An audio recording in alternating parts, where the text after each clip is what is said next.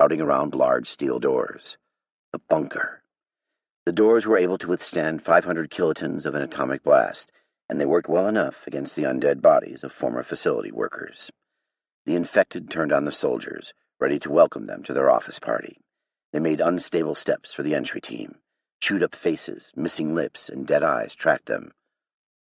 "Zetas!" Esparza yelled. "Holy shit," Sergeant Lewis cursed. Kinnick took a step back as Sergeant Lewis unleashed a fury of lead at 800 rounds per minute into the living dead with his M249 saw. Every fourth round a tracer flared out, lighting up the carnage that ensued. Kinnick regained himself and stepped up, firing controlled 3-round bursts with his M4 carbine. Master Sergeant Hunter stepped next to Kinnick as the rest of the team added their weight to the one-sided firefight.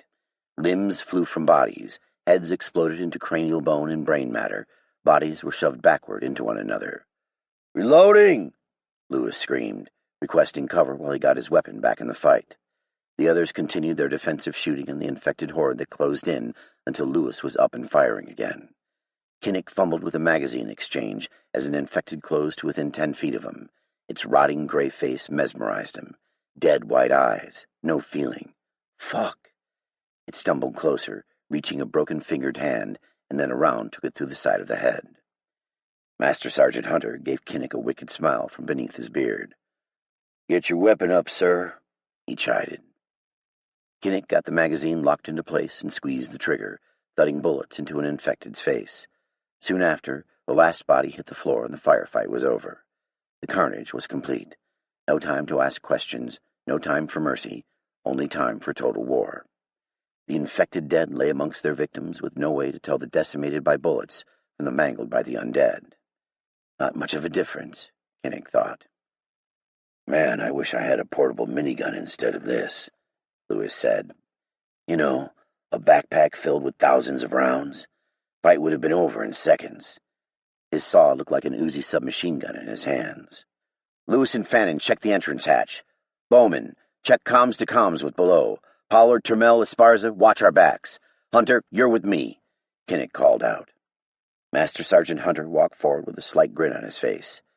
Is he enjoying this? Kinnick narrowed his eyes at the man. Has he seen too much? Is he beginning to crack? Or is the man some sort of sociopath, feeding everyone cake until it was time to kill again? The human race was being extinguished by a virus that raised up the dead, and this man seemed happy about it. "Something funny about having to slaughter hundreds of Americans?" Kinnick said.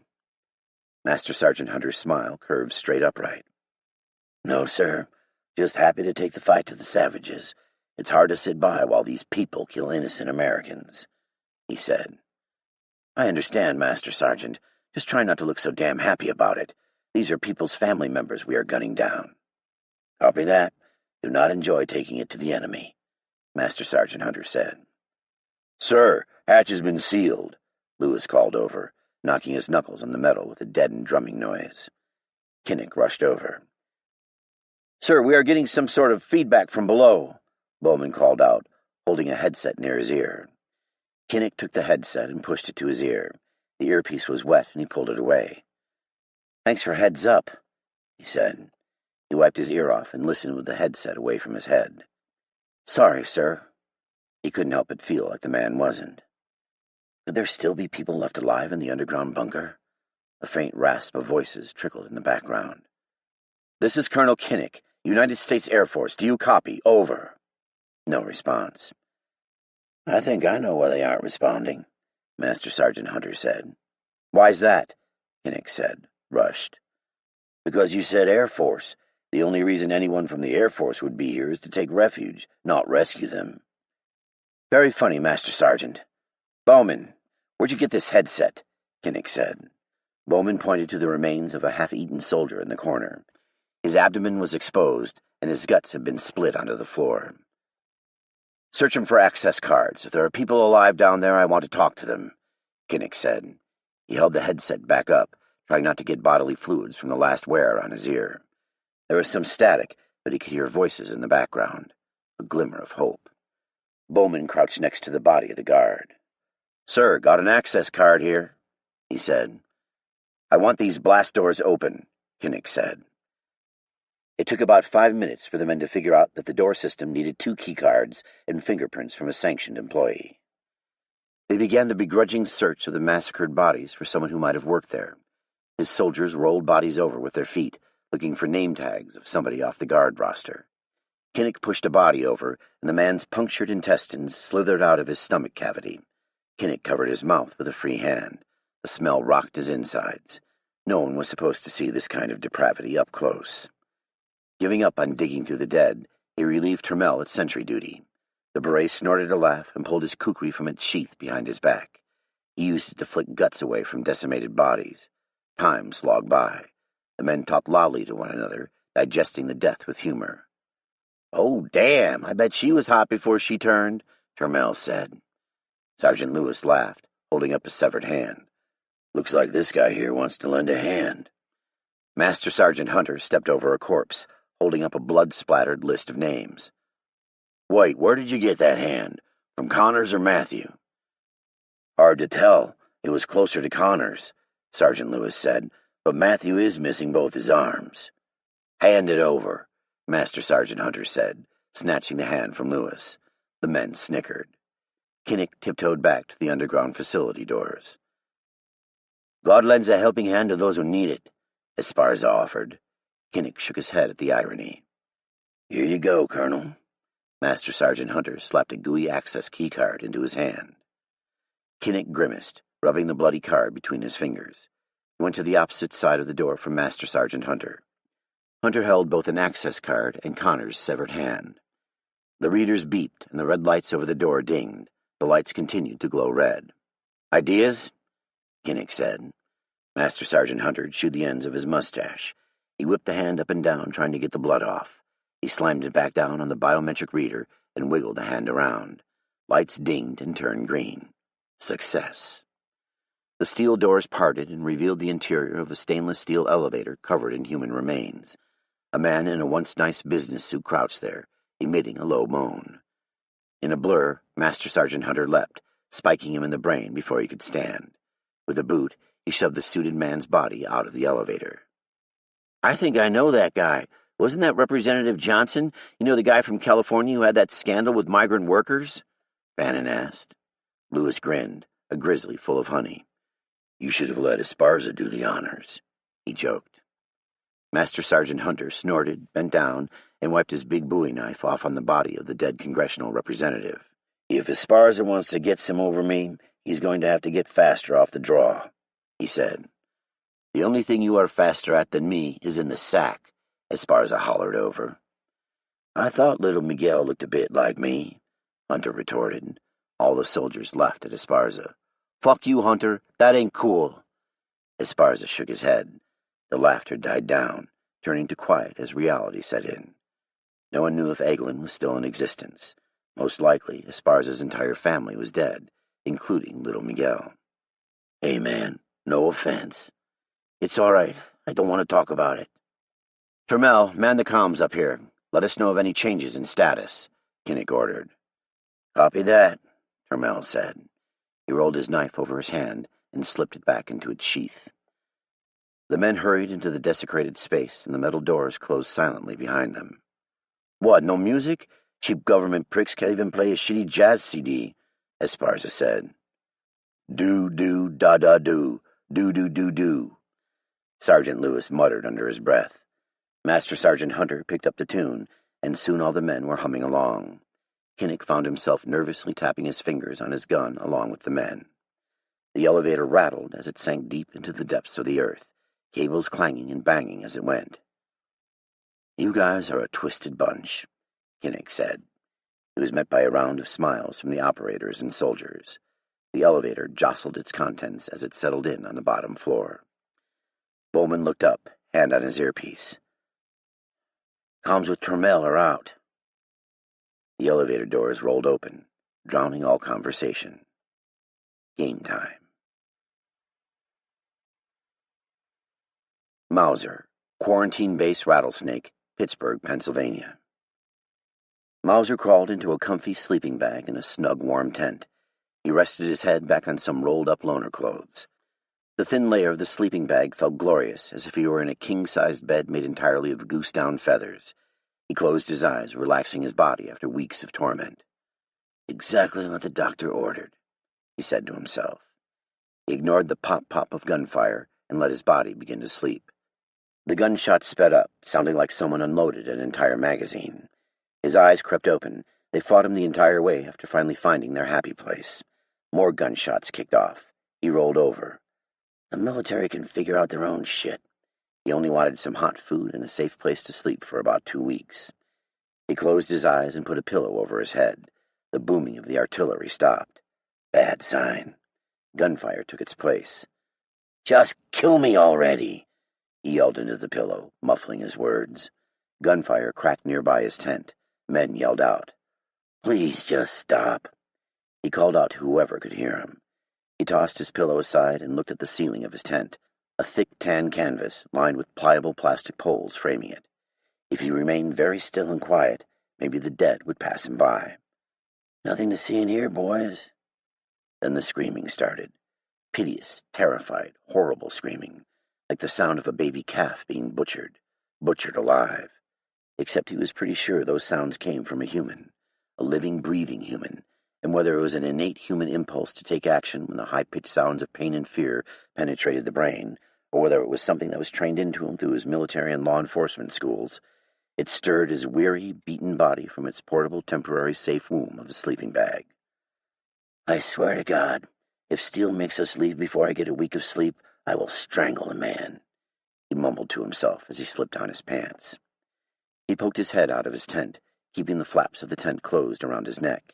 He squinted at the entrance of the base. A mass of people were entangled together, assumedly in a fight. Either that or they were giving out dance lessons. "I'm getting too old for this shit." He used to have 20/20 vision when he was in the Coast Guard search and rescue, but as he'd gotten older, he'd lost the clarity. A blurry bunch of men from the artillery unit ran for the gate with long guns. He threw on his shirt and exited his tent like a thief. A soldier sprinted in his direction, running away from the fight, and Mauser grabbed him. "What the fuck is going on?" Mauser said.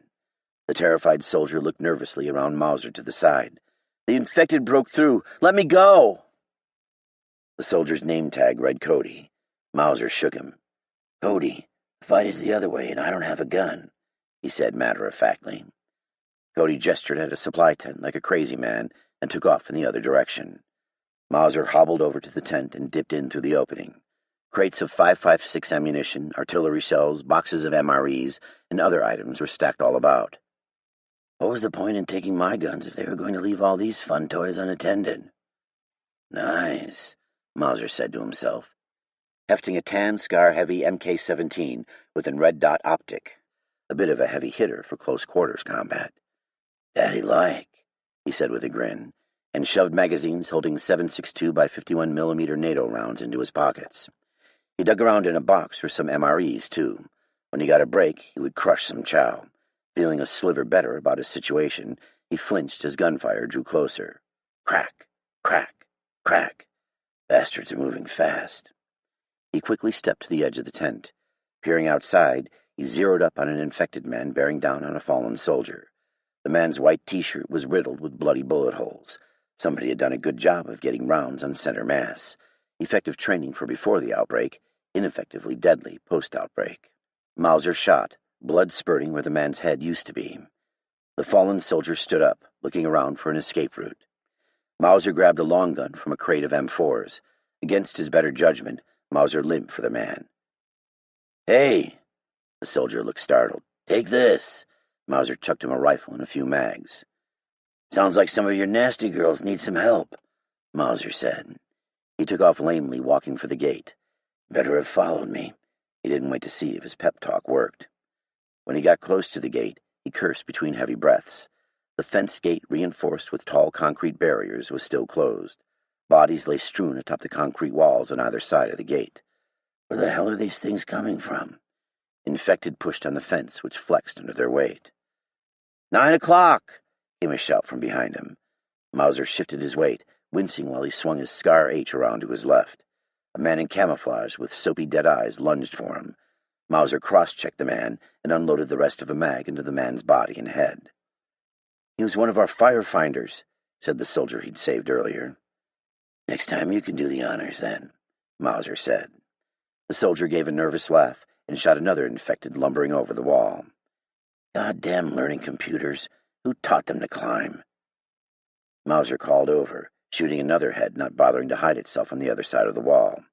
When did these things learn to climb? The concrete barriers go up at least 10 feet, and the infected have never displayed the aptitude to climb. Jesus, they better not be learning. These fuckers are coming over the walls in droves, shouted a sergeant with chevrons on his sleeve. We have to plug the gap, Mauser shouted at him. They met in the middle, each covering front threats as they moved. The flaming red-haired sergeant's name tag read Yates. He rattled off a succession of shots. Kimosabe, fancy seeing you here, Mauser said. Agreed, Sergeant Yates said. His 4 soldiers, along with Mauser's 1, formed a tight circle of guns outward, and they shot their way to the top of a blood-slick barricade. Mauser's Scar H felt like it weighed 100 pounds. The weariness of weeks of fighting without end, combined with his captivity, exhausted him. His muscles ached as if he were in an extreme endurance competition. He lined up his sights on a staggering infected wearing filthy ACUs. He squeezed the trigger. The body stumbled onto its face and lay still on the pavement. A slew of bodies covered the walkway, and the top of the wall looked like they were at Rourke's Drift. Mauser gaped at the scene below, and it took every ounce of his resolve to not turn and run. Ugly, disgusting, decaying faces stared up at him. Hundreds, no thousands of heads with those stupid, dead fucking eyes. They encircled the outside of the base, stretching down the mountaintop road surrounded by single-family homes.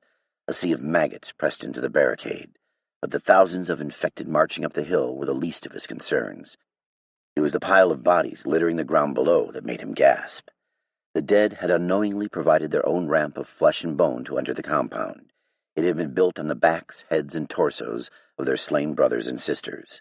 As the bodies piled up, the dead added to the pile, making it larger and larger until the dead could reach over the walls. Hands reached for him, and he stuck the stock of his scar into the face of an infected man. Snapping his rifle back into firing position, the distance was so close he hardly aimed at all. He squeezed the trigger every time an infected poked its ugly head up over the pile. Time and time again, the bodies collapsed before him, crumpled into heaps of dead flesh. It was all muscle memory now. In the distance, Yates yelled at his men to move, and Mauser stood his ground. None would pass. He was a machine repeating the only process he knew. Destruction of the dead. Squeeze trigger, find head. Squeeze trigger, scan, acquire, fire, destroy them all. The Scar trumpeted its crusade against the dead, and Mauser wielded the heavy with the practiced efficiency of an old-time band fiddler. His song was sharp, loud, and staccato, a single snare drum on overdrive. The tune boomed away as if he played his last encore. As more infected made it over the wall, his song sped up and it became a numbers game, with a crescendo of bullets and masterful handling of his instrument. But the Titanic was still going down. The equation was simple. How many bullets could he put downrange accurately versus how many of the dead could make it over the wall? The skill and wanton fury of his long gun did not matter against his faceless foe. Every second they lost ground. "We gotta run!" Sergeant Yates shouted into his ear. He was the only one left. The experienced military man had seen the writing on the wall. "No, we must hold them," Mauser shouted back. "We're not the Light Brigade. If you want to exist in the next 30 seconds, come with me." Yates grabbed him by the back of his collar. "Don't waste yourself here." The dead crowded all along the top of the wall, using their dead comrades as a ladder to get inside the base. Mauser let his Scar dip down. "Come on!" Yates yelled. Mauser sprinted for the other side of the base, ankles screaming in pain that only the chemicals in his body allowed him to ignore. They only made it halfway before he noticed it, throbbing below him. They ran for the artillery guns on the far side of the base. The artillery guns. Something was different about them. They were in the same position, but something had changed. Black-holed barrels pointed in his direction. "Get down!" Yates screamed, pushing him to the ground. Mauser's face and shoulder dug painfully into the concrete, and his Scar that had fought so valiantly in his hands clattered to the pavement like an abused lover. The howitzers thundered forth, Apollo loosing his deadly arrows in a fiery barrage that deafened his ears. His bloodied hands covered them, but it did little to stop the ringing. Concrete and rubble rained down from above, as the once protective wall exploded, pieces going airborne. Kinnick, Mount Eden Emergency Operations Facility Bunker, Virginia. The squad stepped out into a flickering hallway, guns bristling in every direction. Bloody handprints streaked down the wall. The victim was nowhere to be found. Not a good sign for finding anyone alive down here. The team moved into a stack, choosing to hang to the right side of the hallway, but not completely against the wall as they cleared. Bullets tend to travel down walls, and it was instinct to avoid such situations. Lewis took the rear position, and Fadden took point, attention centered at the end of the corridor. Their mounted flashlights flicked up and down as they scanned for threats. Military boots clicked on hard floors, splashing through puddles of blood and squishing through remains alike. The team was too focused on outward threats. As long as the footing provided a good shooting platform, they didn't care. Portraits of presidents looked down approvingly at the bodies of the slain. The team halted at double doors. Fadden flashed a light on a sign above the door. Studio. Let's clear it. Don't just shoot anything that moves. We need live doctors, Kinnick reminded the men. Pollard snorted, and the men exchanged looks like Kinnick was trying to get them killed. Fadden rested his hand on the flat door handle gently, attempting to discern whether it was locked or unlocked. The straight handle sank lower and lower, and the door creaked open. With bursts of speed, the team surged inside. The team moved quietly through a television studio. Old camera equipment was angled at a podium with the blue and white seal of the President of the United States of America. Empty brown stackable chairs rested beyond the cameras. Kinnick found this especially creepy, even more so because he only recalled hearing a single message from the President since the White House had been evacuated. General Travis hadn't said he was in this facility, but this bunker would serve as one of his emergency evacuation points. He was supposed to be in the NORAD facility in the Cheyenne Mountain complex of Colorado. Not his priority. For the 10th time, Kinnick adjusted his grip on his weapon. His sweaty palms found little traction on the foregrip handle and stock of his short M4 carbine. Finding no one living, they moved through open doors down an adjacent hallway. He didn't have enough men to keep the room secure, so when they went through the next time, they would have to breach it as if they had never been inside. Infuriating, time-consuming, and deadly if they needed to escape on the double. Esparza, mark the wall on our way out, Master Sergeant Hunter commanded. Esparza took a spray paint can and put an orange X on the wall near the doorway. Just like high school, huh? Sergeant Lewis laughed.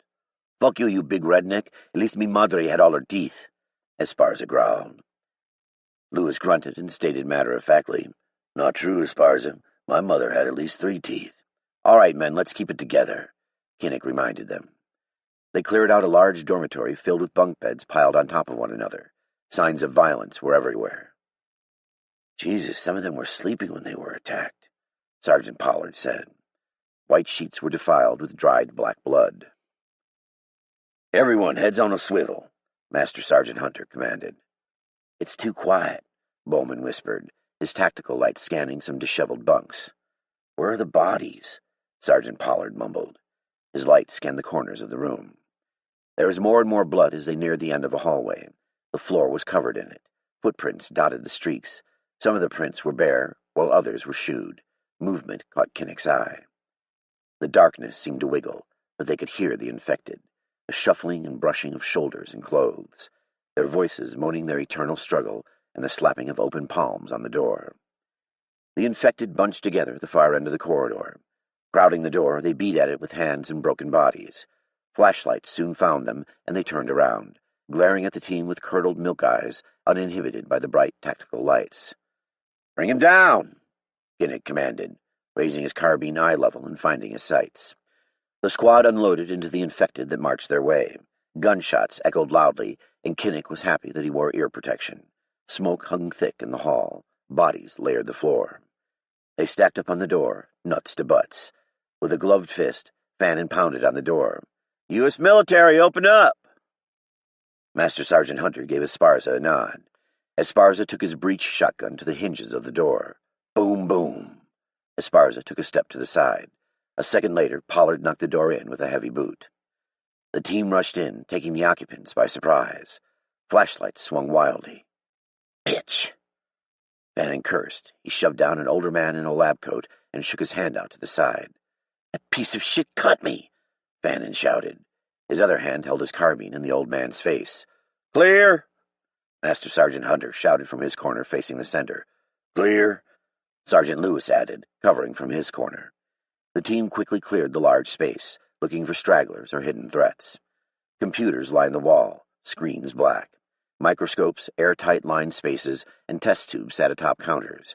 A series of white operating tables lay barren, except for one. "Hold, Fannin! We need him alive. How bad is it?" Kinnick shouted, joining the veteran Marine. "I'm fine. I'll get Hawkins to look at it topside," Fannin said. He shook his hand, blood running down his fingertips onto the floor. They gathered 3 people into the corner of the medical lab, 2 females and 1 elderly male. 2 bodies hung upside down in the corner.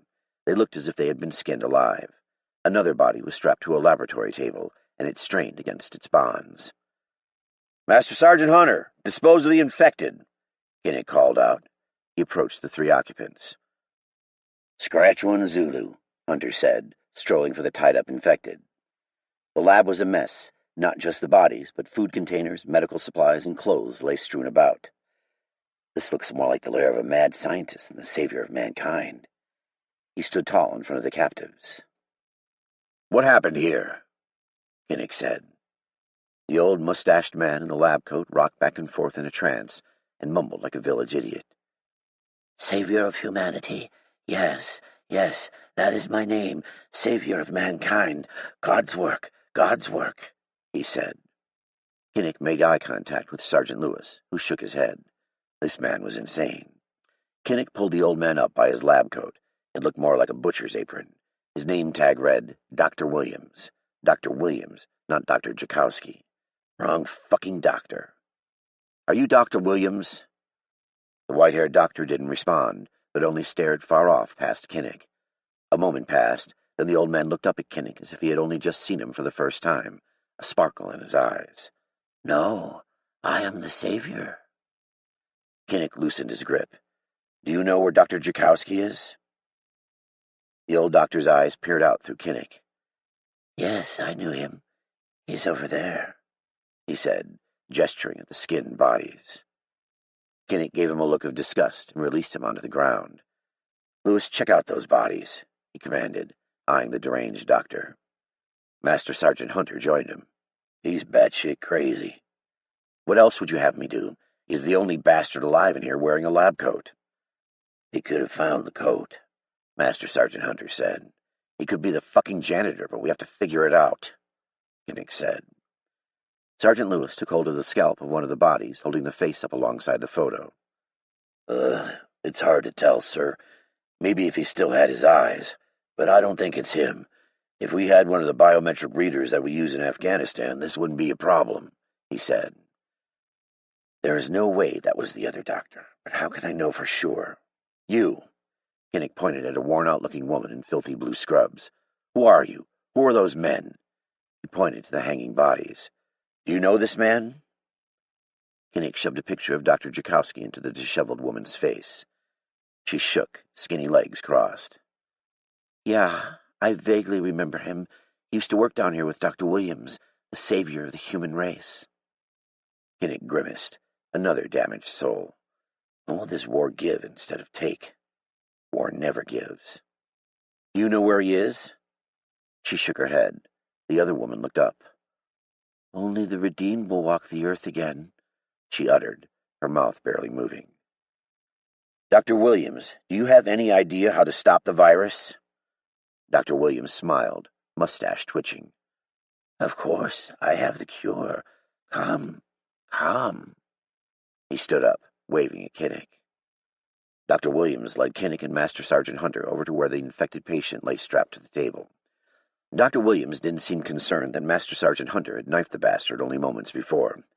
You see, we have to keep feeding them. Then when there is no one left to feed, they will stop." "Thank you, Doctor. You can take a seat with your friends."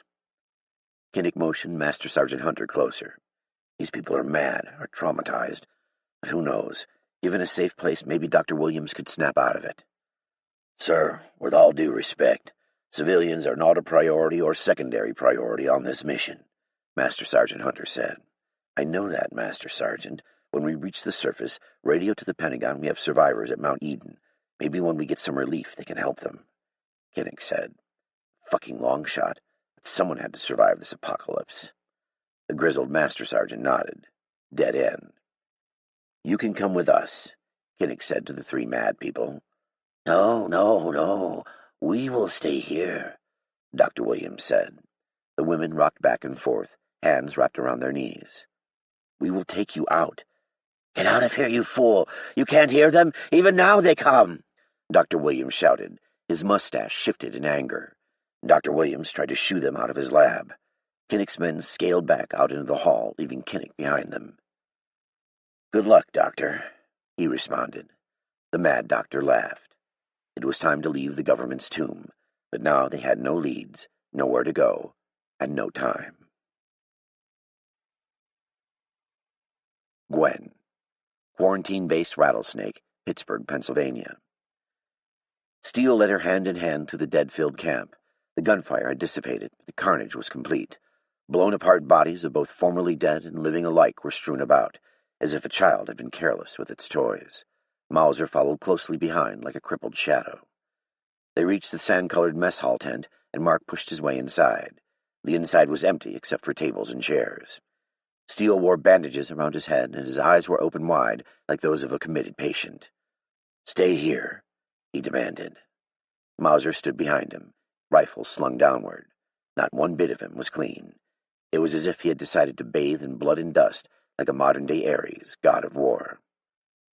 "Don't speak to me like that. I am your partner, not some sort of minion," Gwen stated. She turned to Mauser. "He's older. Maybe somebody has taught him some manners." "Ben, what's happening out there?" Mauser stared at her as if no words came from her lips. He cupped an ear. "What?" he yelled at her. Steele put a hand on his shoulder and a finger to his lips, and Mauser shrugged his shoulders. Steele turned back to Gwen, his demeanor a bit calmer. "He can't hear you. He's basically deaf," he said on their friend's behalf. "Am I yelling?" Mauser yelled at them. "Yes, be quiet," Steele said, holding a finger to his lips. Then he turned to Gwen. "I don't have time to explain, but stay here. The camp isn't safe. All the more reason I should come with you." His mouth curled as if she brought him great pain. "The soldiers, the dead, all of it is unsafe. Stay here. I'll be back." He rushed from the tent in a hurry. Mauser smiled at her and followed behind Steele. "There is no way I am just going to sit here while he plays superhero. He is such a mule." She poked her head from the tent and watched him and Mauser march off. A number of men and women in camouflage stacked their fallen brethren in a line outside the medical tent. 2 soldiers set down a cot next to the line of the dead and went back inside. She wandered down the lane, dodging debris and soldiers alike. It was like a god had kicked their base like a child an anthill. A squad of soldiers raced past her to where the front gate used to be. The walls had crumbled to a pile of rubble under the barrage of artillery. Arms, legs, and broken bodies stuck out of the rubble. 4 soldiers set up a temporary machine gun nest facing down the road. Gunfire snapped off further down the road. The base wasn't safe anymore. A Humvee drove past her and stopped. Soldiers loaded supplies into the back. Men shouted at one another. A big transport truck joined the growing convoy. Gwen followed Steele and Mauser at a distance. Mauser's red hair and limp were easy to locate over the chaos of the camp. "How dare he speak to me that way? I am not his slave." He seemed indifferent that she had almost been raped, murdered, or eaten alive in the past week. He was short and terse and detached from her. She didn't expect him to mind-read, but something more than a caveman grunt would be appreciated. She felt alone, and the last thing she wanted in this world was to be alone. Steele turned and looked over his shoulder, and she ducked behind a Humvee. He scanned the camp for a moment. Did he see me? He found what he was searching for, and her bearded warrior continued walking. Not even her captor Puck had treated her this way. At least he gave her more than 2 minutes of time. She wouldn't forget this, and Steele would pay later for his transgressions. The duo stopped in front of a large tan tent by the cliff edge, and they spoke with 2 sentries. One of them ducked his head, and the 2 men went inside. Why are they talking to the commander? She walked nonchalantly past the tent, trying to get a glimpse inside. The flaps were closed, and the 2 armed soldiers manned the entrance with nervous eyes. Nothing. There is no reason why I can't be in whatever meeting is so important. I have experience in relief operations and understand the necessity of security, and I'm a part of this group. What good is Mauser anyway? He can't even hear a damn word anyone says." She stopped her scouting and turned around, marching back. She drew all of her 5'3" frame up in front of the sentries. "I need to speak with Mark Steele. He's in there," she said, pointing at the tent. "Ma'am, no civilians allowed," said the sentry. He stuck out a hand to stop her. She slapped at his hand. "Don't touch me, you heathen." She jumped at the gap between them, and both men pushed her back. "Ma'am, please, stay back." The soldier pointed his gun in her direction. "You wouldn't do that if you knew what was good for you," she threatened them.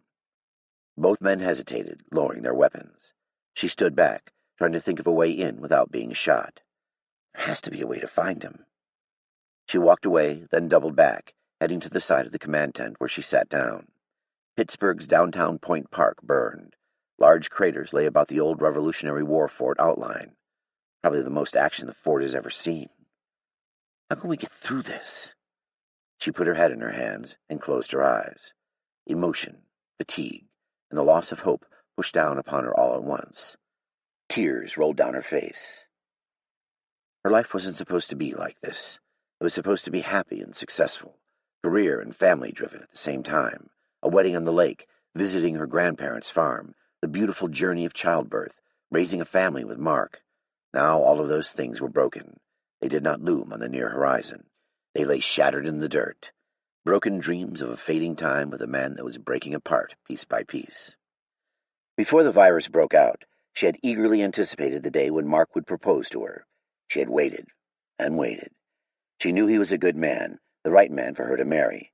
But now, he would hardly look at her or even talk to her. He was so focused on survival, she felt he was slipping away. Everything that came out of his mouth was a command or an order. No negotiating, no explanation, no reasoning. Just do this, or I will make you do it. In fact, he was sounding a lot like Puck. Is this the man that he really is at his core? Is he a brutal caveman, hardly more evolved from an animal? She wiped her eyes. She could faintly hear voices over the periodic gunfire. Two men arguing. She leaned closer to the tent, putting an ear to the fabric. "I cannot let you leave," said one. His voice was stern with the air of a man that was used to being listened to. He continued, "We are going to need every able-bodied man available if we are going to make it to the airfield." "I'll make a deal with you," said another. Gwen thought it was Mark. "I will go with your engineer and help him implement Anaconda. In return, you have to let us continue on our way after I rejoin the group at Camp Hawk, including Joseph." The other was angry. "You listen to me. You are in no position to negotiate," he said, his voice rising in disgust. He was cut off. "I am in every position to negotiate. I have the skills to get the job done. You need me to complete your mission. Take it or leave it," said the second man. His voice was stern but kind, and she was sure it was Mark. "You got guts coming in here like this. If we were in any other time, I'd toss you off the cliff. I'll hold them until you return. Otherwise, I don't see the need to keep extra mouths to feed," said the first man. The end was definitely a threat. "Consider them consolations so nothing goes outside of the plan." "There is no need for that," Mark's voice echoed. "There is every need for that," said the first. "Gwen! Gwen!" Joseph called over to her. He rushed in between the tents to where she sat. She stood and wiped her eyes. "Are you okay?" he asked nervously, shoving a hand into his white coat and pulling out a pack of cigarettes. He placed one into his mouth. "What kind of doctor smokes?" she said. She put a hand on his arm and stopped him mid-light. He looked at her sheepishly. "One under enormous amounts of stress," he offered with an apologetic smile. "Not one that I want to go to," she said. "Noted, Gwen," he said. He put the cigarettes away and adjusted his glasses. "I came to find you." "Why is that?" She folded her arms beneath her breasts. "It's Lucia. What about her?" "She's doing okay. I treated her as best I could for her physical injuries," he said, looking down in embarrassment. She narrowed her eyes at him. "And she will heal." "Yes. Physically, she'll heal over time. Mentally and emotionally, she seems to have deeper wounds." Gwen's heart leapt in sympathy for the woman. Nothing can be worse than her pain. I was wondering if you could talk to her. I don't speak Spanish, and I'm not very good at the counseling portion of medicine. It's not my forte." "I understand. You did the right thing by coming for me," she said with a nod. Her gut hardened with resolve. When she had purpose, she was unstoppable. She made for the hospital tent at a brisk walk. No shit she's going to have psychological scarring. Her husband has been killed, her baby girl has been murdered, and she was brutally gang raped by a bunch of trash. How can I ever console a person that has had her entire world destroyed? And here I was brooding about how bad my life is. She was angry at herself. Halfway to her destination, shouting stopped her. "Wait up," Steele said. He jogged after her.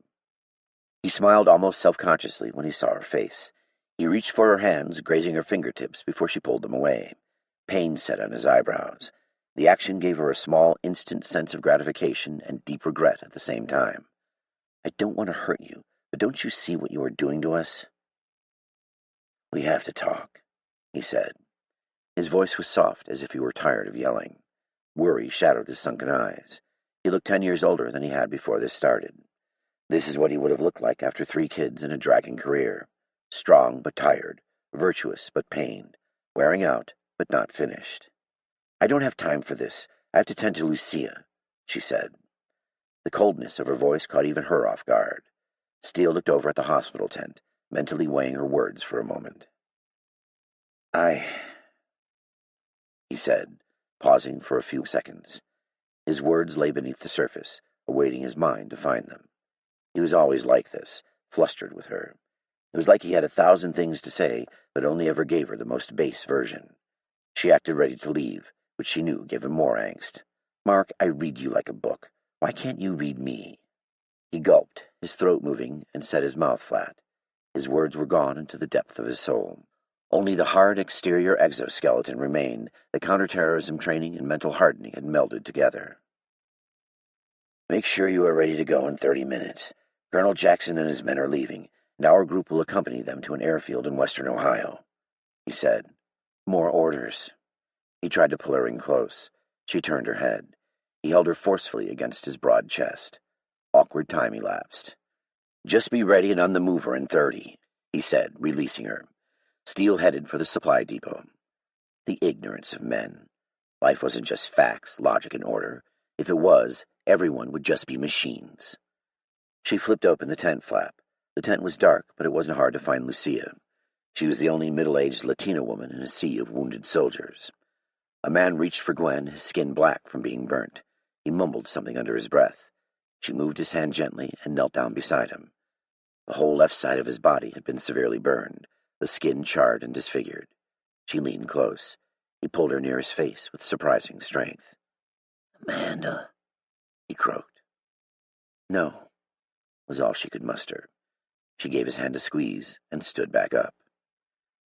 When she saw Lucia, she started to reconsider her moral compass. Lucia looked like a doll. Black hair without a single gray did not match her weathered face. Her eyes were open, but she showed no signs of life. The ceiling was her only friend, and she stared up at it with no recognition of anything that happened around her. "Mama!" sobbed a man nearby. The men around Gwen murmured and called out in pain, crying for their loved ones. Gwen wrapped her arms around Lucia and propped her slightly upright like an adult infant. The tent flaps were tied open, and soldiers came in and out, moving the wounded out to waiting vehicles. Gwen grabbed a clear water bottle and tipped it to Lucia's mouth. Water dribbled from the corners of Lucia's lips. Gwen wiped it away and stroked her hair out of her face. "You're so beautiful. It's okay now. Nobody will hurt you," she said. Lucia stared straight ahead, eyes blank. Gwen held her close, trying to squeeze life, to squeeze feeling back into the woman. "There has to be a way back. There has to be a way back from this. This can't be the only way forward. There must be something better than this." Gwen pressed the woman's face into her breast and rocked her back and forth. She held her tight like they were in a flood, and only she could prevent Lucia from drifting away. "Maybe this is all we get. This is life. Misery and pain and suffering." She whispered, "Everything will be okay. Shh. Everything's fine." She squeezed Lucia tighter. Lucia's breath exited her lungs. Gwen pressed harder. blocking more oxygen from entering Lucia's lungs. Lucia didn't fight her. She didn't even make a sound. Her hand reached up momentarily, but fell back to the cot. "Soon you will see Maria," Gwen whispered.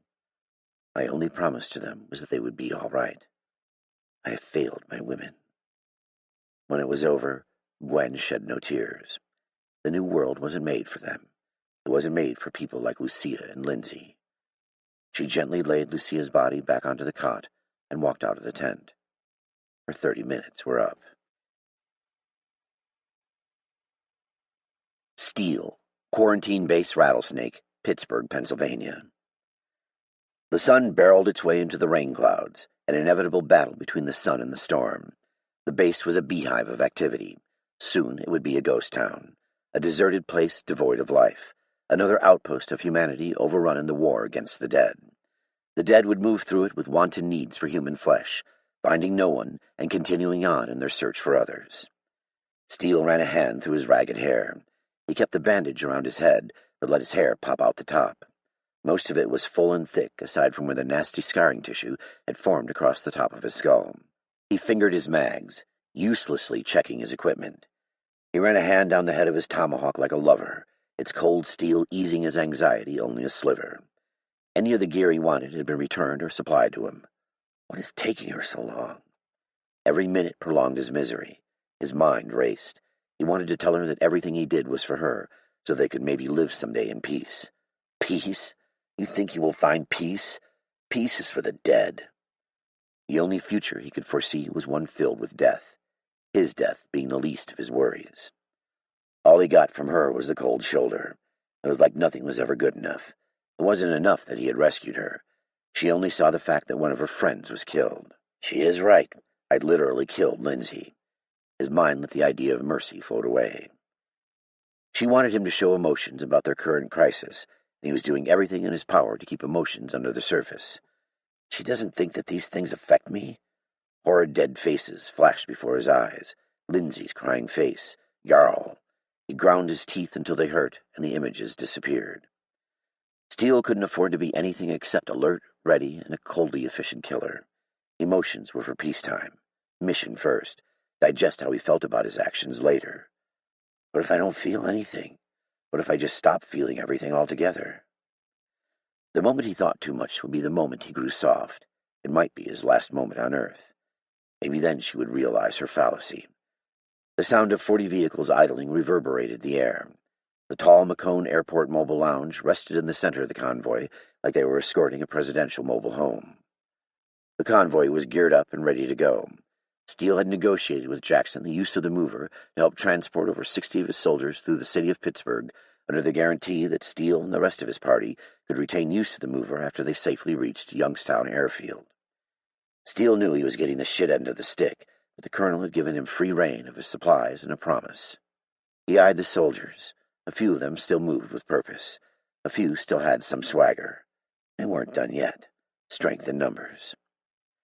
It gave him a slight peace of mind that Gwen would be surrounded by a couple hundred soldiers as she went into the Steel City's hornet's nest. Probably a better shot than he and Mauser could give her. They sure as hell couldn't stay here. The whole front of the base was a pile of rubble. Steele grimaced, thinking about the loss of life to only survive the assault of infected.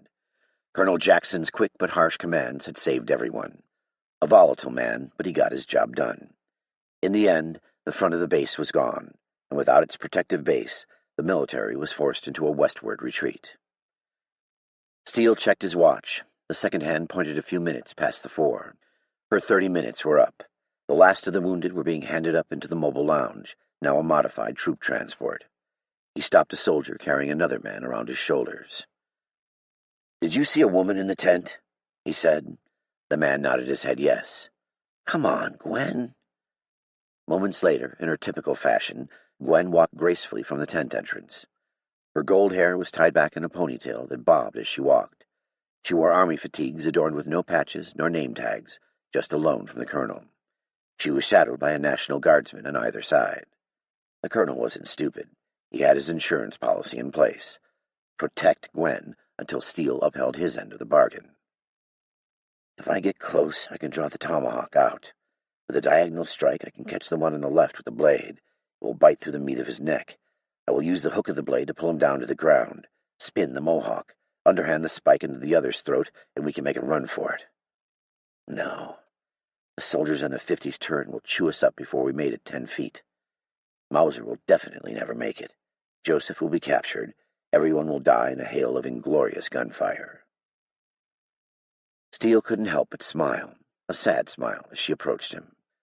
Her cold shoulder was still the best shoulder in his world. Although he was tired and tormented by her disapproval of him, she always managed to bring a smile to his lips. But it was short-lived. She is never going to forgive me.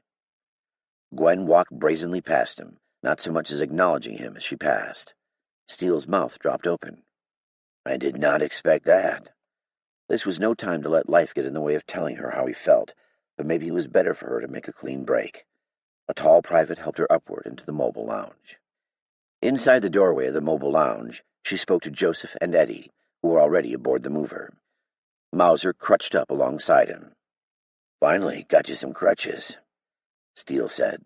Mauser leaned on them, letting his armpits and triceps hold up his body. His arms and face were bruised and scratched.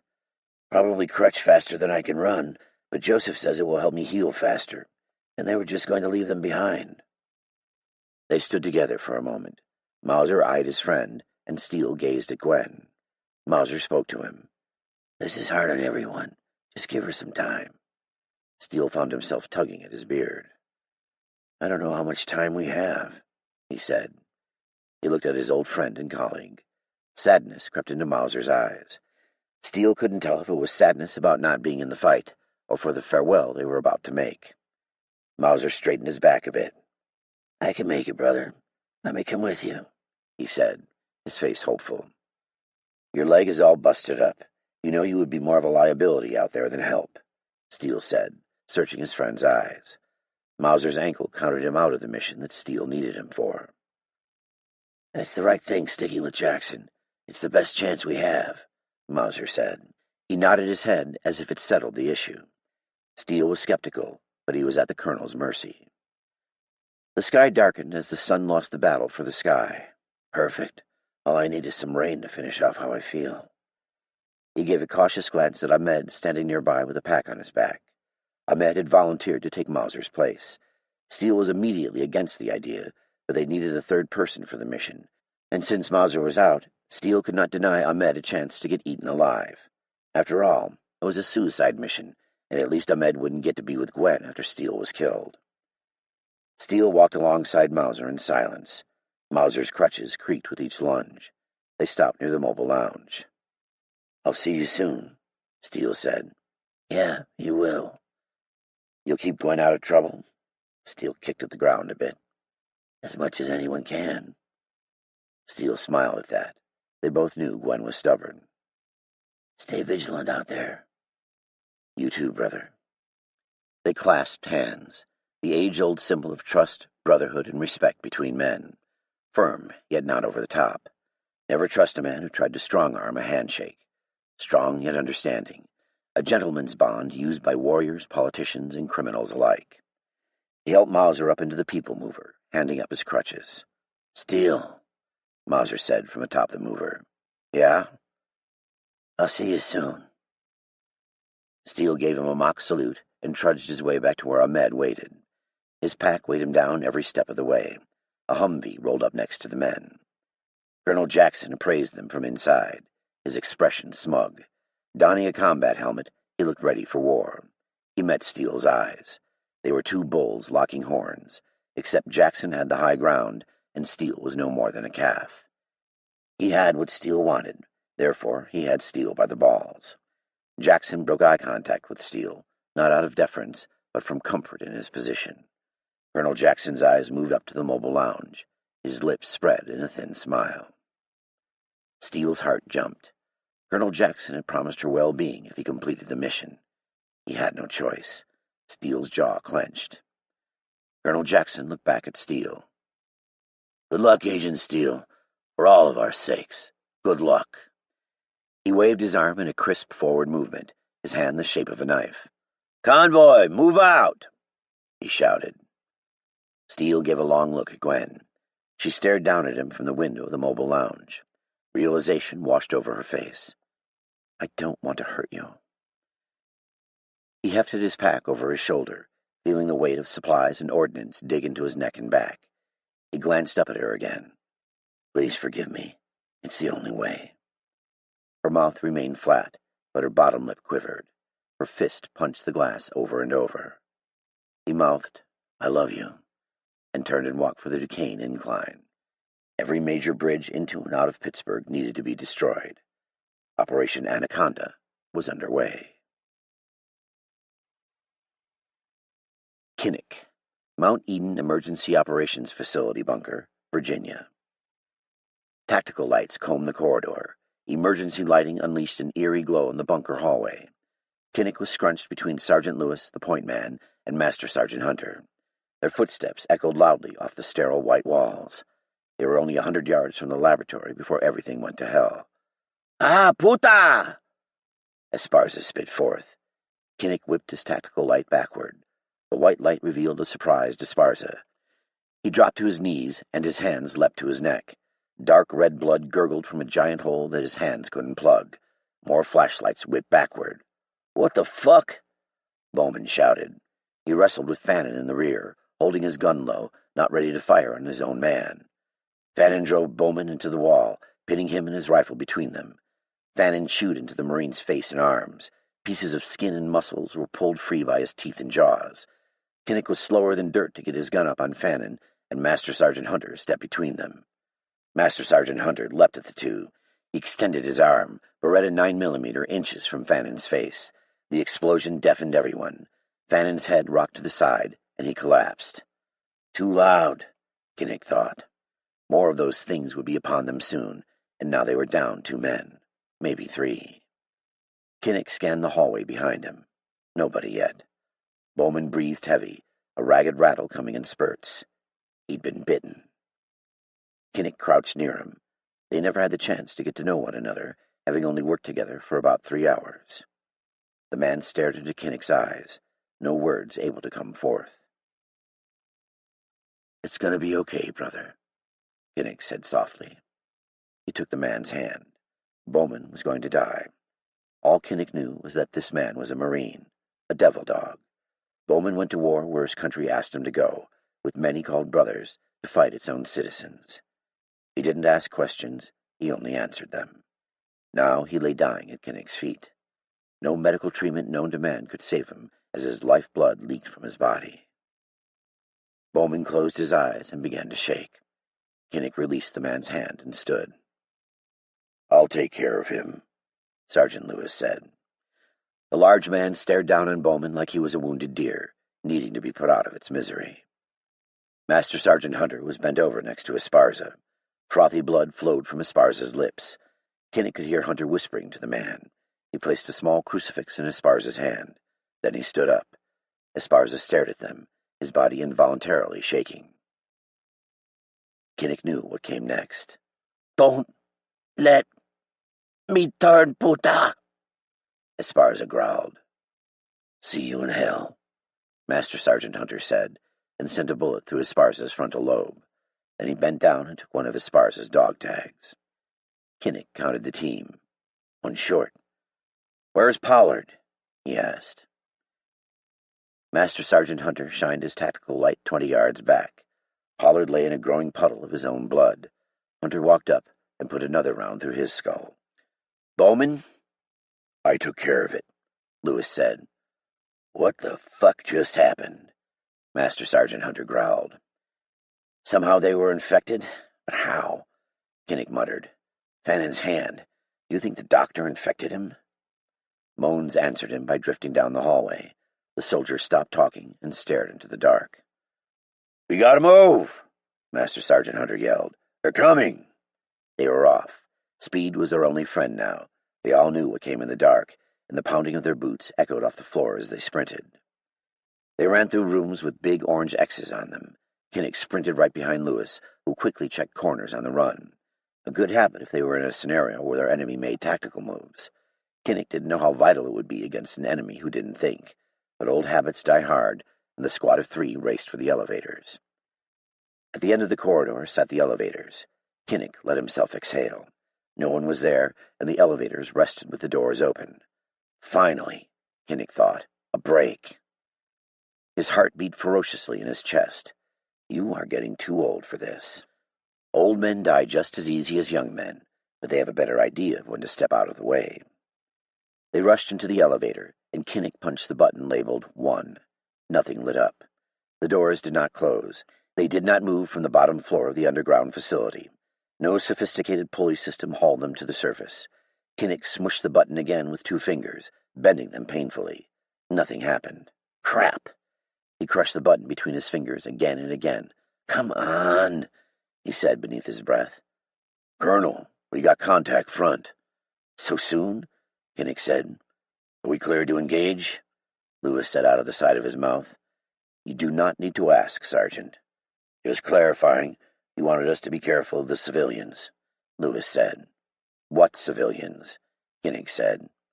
I can't tell, Lewis said. Kinnick stepped to the side and peered down the hall. Shadows hobbled their way, getting closer with each step to Kinnick and his team. They were still a good 150 feet from the elevator and in the shadows of emergency lighting. He couldn't tell friend from foe. Kinnick pressed the button again. Master Sergeant Hunter, we need power to these elevators, Kinnick said, and Master Sergeant Hunter was all over the comms. Sir, hostiles front, Lewis said. Fuck, Lewis, light them up, Kinnick said. You could be ordering the death of Jakowski. Does it matter if we find the doctor and we are dead? Lewis licked his lips, zeroing in his sights. Within seconds, he unleashed a barrage of lead into the shadows in the dark. The forms staggered and fell. Kinnick had a gut feeling that this was going to not be the last time he gave the order to potentially kill live American citizens. Their families could sue him when this was over, and he wasn't dead. Lewis stopped firing and fingered a tin out of his pants pocket. Chew, sir? He asked Kinnick. Kinnick shook his head no. He had given that up years ago. Lewis shoved a tin-sized chew in his mouth and spit onto a body on the ground. Master Sergeant, status on the elevators, Kinnick asked. I got nothing, Hunter said. They were going to have to climb out of the tomb. Look for a way up. There should be a ladder around here, Kinnick said. Sir, you got to take a look at this, Sergeant Lewis said. Jesus, what now? Kinnick momentarily stopped pushing on ceiling tiles. Flashlights illuminated the end of the hall. He could see a mass of shapes moving his way, led by a flashlight in front. The light did not move at the frantic pace of someone running from a horde of infected, but the much calmer gait of someone leading. Kinnick could vaguely make out the doctor and his followers goading the dead along. What the hell is that guy doing? He asked. Don't know, sir. Don't want to know. Permission to fire? Lewis said, setting the saw to his shoulders. Permission granted, Kinnick was all too happy to say. A figure broke from the pack and started sprinting for them. Wait, Sergeant, Kinnick said, staying his arm. It's one of the girls. Hold your fire until she is clear. Sir, that Zulu horde is going to be extremely close for fire by the time she gets here. Understood, soldier. As soon as she is clear, let him have it, he said. She sprinted down the hall, crying out, Wait! She screamed. She slipped, falling on the tile corridor and banging her head off the ground. She crawled for them, but would never make it. God damn it, Kinnick whispered. He didn't think, he only acted. He pushed past Lewis and ran for the woman. The dead struggled for them both, loud moans clouding the corridor. He sprayed his M4 on full auto into the horde with minimal effect. The dead only absorbed the rounds. The M4 clicked dry. The dead continued onward. She stared up at him in a daze as if she was trying to tell if he was real or not. Take my hand. She grasped his hand and pulled her upright. They sprinted back, the infected on their heels. Go! Go! Go! He yelled as they ran. As soon as they cleared Lewis's sights, he opened up with the saw. Kinnick grabbed the girl, shaking her by her shoulders. She looked at him with teary eyes. What the hell are you doing? He screamed in between momentary stoppages of Lewis's light machine gun. Please let me go, she sobbed, her thin form trembling. He pushed her to the corner of the elevator. Master Sergeant Hunter was gone. Where the hell is Hunter? His Master Sergeant had disappeared. Sir, up here. Hand up the girl, Master Sergeant Hunter said. His bearded face peeked at them from a gap in the ceiling of the elevator. Kinnick wasted no time helping her up. Lewis fired away, but hardly put a dent into the horde moving murderously in their direction. "Sergeant, we're going!" Kinnick yelled at Lewis. He slung his M4 to his back and jumped for the opening. Kinnick grabbed hands with Hunter and felt himself lifted upwards. He cleared the ceiling. They both reached down for Lewis, who slung his saw and latched onto their hands. Kinnick pulled as hard as he could, hardly moving the man. Sergeant Lewis's massive weight pulled the men down, and he dangled in the air. The elevator filled with the dead. Lewis grunted, his face red, while he kicked down at their grasping hands and ugly faces, and then he was through. The infected reached for the opening, but they did not have the dexterity to make the jump. The three men sat there panting, the young woman pressed into the corner. The distant light of the top floor gleamed at the top of the elevator shaft. Kinnick looked at his men. Lewis's face was turning white. He spit a few times onto the top of the elevator. "Go fucking bastards," Lewis swore. Kinnick looked him up and down. He must have been bitten. Another soldier lost under his command. "Are you bit?" Kinnick asked. His hand rested on his sidearm. A bear of a man like Sergeant Lewis looked slow, but when it came to weapons handling, he was very quick. Kinnick would most certainly lose in a Wild West showdown. Sergeant Lewis gave him an evil look, his face turning a shade of green. He bent at the waist and splashed vomit onto the top side of the elevator. The elevator rocked as more dead piled in below. They were excited that another man was about to enter their ranks. Kinnick tightened his grip on the handle of his pistol. "Easy now, Sergeant. You know we can't let you come with us if you are infected." Master Sergeant Hunter took a step to the side, loosening his wide-bladed knife. Kinnick and he made eye contact. Lewis finished coughing and spitting. "They can turn quick." "No disrespect, sir, but fuck you," Lewis said, wiping vomit from his beard. Kinnick was slightly taken back as the man stood upright. "Those bastards down there," he pointed below, "made me swallow my wad of chew." Lewis finished. Kinnick laughed in relief. "Haven't been chewing long enough if you can't get it," Master Sergeant Hunter said with a smile. "Goat fucking bastards, where do you come up with this stuff?" Kinnick asked. "Made friends with plenty of natives in Afghanistan," Lewis said with a spit again. "Let's leave them a going-away present," Kinnick said. Lewis nodded, standing upright. He slipped a grenade off his vest. He pulled the pin, leaving the handle depressed in his hand. "Might want to get a head start," Lewis said with a mean grin. Kinnick took to the ladder, pushing the girl ahead of him. Master Sergeant Hunter climbed right behind them. Lewis dropped the frag through the ceiling. "Fire in the hole!" he yelled. Concussions bounced up the elevator shaft as the hardened, encased elevator absorbed the blast, and they began the long climb to the top. Steel, Duquesne Incline, Pittsburgh, Pennsylvania. Humvees rolled by the three men, engines rumbling.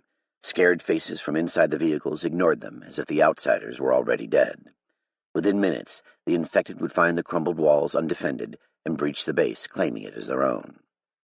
Ahmed stood next to him. Steele observed him more than the departing convoy. He hadn't forgotten what had happened the last time he had Ahmed watch his back. While he was skeptical of the man, he would have to do. After the last Humvee drove by, they were truly alone. No ride out of here. No escape unless they made it themselves. Steele nodded to Ahmed. The closely shaved, dark-haired, swarthy-skinned man nodded back and hefted his pack. The third member of their party waited near the edge of the cliff in front of a building with a black and yellow sign that read Duquesne Incline. He sat on his pack as if he had already traveled enough for one day.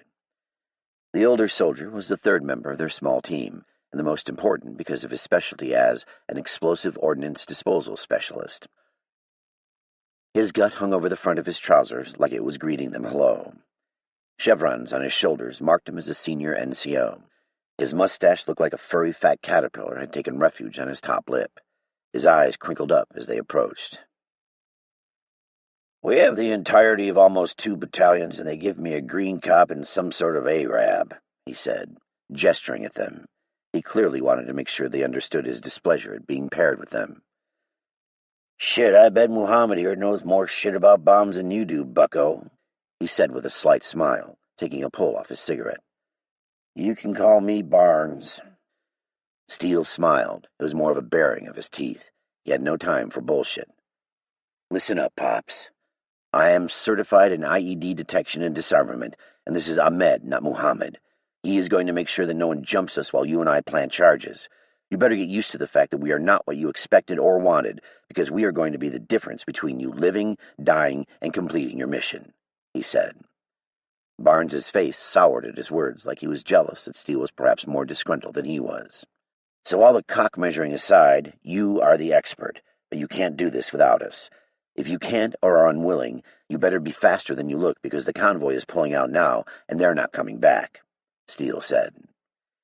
He had been dealing with guys like Barnes since he had started his career, and they usually fell into a few different categories. Blowhards who talked about all the badass things they had done to gain others' respect, most of which was a fabrication or a buddy story. Quiet workers, ones who had seen and done a lot of shit, but didn't brag about it or need to relive it. Then there were mentors, men who had seen and done some real shit, but didn't feel the need to rub it in people's faces. They were mature enough to use their experience to teach and watch out for their fellow teammates. Everyone has a story. It's a matter of using it to get better or resting on your laurels. Barnes was quickly placing himself in the blowhard category. Barnes's cigarette tumbled from his mouth, and he wiped it off his uniform onto the ground. He stomped on the butt with a boot. Steele shouldered past him. The Duquesne Incline was an old wood and red brick building which looked like it had been around for over 100 years. "Steele," Barnes said, following after him, "it was just a joke. Don't take me too seriously. I just like to mess around." The over-the-hill veteran turned to Ahmed. "Sorry, Hackmed. That was an ill taste." Ahmed glanced at Steele and back at Barnes. "It's Ahmed." "Of course it is, Ahmed. No hard feelings, huh, buddy?" Barnes said, looking flustered. "Sure thing, Barnes. Let's get inside." Steele opened the door and went inside the old building. It was as if they had stepped into a time machine and were transported back to the Industrial Revolution. An aged ticket counter greeted them, encased in old worn polished wood surrounded by brass inlays. Exposed by thick modern plexiglass were old-world machines that grinded away, blackened greased gear wheels and steel-wired pulleys. Steele studied the early display of Pittsburgher technology. Barnes barked a laugh. "That's right, kiddo. The most sophisticated military known to man has been using a trolley from the 1800s to move their supplies up and down a mountain. Our air wings have been either overrun or shuttled to other regions. We have resorted to some old-school shipping methods." He punched a tarnished copper button. The wooden doors to the incline rolled open. "Come on, ladies, get these packs in the trolley," Barnes said. A pile of camel packs lay in a pile on the ground. Steele picked one up and tossed it to Ahmed. "What's in the packs?" Ahmed asked. Barnes smiled beneath his furry facial fur. "Oh, you know, supplies." Steele leaned near Ahmed. "Explosives." Ahmed's face went pale. Steele made sure to throw a pack a little harder than necessary at the man. Ahmed caught it, holding it for a moment near his chest. "Explosives? I don't know how I feel about this." "Just don't drop 'em," Barnes yelled at him. Ahmed stared at the pack uneasily and gently set it inside the trolley. After they were done loading the trolley, the men shuffled in and set their personal packs on the wooden benches. Just outside the windows, a train track ran down the side of the mountain. "Lucky enough for some poor grunt, it will run continuously on its own, so he doesn't have to man it while we get down there and risk getting left behind. Once we hit go, it will run until it breaks. Only bad part is, when we get to the bottom, we have to jump out while the car rolls along to the other side," Barnes said. "What about the packs?" Ahmed said. He eyed the explosives as if they could explode at any moment. "We will throw the packs and collect them after we jump out," Barnes said. "It ain't perfect, but it will get the job done." Ahmed's eyes went wide, and he looked horrified. "What's the matter, sweetheart? Scared of a little heights?" Barnes laughed to himself. Ahmed shook his head no and leaned near Steele. "Throw the explosives? Won't that cause them to go off?" he whispered. Steele knew where he was coming from.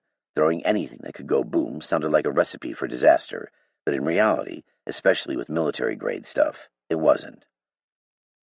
"I'll explain more later, but it needs an igniter to go boom," Steele said.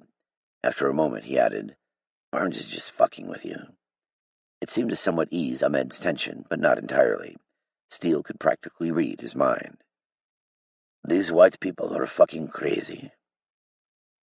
Barnes stepped casually out of the trolley car. All aboard! He sang out like a conductor. He slammed a button on the podium outside the car and hopped back onto the trolley car before it moved more than a few feet. He plopped down on a bench and lit a cig in a matter of seconds. The trolley jounced downward. It quivered as it sank down the hillside, as if the ancient trolley car was excited about the prospect of one last run. Barnes took a long pull off his cig and put his elbows on his knees. Did you guys see that blonde with the ass? It's been a while since I've seen a broad with a pair of buns like that, Barnes said with a sinful smile. He lounged back on the wooden seat, looking like he was at a family barbecue. Steele smiled back. Not the first time, wouldn't be the last. That's my girl, he said. He gave a quick glance at Ahmed. That was meant for you, too. Barnes almost choked. Oh, is she? How in the heck did you convince a girl like that to go out with a man like you? I didn't. She found me, Steele said. Are you some kind of stupid? What are you doing on this suicide mission? Sometimes you have to fight, so your loved ones can live in peace, Steele said. The men were silent. They had either lost loved ones or thought about what future peace meant. The trolley car banged as it passed each brace holding up the linear track. Down and down they went, closer and closer to the dirty brown water of the Monongahela River. Barnes exhaled smoke. Why are you boys really here? He asked. His eyes said he was skeptical of their mission. Colonel Jackson and I have an arrangement. You sure got screwed on that deal, Barnes guffawed. It looks that way. I'm a Pittsburgh man, that's why I'm here. My family lives over in Squirrel Hill. He pointed out the window to a part of town that was out of sight. Just over those hills there. I was thinking that when we got this done, I would go pay them a visit. I understand, Sergeant. When this is done, I will be on my way, Steele said. Our way, Ahmed chimed in. Steele gave him a side glance. Yes, our way. What, are you two boys like a thing? Steele smiled. No, but it seems we're going the same way. Barnes rose his eyebrows and bobbed his head up and down. Where are you thinking of going? He asked, blowing smoke from his nostrils. Someplace where there aren't any people, Steele said.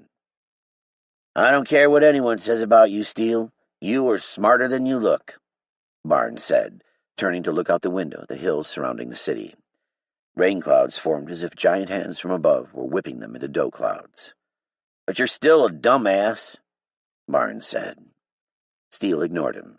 The Pittsburgh skyline smoldered. If the city had ever been made of steel, it was now bent and broken. Most of the buildings were blown out, glass no longer serving as windows. A building that looked like a candle leaned to the left, a hole where steel and glass used to be. Steele could only assume it was due to one of Colonel Jackson's bombardments of the city. There should be a small inflatable dinghy that we will use to get close to put the charges around the bridge pillars.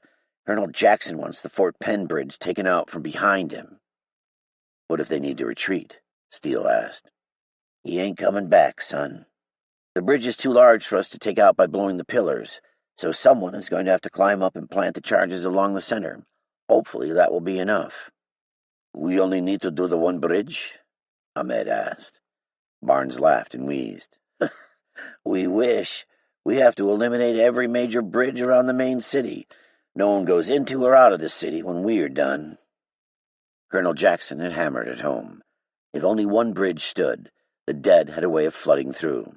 It was only a matter of when. Each bridge eliminated meant more time for people to move west, to get as far away from city centers as possible. What Colonel Jackson hadn't made a point of saying was that Operation Anaconda would trap whomever was still alive in Pittsburgh, making it extremely difficult to flee the city. It would be a steel tomb. Anybody that remained would be pinned against the rivers as the infected from the East Coast came calling. Steele tried to push that from his mind. Don't think about it too much, boys. It's the U.S. military's will. What will be done will be done. Everything else is collateral damage. People will be trapped, Ahmed said. We should have left here weeks ago. This is a lost op. Containment is over. Time to cut and run. This was a tough pill to swallow, and not one that was readily apparent to Ahmed when he signed on. Hopefully, we will be saving more living people than hurting. Steele tried to soften his tone. Hopefully, Ahmed said. Operation Anaconda's success depends on us destroying 44 bridges. It ain't gonna be fun, Barnes said, flicking his cig butt on the floor. As they slowly rocked back and forth down the mountain, Steele could hear the faint sputtering of gunfire from the convoy. He hoped that they would have an easy way through the city, for Gwen's sake. They rapidly came up on the riverbank, the last 100 yards disappearing beneath the track. Ahmed, are you ready? He said. I'll be right behind you, Ahmed said. Steele remembered the last time Ahmed said that. I was almost killed. They lined up behind Barnes, who stunk like musty smoker's jacket wrapped in pit sweat. Barnes pitched bags of explosives out the trolley door as Steele and Ahmed handed them up. A trail of military packs dotted the hillside.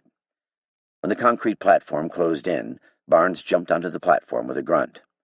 The old bastard was agile when he wanted to be.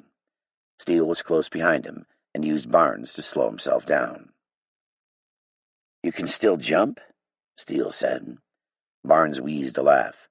When I was your age, I'd run up and down this mountain in 40 seconds flat, Barnes said. He drew his black Beretta 9mm and cleared a side of the platform. Steele smiled. Old-timers. He cleared the other side of the platform with his newly acquired M4 carbine. Clear, he said. Ahmed, you up? Steele called out. He tucked his chin and glanced over his shoulder. Ahmed was not behind him. Ahmed, he said. The trolley rumbled around the corner track to begin its continuous journey. Fuck, Barnes swore, rushing for the track. Steele raced behind him. Where is he? Steele shouted. He leaned over the railing, searching for his comrade. I don't know, Barnes countered. We can't stay on this platform. I'm not above leaving him behind. Barnes rushed. A dirt parking lot for visitors to the incline lay between the concrete platform and the river, at least a 70-yard span. The trolley car ticked back up the track like the slow ascent of a roller coaster. He'd better not still be in that damn car. Ahmed! Steele called out. The balance between finding his friend and not encountering infected was a game of survival. A faint call of moans answered him. A cluster of infected had sighted them. It wouldn't be long before they reached the platform. Ahmed, come on! Steele scanned the brush line, over the railing with his carbine. He switched over, scanning below the side of the concrete platform. Came from thick hillside shrubbery below. Steele slung his carbine back and kicked his feet up, hopping over the rail.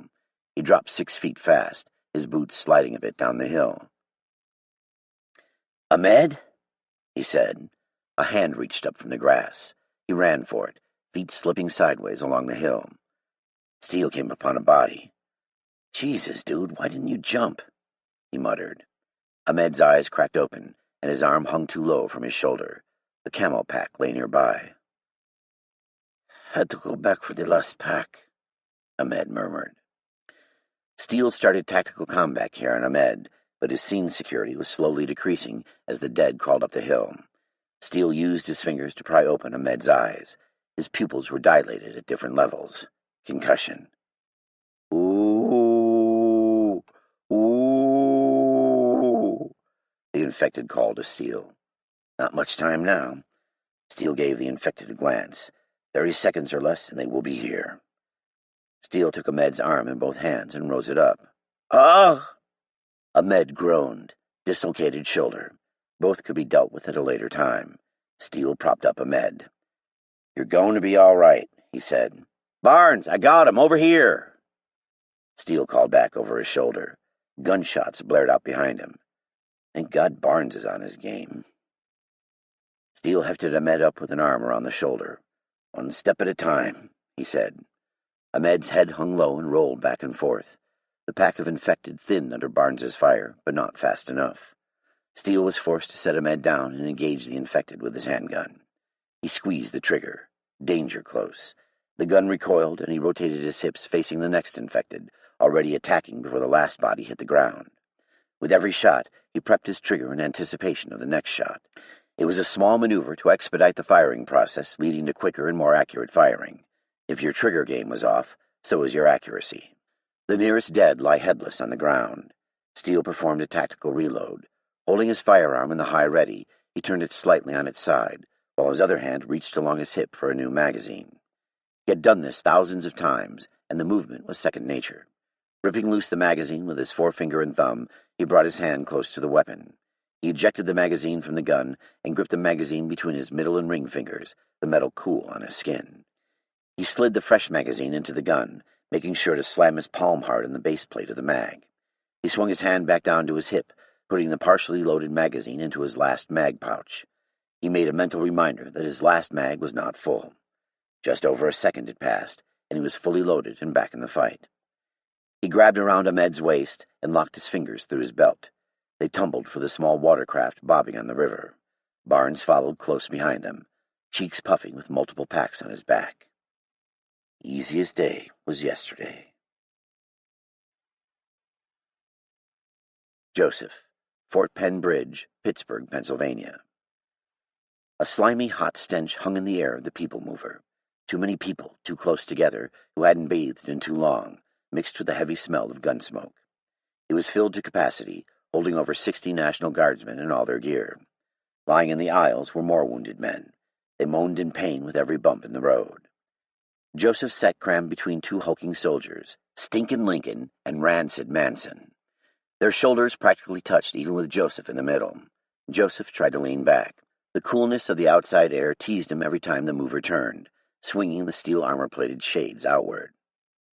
"Sarge had this thing outfitted as soon as he got his hands on it," said Stinkin' Lincoln. He talked over Joseph's head like he was his big brother. "Fuckers could have brought in some APCs instead of this piece of shart," said Rancid Manson. "Where the hell did we get this thing?" "Those civilians came in on it. There ain't any APCs nearby. Wilson overheard the 59 Striker got wiped out in Philly," said Stinkin' Lincoln. "Damn, would have been nice to get a pickup," said Rancid Manson. "I guess it's better than open air," said Stinkin' Lincoln. Lincoln rapped his knuckles on the metal shades. "Yeah, so those Jodies can't take pot shots at us," said Rancid Manson. They both readjusted, using what little space Joseph had to spread out.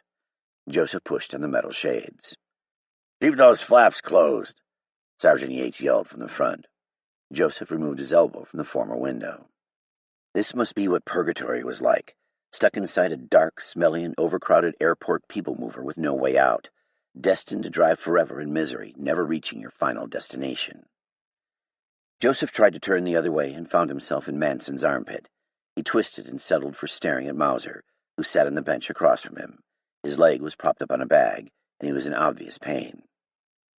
"Try to keep it elevated and take the pain meds I gave you. Unfortunately, we can't get you any ice until we get to the next base," Joseph said, trying to sound optimistic. Mauser nodded, clenching his jaw. "When can I get mobile again?" he said. Joseph glanced at the swelling. His ankle looked like it belonged to a purple elephant. "You probably shouldn't have been so active on it." "I would love to take a break. You think you can handle this thing?" he said, showing Joseph his long gun. "No, I'd rather let you keep that skill set. But about a week, and you should be up and running," he said. Mauser smiled. "I can live with that." Joseph hoped that he could. Gwen sat on Mauser's other side, piercing Joseph with an icy stare. "I hear we will be through Pittsburgh quickly," he said to her. "Only a shortcut through the edge of downtown." Her eyes bore into him like he was a ghost. Joseph worried about her. Her mental health seemed to be in distress. She had not smiled in days, as far as he could tell. Something had broken in her. He tried to give her a friendly smile, but it shied away under her gaze. He adjusted his glasses and pushed the steel flap outward so he could peek a bit outside. A long line of Humvees trailed behind the mobile lounge. From the air, they must have looked like a long serpent slithering down Mount Washington to wreak havoc on the city. Dark storm clouds raced over the skyscrapers in downtown Pittsburgh, casting deep shadows across the remaining glass of the buildings. "Close that up," Lincoln said, looking down at him from his side. "We don't need anyone sneaking a snipe around through you or me on our ride through the Steel City." Joseph let the flap clank back into place. He bent his head back down like so many of the soldiers around him were doing. They looked like they had already been through hell and back. A ragged band of men. The mover took a sharp turn. "Fort Penn Bridge," someone said under their breath. The intelligence passed up and down the mobile lounge. This meant they were closing in on downtown Pittsburgh. The tension rose throughout the cabin every second they got closer to the downtown area, an area they had spent weeks bombing. He thought the mobile lounge was in the middle of the convoy, but there were just too many people between him and the front to see. Rain started to splatter the airport mobile lounge, small fingertips tapping on the roof and sides. The lounge zigged and zagged as it weaved across the bridge. The mover slowly meandered through the path that had cleared the massive cars on the bridge. The rain came quiet at first, sounding like the tinkling of water on an old tin roof. It was almost pleasant, and Joseph dozed off for a few minutes. He had hardly slept the night before because of the camp breach. Many of the men around him dipped their heads as they were overcome with exhaustion. The press of bodies around him almost made him feel safe, a safe can of sardines. He let sleep take him away to happier times. He awoke abruptly to shouting within the people mover. His glasses almost fell off his face, but he managed to keep them on. He felt out of place, as if there was something wrong with his seat. The whole mobile lounge slouched to one side like an overburdened picnic table. Gunfire rattled outside the vehicle. Soldiers stood, pushing open the steel flaps to see what was happening. He made eye contact with Mauser. Worry spread over his features. "Feels like a flat," Mauser said, "and it doesn't sound good out there," he added. "Where are we?" he asked Mauser. Mauser shrugged. "We had to take a detour because of a collapsed building covering the entire street. We're somewhere in the middle of the city," Mauser said. A couple of the bigger guns from atop of the Humvees started shooting. Exactly where we don't want to be, Joseph thought. He tried to get a view out the open steel shutters, but he couldn't see past the men. The sound of panic was rising rapidly, but it was snuffed out by a gruff voice from the front. Sergeant Yates, with red hair to match his temper. "We are in the middle of fucking downtown Pittsburgh. We need to establish perimeter security around the lounge. The Humvees are moving up for support, but only so many can fit on the block. Let's make this quick, you nasty girls! Move!" he shouted. Hands were put on Joseph's back, and he was pushed ahead to the door. He climbed hand over hand down the rope ladder, or risked being shoved out the door onto the road. He stepped onto the pavement and walked hesitantly down the street as soldiers ran past him. A street sign said Liberty Avenue, and a giant building that looked like a castle loomed over them nearby. It had an omnibus, yet elegant presence. Broken glass from its windows crackled beneath his feet as he walked. "I'm not supposed to be out here!" he shouted at the men as they took up firing positions. They ignored his feeble call as if he didn't even exist. "Wait until you need someone to patch you up, then you will listen to me, ungrateful wretches." Mechanics dug out a spare from underneath the mobile lounge. The mover looked like a wounded elephant that could only walk on its good 3 legs. Humvees screeched to a halt around the people mover. Gunfire burst from the .50 caliber machine guns. Headlights from the Humvees shone down empty streets. Pale bodies emerged from buildings. Dead stood up from gutters. Other infected walked down the middle of the streets. They knew the soldiers were there, and the infected were coming for them. Tall buildings loomed over the convoy, casting no shadows in the rain. They were dark, dead shells of their former selves, a city of ghosts. The rain grew heavy, pounding the living and dead alike. Big droplets slammed into Joseph's head and clothes like he was being pummeled with water balloons thrown from above. The rain was cold and saturated his clothes with ease. "Hurry up now! You want to be Zulu food!" Sergeant Yates shouted at the mechanics. They worked a giant jack that took 2 men to ratchet it up. They made slow progress in the war to elevate the mover into a position to change its tire. Joseph wiped his glasses off on his shirt, but it was of no use. The water had drenched everything. He put his glasses back on his face, settling for a hazy, fogged-up vision. A man stood in the back of a Humvee near the front of the convoy, exposed and erect. Was he infected? No. A blurry Colonel Jackson looked through binoculars down Liberty Avenue. He turned back to the men beneath him, pointing wildly down the avenue. His men rushed to back him. A cannonade kicked off around Jackson. That's when Sergeant Yates found Joseph. "Nerd boy, cover this way," Yates said. He waved his hand like an air traffic controller down a side road. "With what?" Joseph asked. The burly sergeant smiled at him. "With Betty here." He pressed an M4 into Joseph's shaking hands. "You see those things walking toward you? You better shoot them before they get to you, because if you don't kill them, I will, and then I will kill you, again. Do you read, egghead?" Sergeant Yates screamed at him. Was that spit or rain? Joseph hugged his rifle close to his body. What can I possibly do? Steel, Monongahela River, Pittsburgh, Pennsylvania. The motor eked along the muddy brown waters of the Monongahela River. Rain pelted Steele and his small team as they rode in a small, gray, inflatable boat. It had a small outboard motor that struggled at best under their weight. It uncomfortably fit the three men and their hundreds of pounds of gear. "We're riding a bit low," Steele said. The water edged up on the sides of the boat, inches away from flowing over and into it. "Not to worry, boys. Soon enough we will offload plenty of ordnance. Just don't let any of that water touch your skin." "I wasn't planning on it." Steele eyed the filthy-looking water. "Fishing was just getting better around here. Now the only thing you can catch are bodies." "Ha!" Barnes laughed. "Look at all of them," Ahmed said. He pointed out with his good arm, keeping his injured shoulder in tight with his makeshift sling. Steele had reset his shoulder by yanking it back in place until it popped back in. It had helped restore some of its functionality. Bodies floated face down in the water. They were human buoys bobbing up and down. Some wore clothes that wavered underneath the surface, and others were only pale, formless things comprised of waterlogged flesh. "We're going to have to go slow so they don't get caught up in our propeller. Then we would really be up Shit Creek without a paddle." Steele and Ahmed shared a nervous laugh with Barnes.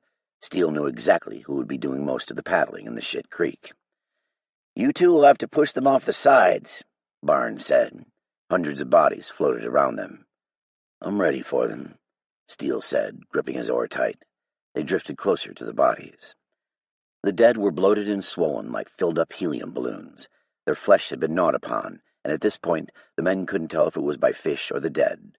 Steele dipped his oar in the water, and Barnes cut the engine to a mere idle, using their momentum to glide in the water. "Better get that oar under them just right, or the bastards will burst, and trust me, we don't want that," Barnes hollered. "You could pick up an oar and help us," Steele answered. Yeah, someone has to steer this thing," Barnes said. The EOD specialist laughed at the other men as they performed their grunt work. Steele waved an oar at a couple of seagulls perched atop a body. They flapped lazily around the corpse, reluctant to give up their feast. With red beaks and blood-stained bodies, they were no longer gray and white, but various shades of pink and red.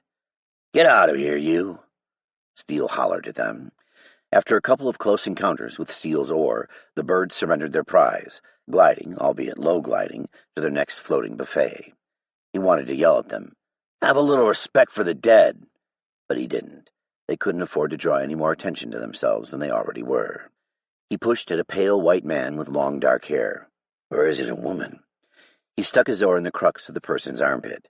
The body dipped and rolled in the water, and he shoved off on it. The momentum of the push took the body away. He covered his nose with his arm, trying not to gag. "Does the river usually smell this bad?" Ahmed complained, wielding an oar with one hand. "Can't say I remember, but it sure stings the nostrils, huh?" Barnes replied. He revved the motor for a second and angled them away from a pack of dead bodies clustered in the water. "Ahmed, at your 11 o'clock," Barnes called out. "I got it." Ahmed one-handedly swung his oar at a bobber. The oar slapped the water and the body sprang to life. Its arms flailed wildly, splashing water as it grasped for anything to get to them. "Get him away from the sides!" Barnes screamed. Ahmed swung his oar in an awkward manner. The one-handed swings dinged off the infected, which only seemed to antagonize the creature. The infected grabbed hold of the watercraft and submerged one side. Water surged aboard, eager for the new space to invade. Steele leaned backward, trying to counterbalance the small craft. He drew his sidearm, and the water exploded behind the infected. It was silent again. The gunshot echoed across the water and traveled up the river. The men sat in the partially submerged craft, breathing hard. Steele holstered his sidearm. Other bodies around them flapped noisily in the water. "Note to self, seagulls mean they are dead, while the other ones be careful around," Steele said. Ahmed leaned over the side and got sick. They spent the next 10 minutes relieving the raft of most of the unwanted water. They repeated their thankless task down the river, and a nameless bridge grew larger and larger as they navigated the watery human minefield. Thick stone pillars supporting the bridge disappeared under the water. Long T-shaped steel girders lined the bridge, keeping it upright. Curved yellow metal rounded each arch spanning the double-decker bridge. Barnes let out a whistle. "The Fort Penn Bridge is going to be a tough one," he said softly, staring at a map. "What do you mean, a tough one? This is our first bridge, Barnes," Steele said, looking back at Barnes. Barnes pointed up at the bridge. "You see all those reinforced crisscrossing steel beams? That's a lot of extra support because it's a double-decker." They drifted near the base concrete pillars. "Each of those arches have to be at least 3 feet thick," Ahmed said, pointing at them.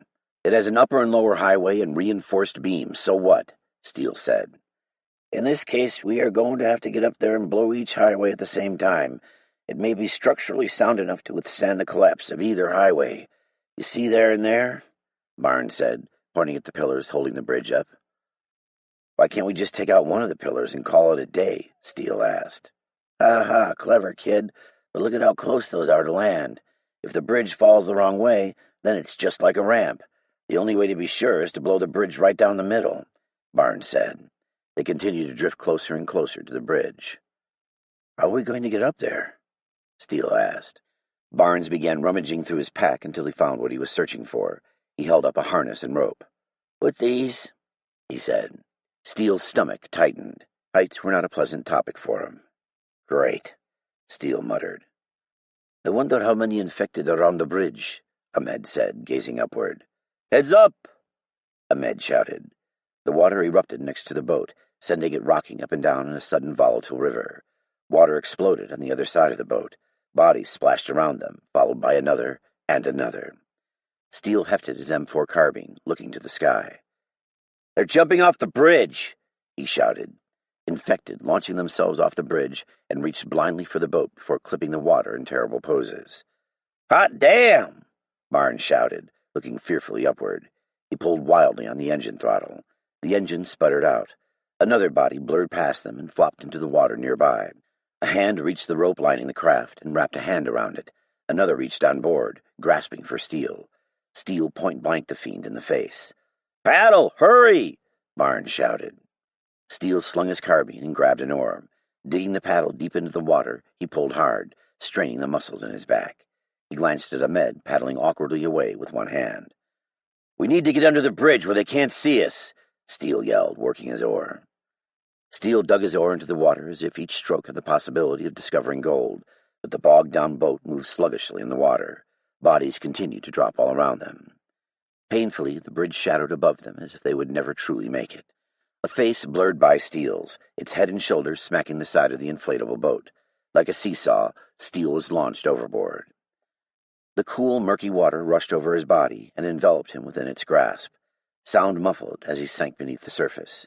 Disoriented, he opened his eyes, trying to determine which way was up. He couldn't penetrate the brown, turbid water. Things moved around him, things out of view, things that he did not want to identify. A ghostly white body crossed in front of him. A quick shove sent it floating away to the netherworld. He kicked with his legs to drive himself closer to the lighter milk chocolate-colored water above. The shadow of the bottom of the boat teased him. He breaststroked with all his might, planning on grabbing the side and pulling himself into the boat. Everything would be okay. A moment later, an icy hand seized his ankle, latching onto his leg. He kicked hard, but it yanked him down deeper under the surface. Mauser, downtown Pittsburgh, PA.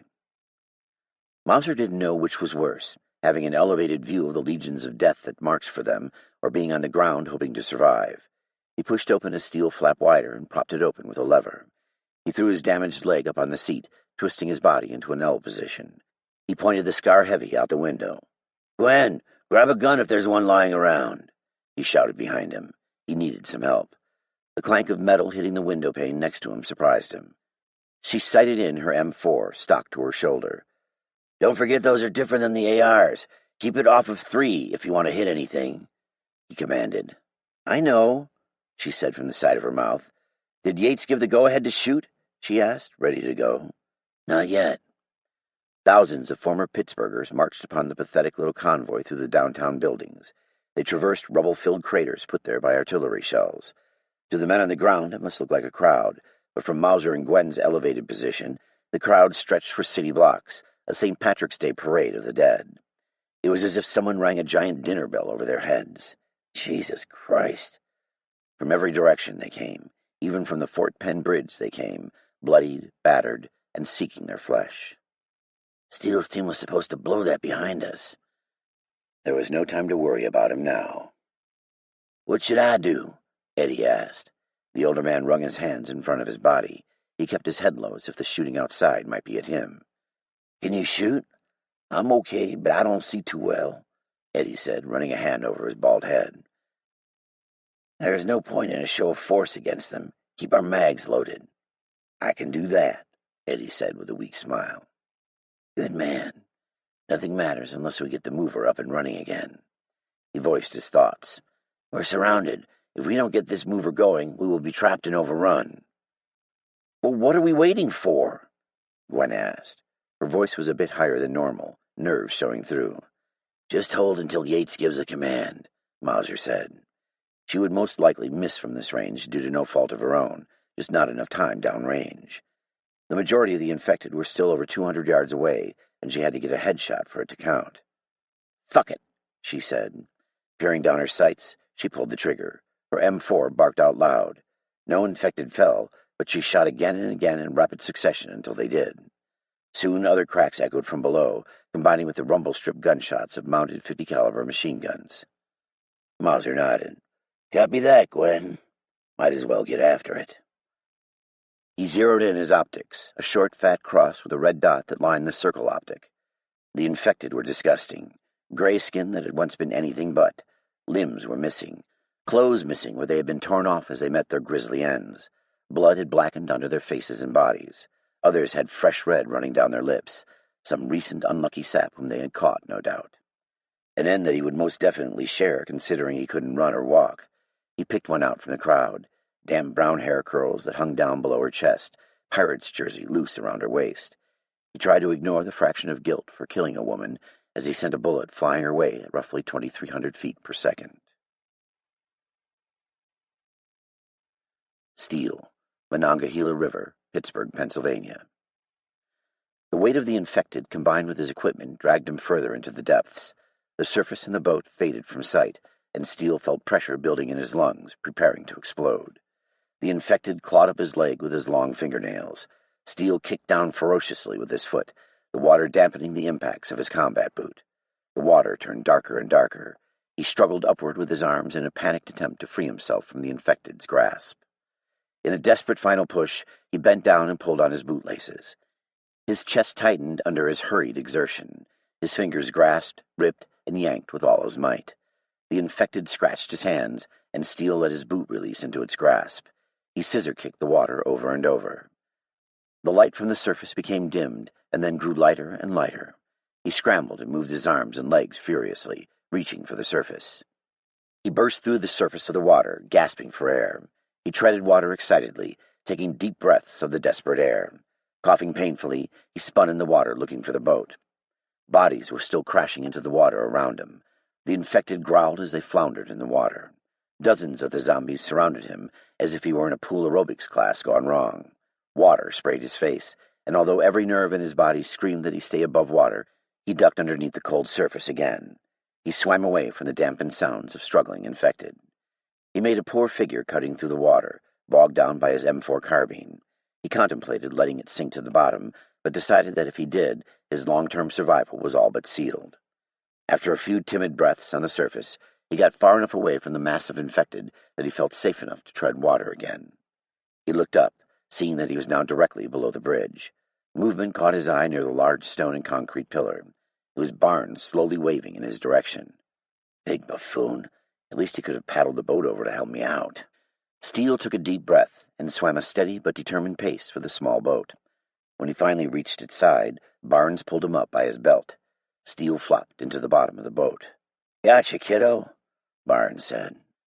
Steele lay there gasping for breath. "You know, I haven't been training for a triathlon, so a little help would have been nice," Steele said in between breaths. "Survival has a sharp learning curve. When I was a kid, my dad just pushed me in the deep end until I learned," Barnes said. Steele draped his legs over the side and spread his arms wide in the bottom of the boat. "Didn't teach you any manners, though," he said with scorn. Barnes smiled ruefully. "After that bastard hit the side and you went under, it was leave you or join you," he said. "What happened to your boot?" Steele gave him a pissed look. "One of them caught me underwater." "We'll grab you a new one off one of these guys. I need to go around," Barnes said. "Glad you made it back," Ahmed said, patting Steele's shoulder. The boat rubbed against the large base of the stone bridge pillar. The water lapped boat and pillar alike. "Hand me that water," Steele said to Barnes. The heavy-set EOD specialist tossed him a water bladder. Steele guzzled down fresh warm water and checked his gear.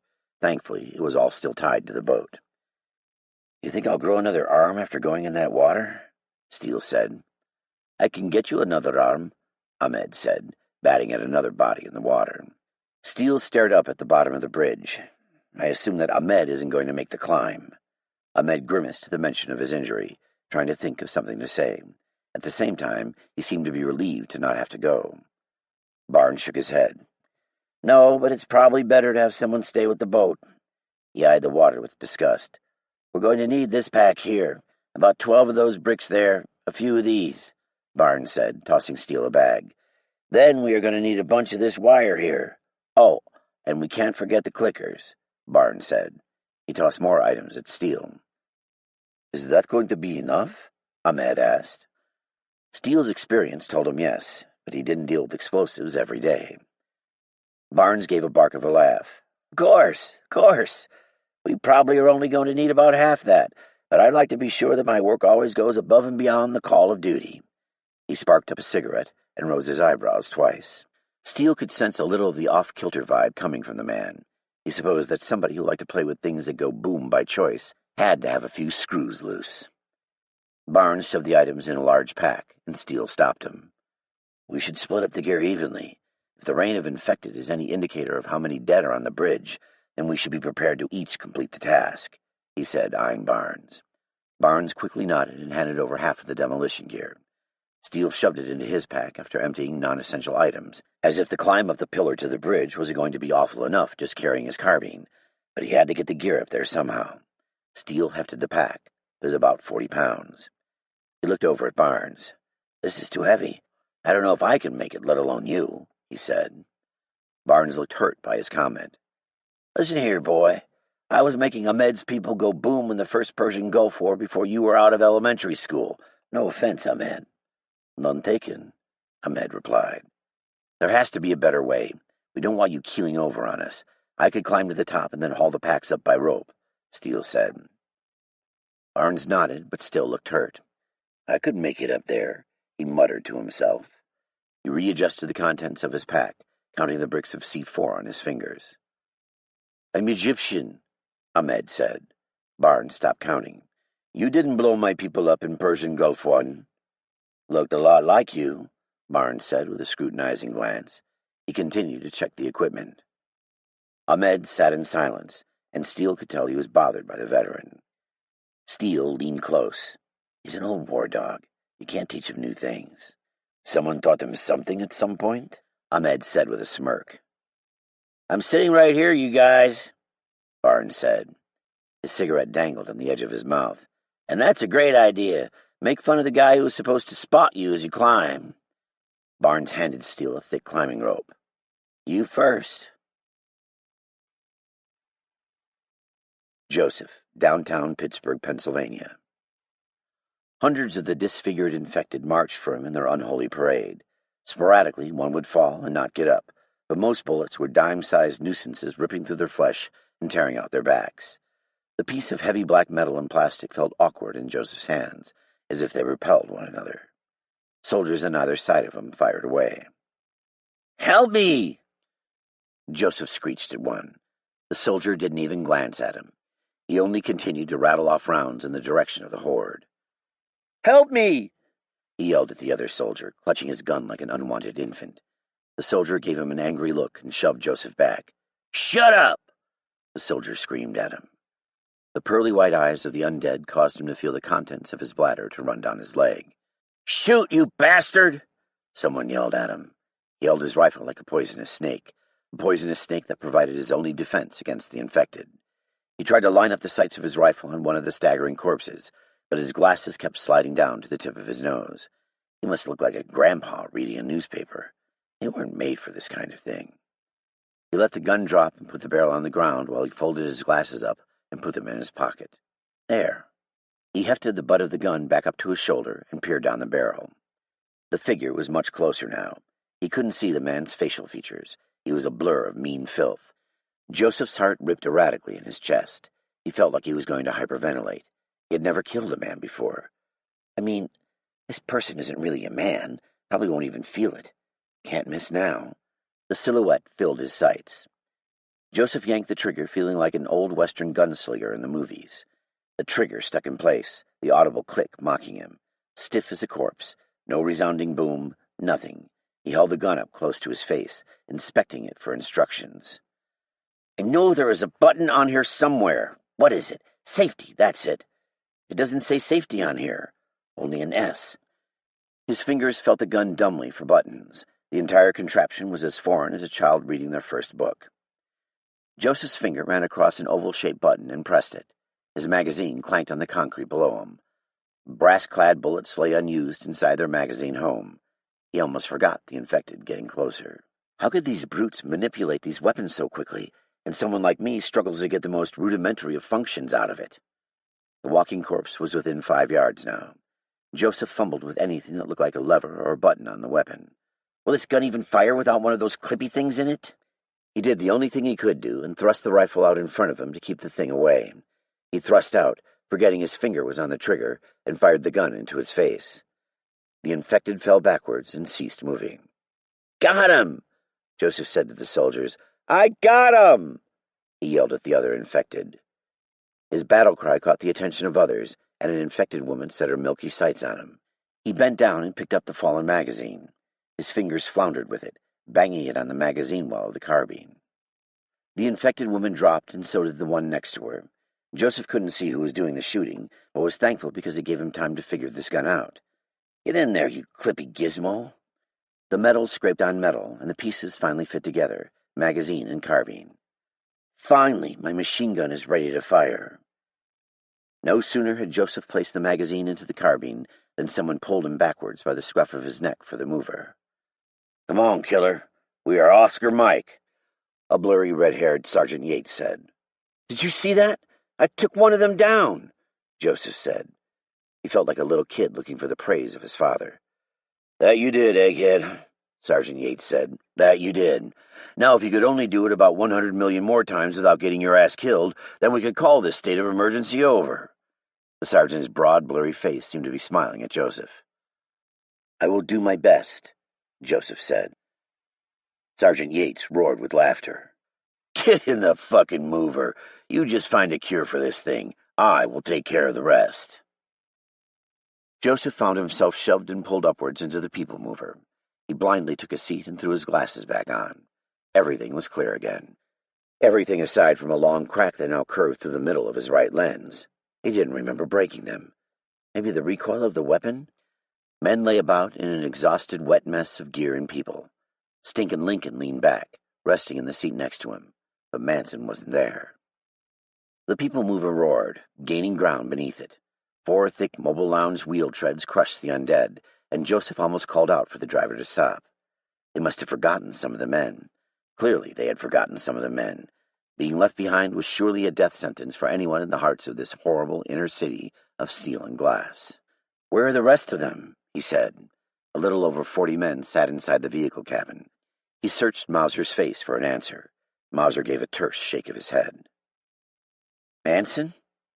Joseph asked, turning to Lincoln. Without the other hulking soldier to smash the life out of him while they drove, he wouldn't feel right. Stinkin' Lincoln licked his lips like he was going to say something, but didn't. He jutted out his lower jaw, put his head on the steel window shade, and closed his eyes.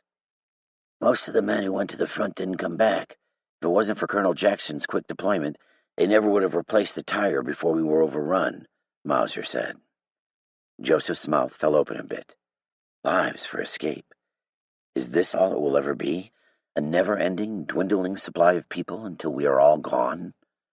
He must make it to Michigan at any cost. It was the only choice he had. It was the only choice they had, even if they refused to believe it. The diesel engine grumbled its complaints, and the mobile lounge, filled with too few soldiers and a few civilians, drove onward. Every now and then a machine gun would ring out, and it made Joseph's heart speed up. At any moment he expected to leave the safety of the mover for the carnage of the streets again. Joseph asked Mauser to instruct him on the reload process, which the man went over in detail, showing him quickly with large, deft fingers. "If you can manipulate your weapon well, it will cut off time from the important parts of shooting that you need to take slow, like pulling the trigger." Joseph nodded dumbly. He was not used to being on the learning end of a lecture, but weirder things had happened, like the dead waking up again. By the end of the lesson, Joseph was impressed with the man and his methods. Mauser looked at him earnestly. "You want to keep your weapon up and running at all times. The less time it is down, the more safe you are, and the less likely something or someone is going to kill you." Joseph liked his teaching style, simple. Mauser gave him a wide smile. "I saw you take down one of them out there. I also saw you drop your magazine.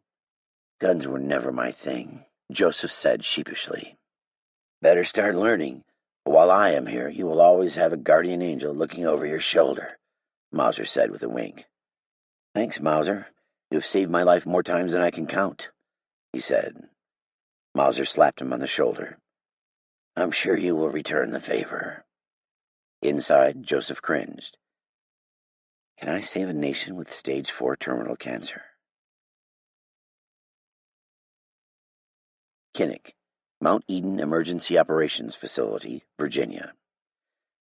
The remainders of Bowie's squad dashed to the helicopters. The helicopters lay at rest, rotor blades bowed down. Master Sergeant Hunter whistled a high-pitched note when they neared the helicopters. A low whistle met Master Sergeant Hunter's high one, and Sergeant Hawkins materialized from the grass like a ghost. Master Sergeant Hunter wasn't fazed by his sudden appearance. "Hawkins, remove Esparza from our roster. I sent him home. Any issues up top?" The half-Asian man gave Master Sergeant Hunter a slight nod and removed a small notepad from his vest pocket. "No issues that we couldn't handle. Cause of death?"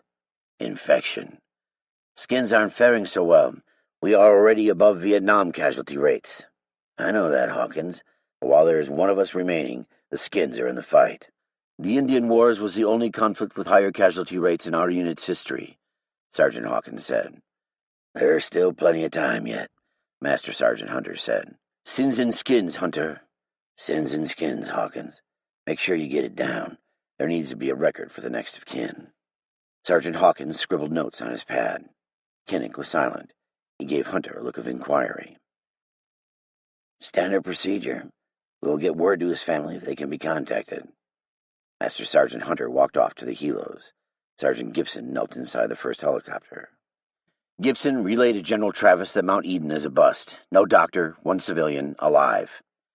The short communications sergeant nodded, bringing General Travis abreast of their report. 15 minutes later, the remainders of Bowie's squad sat on the edge of their helo, eating under the watchful eye of Crockett's squad. Kinnick, Lewis, and Hunter used the cabin of the Black Hawk as a bench. "What'd you get?" Lewis asked. He leaned a broad shoulder into Kinnick to get a glance at Kinnick's meal. The man had already put down 2 MRE packs. "Chili mac with beans." Kinnick took a spoon and stirred the brownish mixture in an attempt to make it more appetizing. "I'm lucky to have food." "Phew, lucky I didn't get my paws on that."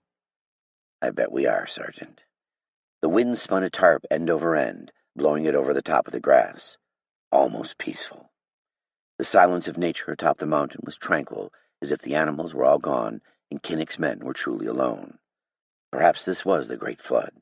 Instead of water, God sent a scourge of infected people.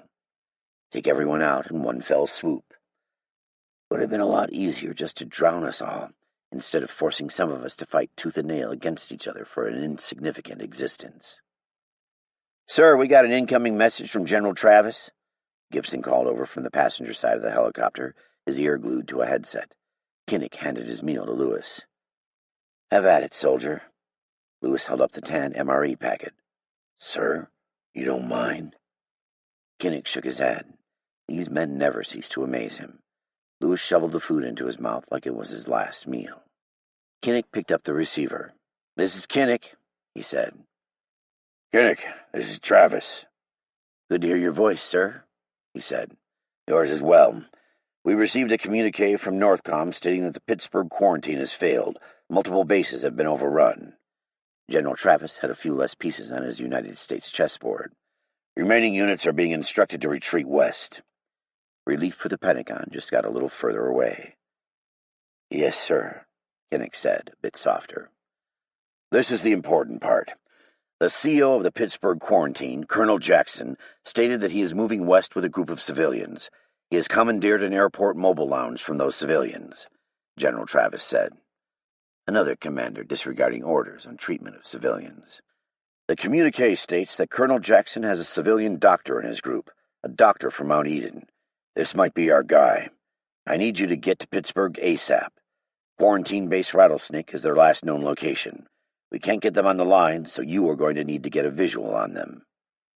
Yes, sir, we are moving now, Kinnick said. And Colonel, yes? Stay alive out there. I will do my best, sir. That is all we can ask. Find the doctor. Copy that, General, sir. Master Sergeant Hunter stood nearby, catching bits and pieces of the conversation, hands resting on the butt of his slung M4. His beard pressed to his chest. Master Sergeant, we need to be operational in 20 mics. We got a hit on our guy, Kinnick said. Master Sergeant Hunter smiled through his thick beard. Yes, sir. All right, men, you heard the Colonel. Let's make this party mobile. The men geared up, hustling from helicopter to helicopter. How in the hell did that doctor get to Pittsburgh? Kinnick thought. Kinnick had almost forgotten the sickly thin girl sitting on the edge of the helicopter, blanket wrapped around her narrow shoulders. She gripped it tight, as if she would never part from it. Natalie Berman. She was Representative Berman's daughter, 21 years old, senior at Georgetown University, biology major. Kinnick had to make a decision that would dictate whether she lived or died. Follow orders and leave her here for rescue, meaning she would certainly die. In fact, he would be so responsible, he might as well just shoot her in the head now and get it over with. It was a mercy compared to the suffering she had been through, and the suffering she would surely endure at the hands of the infected. Although Kinnick had space on board the helos, she was a non-mission priority. Civilians were collateral damage. Their safety was the lowest priority. Can I leave her in good conscience? Natalie, everything is going to be okay, he said. She looked at him with a 1,000-yard stare, her eyes never focusing on one thing. She could have been pretty once, but now she just looked like a mangy, scared rat. He patted her shoulder, trying to be comforting, and she flinched under his touch. He pulled his hand away, saddened. He waved Master Sergeant Hunter over. We have space for her, right? He said. Mission priorities state that we are not to aid civilians if it endangers our mission in any way, sir, Master Sergeant Hunter said, standing in a relaxed yet aggressive stance. Master Sergeant Hunter, do you think that she will jeopardize our mission? He said. Sir, if she makes one of my guys a half-second slower than he needs to be, she could jeopardize the mission. But at this point, there is not much left to jeopardize. I know this is a wild fucking pig hunt out here. I do not expect to come back alive. Sins and skins, Master Sergeant Hunter said. Kinnick nodded. Things were plain for Master Sergeant Hunter. Get the job done. Follow protocol when it was needed. Don't follow it when it wasn't necessary. Give your life if needed, and hope it meant something. Or just be a soldier of fortune. Kinnick's job was to see the bigger picture. Keep Master Sergeant Hunter and his men pointed in the right direction. Although at this point, any direction would do. Enemies were everywhere. Good. She is riding with us, then, he said. After Kinnick had Master Sergeant Hunter redistribute his men across the helos, they reached Pittsburgh in less than 2 hours, in just enough time to find the bases along the outside of the city overrun. Quarantine Base Cobra was burnt to the ground. QB Adder was overrun. They hovered over QB Boa for 15 minutes, thinking they saw signs of the living, but nothing came of it. They circled the city, looking for signs of life. Things moved, but none of them were alive. Master Sergeant, can we get a comm link with any of the bases below? Kinnick asked. No links coming up, sir. Keep searching. Somebody has to be alive down there. What do you think about setting down at QB Rattlesnake? It's atop Mount Washington, Kinnick asked his NCO. Master Sergeant Hunter took a moment to put a large pinch of chew into his cheek and spit the residual long cut from his mouth. He tapped Sergeant Lewis's big shoulder, and he turned, taking the tin. "I wouldn't put down in the middle of those Zulus if I had to. There is no real good way to do it. That is my honest opinion, sir," Master Sergeant Hunter said. Kinnick nodded. He understood the man. He couldn't see anything good happening from setting down either. "But we will, if you order us to, and I will make sure we come out alive," Master Sergeant Hunter said with a smirk. "But Lewis over there," he pointed at the bear man leading off the side of the chopper, "I'm pretty sure he won't make it," he said. "Fuck off, you little rabbit turd," Lewis shouted back. "They can take my gun from my dead, lifeless fingers." Kinnick stared at the abandoned city below. His men were the problem solvers at a micro level: speed, surprise, and aggression. The only problem was that he didn't have an infinite number of these honorable warriors to toss into the meat grinder. Even if he did, for every man he lost, it added to the enemy's ranks. He wasn't going to lose more men over a pointless search. "Let's take these birds north of Pittsburgh to Coriopolis. Refuel and search again." The pilots turned the birds north, leaving the city of bridges behind. Master Sergeant Hunter gave him a wave, his gloved hand pointing down below. "Crockett is reporting a civilian watercraft running on the river," he said. "How are we on fuel?" "Got enough for a few passes," the pilot voice echoed in his headset. "Good. Send Crockett up to Coriopolis to refuel, and we will swing in and take a look at our amphibious friends," Kinnick said. "Roger that. Crockett out." The pilot crackled in his mic. Kinnick felt the pilot tilt the chopper slightly downwards, and they began their descent. His gut dropped like a dip on a roller coaster ride. He hated that feeling, and tightened his harness. Steele, Monongahela River, Pittsburgh, Pennsylvania. Steele tightened his pack to his shoulders, pulling down hard on the shoulder straps. The pack was light. It only held a long length of rope, some extra mags, and some water. He strapped his M4 carbine across his back and tapped the handle of his tomahawk to make sure it was there. He was bootless, opting for climbing the pillar barefoot. The saviors of the West sat before him. Ahmed, a 20-something, former collegiate baseball player, held his arm in a crappy sling. EOD specialist Barnes, an old-timer with a big belly hanging over his belt, pulled at the furry mustache on his lip. "Everything hinges on us." "Make sure to secure that rope to something heavy at the top. I will send up the explosives, and then I will follow up," Barnes said. The boat rocked slightly in the water. The thrashing of the infected had died down, and bodies that had once writhed now lay still. "I will see you two SOBs later," Steele said. He stepped out of the boat and hugged the wall. The bridge had been built using large indented stone blocks, making climbing an easier task. His fingers dug into the cracks, and he was off at a snail's pace. After 2 minutes of struggling, Barnes shouted at him, "Christ, boy, if you move any slower, I may die of old age by the time you reach the top." "Is that a promise?" Steele grunted down at him. "No, I come from a long line of centenarians." Steele looked down at the man burning a cigarette between his teeth, still close enough that if he fell, he didn't think it would hurt, as long as he landed in the water. Barnes gave him a little wave, shooing him up the pillar. "Nice and easy, Steele. No point in falling and having to start over again." About halfway, his fingers began to cramp. He flexed his fatigued hands one at a time and chanced to look downward. He immediately regretted it. The water seemed to be infinitely far away, and he felt like he couldn't get close enough to the concrete. His heartbeat hammered in his chest. Heights were one of his greatest fears. Steele hated roller coasters. He hated climbing ladders, yet here he was, free climbing a bridge pillar. He took deep breaths, but it only seemed to heighten his state of panic. He would have to climb down and have Barnes do the initial climb. It was the only way. His feet locked into place, frozen mid-climb. Every tiny breeze threatened to blow him off the pillar. He gripped tighter, and his toes curled, unable to go up or down. "You chicken shit, come on, climb," Steele whispered to himself. I can't do it." He hugged the rock close, feeling the sturdiness of the structure beneath his skin. He knew Barnes and Ahmed watched him, but even the pressure to help them in their mission was easily dismissed in his mind. Steele closed his eyes and rested his face on the cool rock. The faint splashes of the dead reached his ears. The moans of the dead above him pushed down onto his ears. He tried to clear his mind. He centered his thoughts, and they formed into a portrait of Gwen. Not Apocalypse Gwen, but Gwen from before. Blonde hair hung around her shoulders, her lips curved up into a smile. Her eyes twinkled like she knew a joke that only she had the answer to.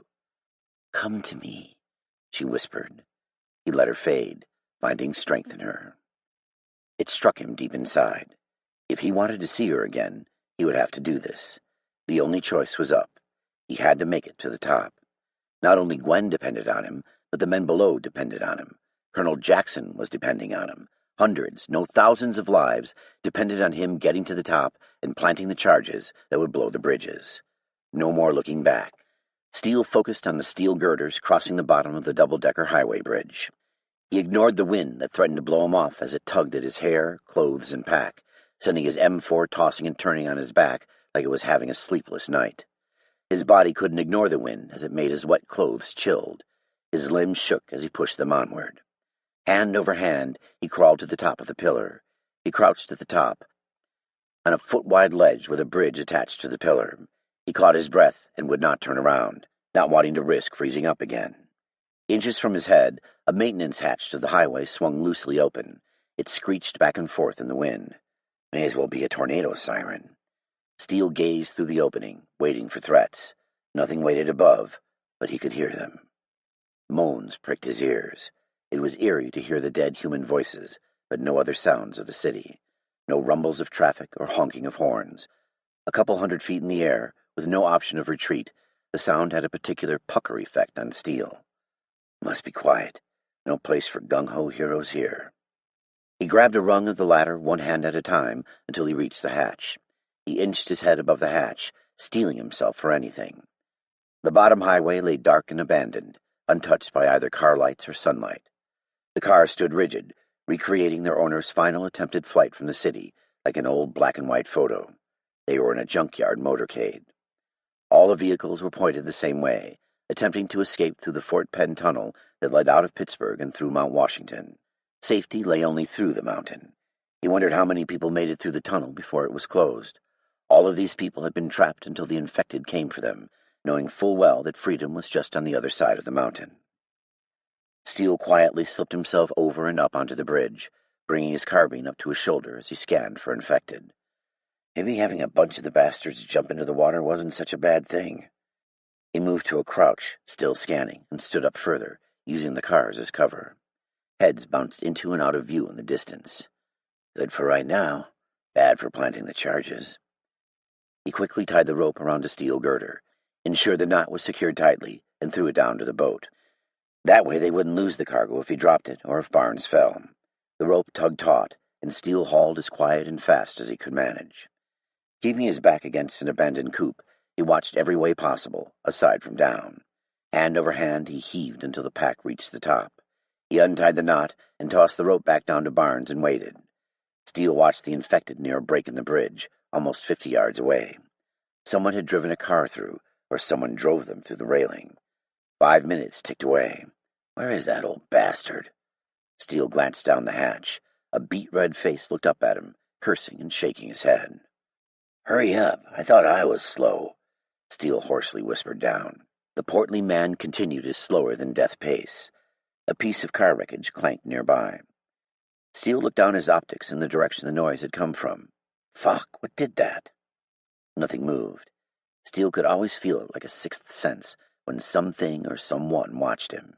Barnes pulled himself through the hatch, pushing his tactical girth onto the concrete. Steele lowered his carbine. What took you so long? Barnes panted on the ground. Did you see how far that was? I haven't had to work that hard since the 90s, when you were chasing little Timmy around the schoolyard. Barnes pushed himself off the concrete with a smile. Fuck off, Barnes, Steele whispered back. Just saying, boy. Your generation doesn't know what it's like to be a man. You guys are all so metro. Do you even know what metro means? Steele whispered. Yeah, of course. You like guys and girls stuff. Barnes breathed. Jesus, Barnes. Just worry about the explosives. I'll deal with any metrosexuals we run into. That sounds perfect. You do have the experience. Barnes grinned beneath his caterpillar mustache, and collected his pack of goodies. Steele had grown used to the fact that this man was going to call him boy for the rest of their lives, which Steele conceded at this point was probably going to be very short. "We gotta make our way to about there, about 30 yards past that hole in the railing," Barnes pointed. It was a long way through a maze of crushed metal and bodies. The last thing Steele wanted to do was fight his way back to the hatch. "In and out before they know we were here," Barnes said, licking his lips. "I agree," Steele said.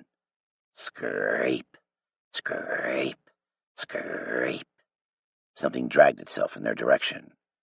"Shit, should we take it out?" Barnes said. "No, let it pass," Steele said. He pointed to a car with an open door nearby. They edged over and crawled in. Steele slowly reclined the seat to keep out of view. Barnes pulled a checkered blanket over himself from the back seat. An undead woman fell onto the hood, intoxicated with infection. Steele didn't move. He held his breath. Long, matted hair hung down, shoulder length. Its lips and mouth were worn away from the constant feeding, revealing rotting yellow teeth. Its body was covered in black, festering wounds. It clearly had taken a round through the shoulder recently, as its arm hung in a black, coagulated, bloody mess. The infected let out a falsetto moan. Steele rested his hand on the hilt of his knife. They were going to be screwed if this bastard drew attention to them. The infected smeared its functioning hand across the window, leaving a muddy, bloody handprint. Its dull, cloud-like eyes ogled Steele. "Keep moving, you nasty bitch. I'm not the piece of meat you were looking for." She stumbled off the hood and struggled away. The tension faded from the car. When the scraping became less audible, they exited. Steele left the door open for fear that the sound would draw it back. He put a knee on the pavement, covering Barnes as he grunted his way out of the back seat. "You should have gone in the back. It wasn't made for a man of my stature," Barnes mumbled. "Lay off the candy bars," Steele whispered back at him. Barnes humped behind him. Steele slung his carbine and loosened the tomahawk from his belt. He stepped gingerly, knowing that a wrong sound could send 100 infected upon him in a moment. They threaded in and out of the abandoned cars like fancy stitching on a quilt of car patches. Cars had been rammed into rails, front ends crumpling, back ends smashed in by other cars. Some doors were open, the remnants of the occupants strewn about the ground. Haphazardly collected supplies and trash were thrown about the highway bridge. Holding their close combat weapons ready, they kept low, backs bent like they stalked deer in an urban forest. Steele stopped and ducked behind a white SUV near the middle of the bridge where Barnes joined him. Barnes let out a heavy sigh. "I need you to watch my back while I set up the charges on the support beams." Steele scowled at him. "I thought I was going to help plant the charges," he said. Barnes shook his head. "That was the plan if Ahmed was here. Ahmed isn't here. I can't be planting charges fast if I'm worrying about getting mauled," he said. Steele knew the truth to his words. Barnes went to work near the beams. He worked quickly with surprising nimbleness in his hands, plugging in wires and setting bricks of explosives into place. Steele crouched down in front of the SUV so he could watch a group of 6 infected not more than 10 yards away. Barnes joined Steele, and they moved to the other side of the bridge. Barnes hustled to the other side, but the position was exposed with no car to cover them. Steele kept his head on a rotating axis. He squatted near Barnes, holding his tomahawk close to his body. Within a minute, the infected had spotted them. It was as if the monsters could smell them. The motley pack of infected called to them with the audible groans, indicating a good find. "We got company," Steele muttered under his breath. "I need more time. Take care of it," Barnes hissed over his shoulder. The heads of the infected jounced as they shouldered into one another. They looked like they had been mud wrestling, their clothes soiled. Probably not mud. Black, gore-stained mouths hung open. Skin was peeling away from their faces, rubbed away from ravenous feeding. Unblinking white eyes sought out Steele and Barnes, and their living, breathing flesh was the only thing they saw. Steele calmed himself, taking in a deep breath. He re-gripped the handle of his tomahawk a few times, feeling the hard, fiberglass-reinforced nylon with his fingers. "I have to make this fast. I have to make this quick, and I can't make a sound." The first infected got within a car's length of Steele, a skinny man. His hair was short, almost as if he were bald before the outbreak, and his hair had grown out over course of the collapse. He gave Steele an unintentional skeletal smile with gums and teeth perpetually exposed. The infected man emitted a low moan, almost as if he were trying to communicate a secret with Steele. The undead's gait sped up, his broomstick-sized arms and long, skinny fingers grasping for Steele. Steele met its eyes and clenched his teeth. He hardened his core when he saw nothing behind its eyes, like he was about to battle a pack of sharks. "Not today, assholes." Steele exploded from his crouched overwatch and, with an underhand swing, cleaved the blade into the man's jaw, splitting it. White bone broke apart as he yanked it free. He shoved another infected down to the concrete. It fell into a car and crashed to the pavement. It was always better to face one opponent at a time, whether it was the walking dead or a living person. Holding the tomahawk close to his body, he spiked another infected with a rapid jab to the head. He pushed another infected over the hood of a car. He quickly dispatched the fiend by hewing open the back of its skull with an overhead strike a little to the side. Steele exhaled, having held his breath for almost the entirety of the fight. A training scar from what seemed like 100 years ago and a different planet. He took a deep breath and looked over at Barnes. The man was in a death grip with two fiends, having one hand each around an infected neck. They clawed at his arms and clacked their jaws. In two long lunges, Steele rammed a shoulder into the sides of the infected, forcing them to the ground. With sharp diagonal strikes, he slashed at either side of the first thing's neck. It flopped back, jet-colored blood seeping from open wounds. Spinning, Steele sank his hawk deep above the remaining infected's eye socket and into the frontal lobe. Its body shook as involuntary nerve twitches surged in its body. Steele bent down, wiping his hawk on the torn clothes of the dead. "Thanks," Barnes said, rubbing his throat. The moans of more infected touched their ears. Steele scrambled on top of a car. The dead streamed for the two men in between the vehicles. He looked over his shoulder. More bloodied faces marched for them from the other direction. They were pinned. "Don't even bother. They were our cue to leave," Barnes called out, hoisting his pack to his back. "I would agree," Steele said. He slid down the hood of a car. They raced for a ladder secured to the pillar where they had climbed up. They weaved through the cars. Barnes forearmed an infected to the ground, and Steele finished him with a polo swing on the way by, knocking the infected's head off the pavement. Grabbing the rungs, Barnes climbed like a madman to the next level. The dead were close, the stink of their rotten flesh stinging Steele's nose. He leapt for the ladder and climbed. He gave one a kick to the face as it stared up at him longingly. When he reached the next highway, he joined Barnes in catching his breath. Steele prayed that the infected would pass beneath them without taking note of where they went. After a minute, Barnes stood. "Come on, no rest for the weary." Steele begrudgingly stood. No vehicles, no infected, no people lined the upper highway. "What happened up here? Where are the cars?" Steele holstered his tomahawk and unslung his carbine, putting it in the low ready. He couldn't believe it was possible that there could be no threat. "I think they blocked this highway to control the flow of traffic through the Fort Penn tunnel. Still, watch my back while I plant these charges," Barnes said. Then he added, "They can be sneaky devils." Steele took a place nearby and knelt. He searched with his carbine.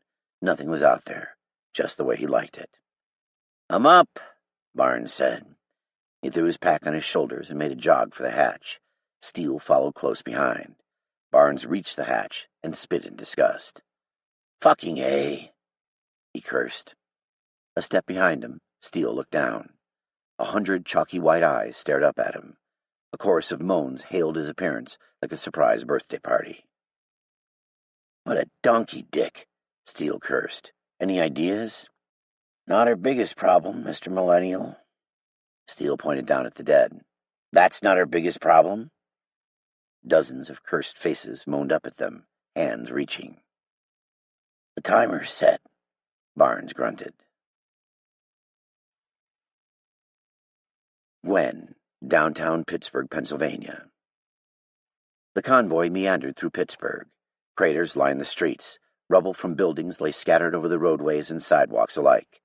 It reminded Gwen of scenes she'd seen on television from the Syrian War and the besieged city of Aleppo. It was a miracle some of the buildings could even stand, held up as they were by exposed, rusty steel beams. Glass had been blown out of windows, leaving empty spaces that should have been linear and clean. Windows that were still whole reflected only darkness. Abandoned vehicles littered their path ahead. A dark cloud of smoke filled the sky above the city. War had always seemed so detached from her and everyone in America that hadn't served. It was only a daily television program you could turn off when you were tired of the misery. Everything bad always happened far away to people, most of whom were never American. Even on her Red Cross deployments, she could go to an area destroyed by wildfires to help, but she always could detach and go home afterward. Pittsburgh burned. No fire trucks swarmed the streets. No police controlled the scene. No paramedics helped the injured. Everything just burned. Yellow, red, and orange flames licked the sides of buildings. Other fires smoldered, the rain and lack of fuel putting them out. Twisted metal and rubble decorated the sidewalks. There was no place of refuge, only movement and fighting. The swivel turrets' machine guns atop the Humvees called out their war song. It was heavy and loud as it thundered. The convoy only left the dead in its wake. On Fifth Avenue, an SUV began following the convoy. "Tell them to stop," Sergeant Yates said into his headset. "Well, I can't fucking see them, so use your judgment," he yelled. Within a minute, the convoy gradually decreased its speed, and the people mover coasted. "Why the hell are we slowing down?" Sergeant Yates called out. "Everyone, man your positions!" The protective metal flaps were propped open, and guns were aimed outward, bristling from the mobile lounge like an American military hedgehog. The driver waved a white shirt out the window. It whipped frantically as he tried to flag them down. "Tell them to back off!" Sergeant Yates yelled into his headset, holding a handrail with one hand, rifle in the other. "Reduce your speed!" a soldier boomed over a loudspeaker. They were answered with silence. The SUV continued to follow the convoy, not heeding the announcements from the rear Humvee. Sergeant Yates rubbed his brow. His eyes crossed in anger. "Reduce your speed, now!" a soldier boomed over a loudspeaker again. The SUV flashed its lights and continued driving closer to the convoy. Sergeant Yates' jaw flexed. "Light 'em up," he said into the headset. A .50 caliber machine gun riddled the vehicle with hot, screaming lead. They weren't followed again. Flaps dropped closed, and the people mover was a military armadillo, armor-plated and tough. The soldiers found solace in their dank, stuffy coffin of a transport.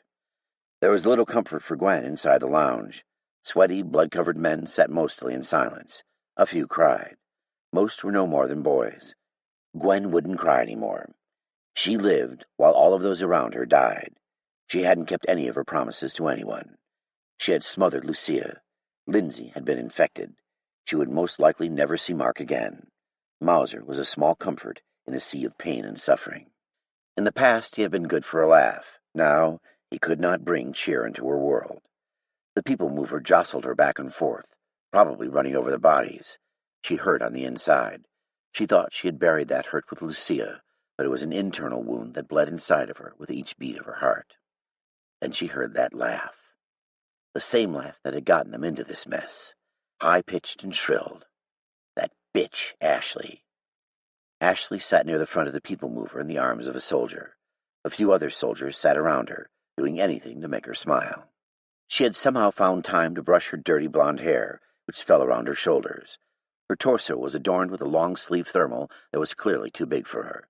It must have belonged to some soldier boy who had signed up to the National Guard to be a weekend warrior, not a full-time active-duty trooper. Ashley had tied it up in a knot, so it would expose just a little bit of her pig-pink belly. Snuggling in close to a big, black-haired soldier who looked more country-big than athletic, she appeared content. Gwen didn't blame people for enjoying what time they had left. If some dumb 18-year-old private wanted to bump uglies with Ashley, then so be it. But it made her angry that Ashley got to have it.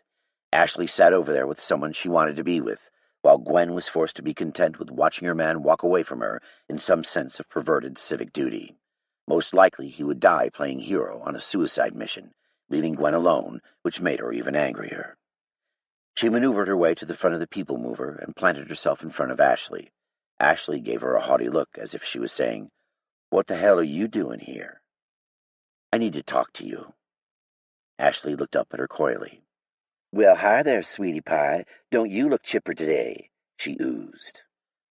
Gwen knew she looked like hell and couldn't care less. "We have unfinished business," she said, grabbing Ashley by the shirt. The soldier put a hand out to stop Gwen, but the others yelled at him. "Let him go, Pennington! Come on, hoss! A little girl-on-girl action, said another. Specialist Pennington reluctantly let Gwen pull Ashley face to face. Now you kiss her, the soldier shouted, adding misogynistic fuel to Gwen's fire. Gwen held her face near Ashley's. Ashley grinned with a mouthful of yellow teeth. You ruined my life, Gwen spat. My friends are dead. The love of my life is gone, and you sit over here laughing it up like it never happened, she said. Angry fear shone in Ashley's eyes. Like an abused dog, she bared her teeth. She gripped Gwen by the shirt, and they stood like two judo grapplers. You killed my friends and family, she exclaimed. If it weren't for our traitorous fucking cousin, none of that would have happened. Ashley looked past Gwen at Kevin, releasing the grip on her shirt to give him the finger. Kevin raised a flask in her direction and tossed it back. They were monsters, and if Kevin didn't make it happen, I sure as hell would have, Gwen shouted. My brother, my cousins, my uncle are all dead because of you. You lost some Spanish chick and a college girl. They weren't going to make it. My family was born for this, Ashley growled. Her words cut because she was probably right. Lucia was a new mother with no one to take care of her. Lindsay was a follower at best, not a survivor, not a fighter. Mark had orchestrated the entire destruction of Ashley's family. And the world is a better place without them, Gwen said, twisting Ashley's shirt. You think you are better than us, coming to our town all dolled up and smug, thinking you're better than us 'cause you had money in the old world, fancy cars and cappuccinos. You look down your nose at us 'cause we're fucking poor. Just 'cause I don't do yoga and I don't do juice cleanses or read your mommy blogs don't mean we're different, Ashley spat. Gwen sneered. The soldier started to catcall and make hissing noises. Fucking typical adolescence. Really, you and me are the same? Ha! We are nothing alike. I have something called morals. You are just a trashy whore. The words seemed to roll off of Ashley. Clearly, she had been called worse. Gwen would show her with a fist to the nose. Maybe she would understand that. But Gwen didn't know if that would really affect the woman either. Ladies, let's keep it PG, Sergeant Yates called over. They ignored him. Gwen halted herself when Ashley threw another verbal barrage her way. You and me could be sisters. I just did what I was told to survive. She blew hair out of her face. You stood by while your brothers, cousins, and uncle killed, tortured, and raped others with impunity. We are nothing alike. Isn't that what you've done, you uppity bitch? You are holed up in here just like old Scarface told you to, holding yourself up on a pedestal like you're better than everyone. How many people have you stood by and watched him kill? Ashley said. Gwen shook with rage. The same. She was nothing like this woman. The only thing they shared were the similarities of their nether regions. The only difference is you were lucky enough to have a knight in shining armor sweep you off your feet, while all I got was banged in the back of a pickup, Ashley said. Gwen slapped her. The palm of her hand stung like fire. Ashley met her eyes. It wasn't her first time being slapped either. I will never be like you. You hear me? Never be like you, Gwen said. She could feel the tears of rage gathering in the corners of her eyes. I promised myself I would never cry again. She held it in. The difference between you and me is that I give a damn about other people, while you clearly only care about yourself. She let herself be pulled away by one of the soldiers. Yet here you are, safe in the convoy, while Scarface is out fighting. Stupid bitch, Ashley called after her. The soldiers laughed at them. Specialist Pennington let Ashley curl back under his arm. He examined her cheek with a smile. Gwen sat back down near the wall on the other side of the people mover, away from Mauser, Joseph, and Kevin. Joseph looked hopefully up at her. She stared past him. Gwen knew this woman. Gwen had hurt her. The pain that Ashley had brought down upon Gwen and her friends was horrible, but the pain that Ashley brought upon herself was worse. Could Ashley be right? Deep down, Gwen knew that if things in her life had been different, she could have been in Ashley's shoes. If she had made a left instead of a right, if she had grown up in the rural poverty of Appalachia, she might have ended up like Ashley, used, abused, and scared. The woman had survived before and after the dead rose. Gwen crossed her arms beneath her chest. From the look she was getting from the soldiers, it appeared that women were becoming a base commodity as the civilized world diminished. Ashley is rotten. She deserves my contempt, doesn't she? The nature versus nurture argument duked it out in her head. Is Ashley a bad person because of her genetic predisposition or because of her abusive childhood and crappy circumstances? Gwen had contemplated bashing the woman's head in with her fists. What does that say about my nature? No thoughts really surprised her anymore. She probably could have gotten away with it, but she knew that allowing Ashley to live in her miserable existence was so much more of a punishment. She pulled out her picture and let the smiles of the people try to calm herself from the rage within her. She did a breathing exercise, finding partial relief from her anguish. As they left the city limits, the rain began to dissipate. The sun popped out from behind a cloud. Bright lights seemed to illuminate the convoy. The sunshine warmed everything. Somebody propped open a steel curtain. It was strictly forbidden, but Sergeant Yates didn't say anything.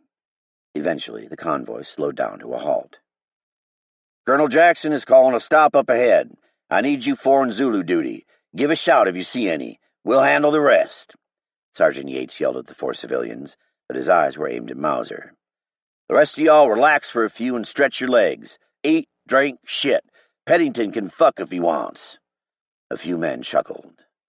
The steel shutters of the mobile lounge were opened, allowing fresh air to flow freely through the people mover. The stink of the air floated away with the wind.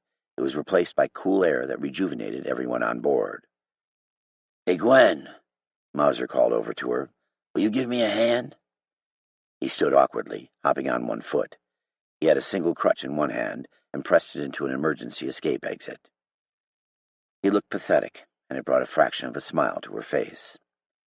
She rose, striding over to where he stood lopsided on one leg. "Hold on," she chided. She gave him a dirty look and took the crutch from his hand. Slamming it upwards, she released the hatch. "Thanks." He grinned. He hopped on one foot and grabbed the sides of the hatch, pulling himself through. She looked up at the bright sky above. It was quickly overcome by Mauser's grinning face. "Here," he said, and offered her a hand. She jumped, and he pulled her onto the roof of the mover. Mauser sat and leaned back, showing his lean, horseshoed triceps. He looked like he belonged on a beach, catching a wave, not trying to survive the zombie apocalypse. With the city behind them smoldering in the distance, they looked out over a sea of fading green and yellow trees. Houses dotted the hilly landscape. It was almost like the infection hadn't touched here. She removed her long-sleeved shirt, exposing skin not covered by her tank top.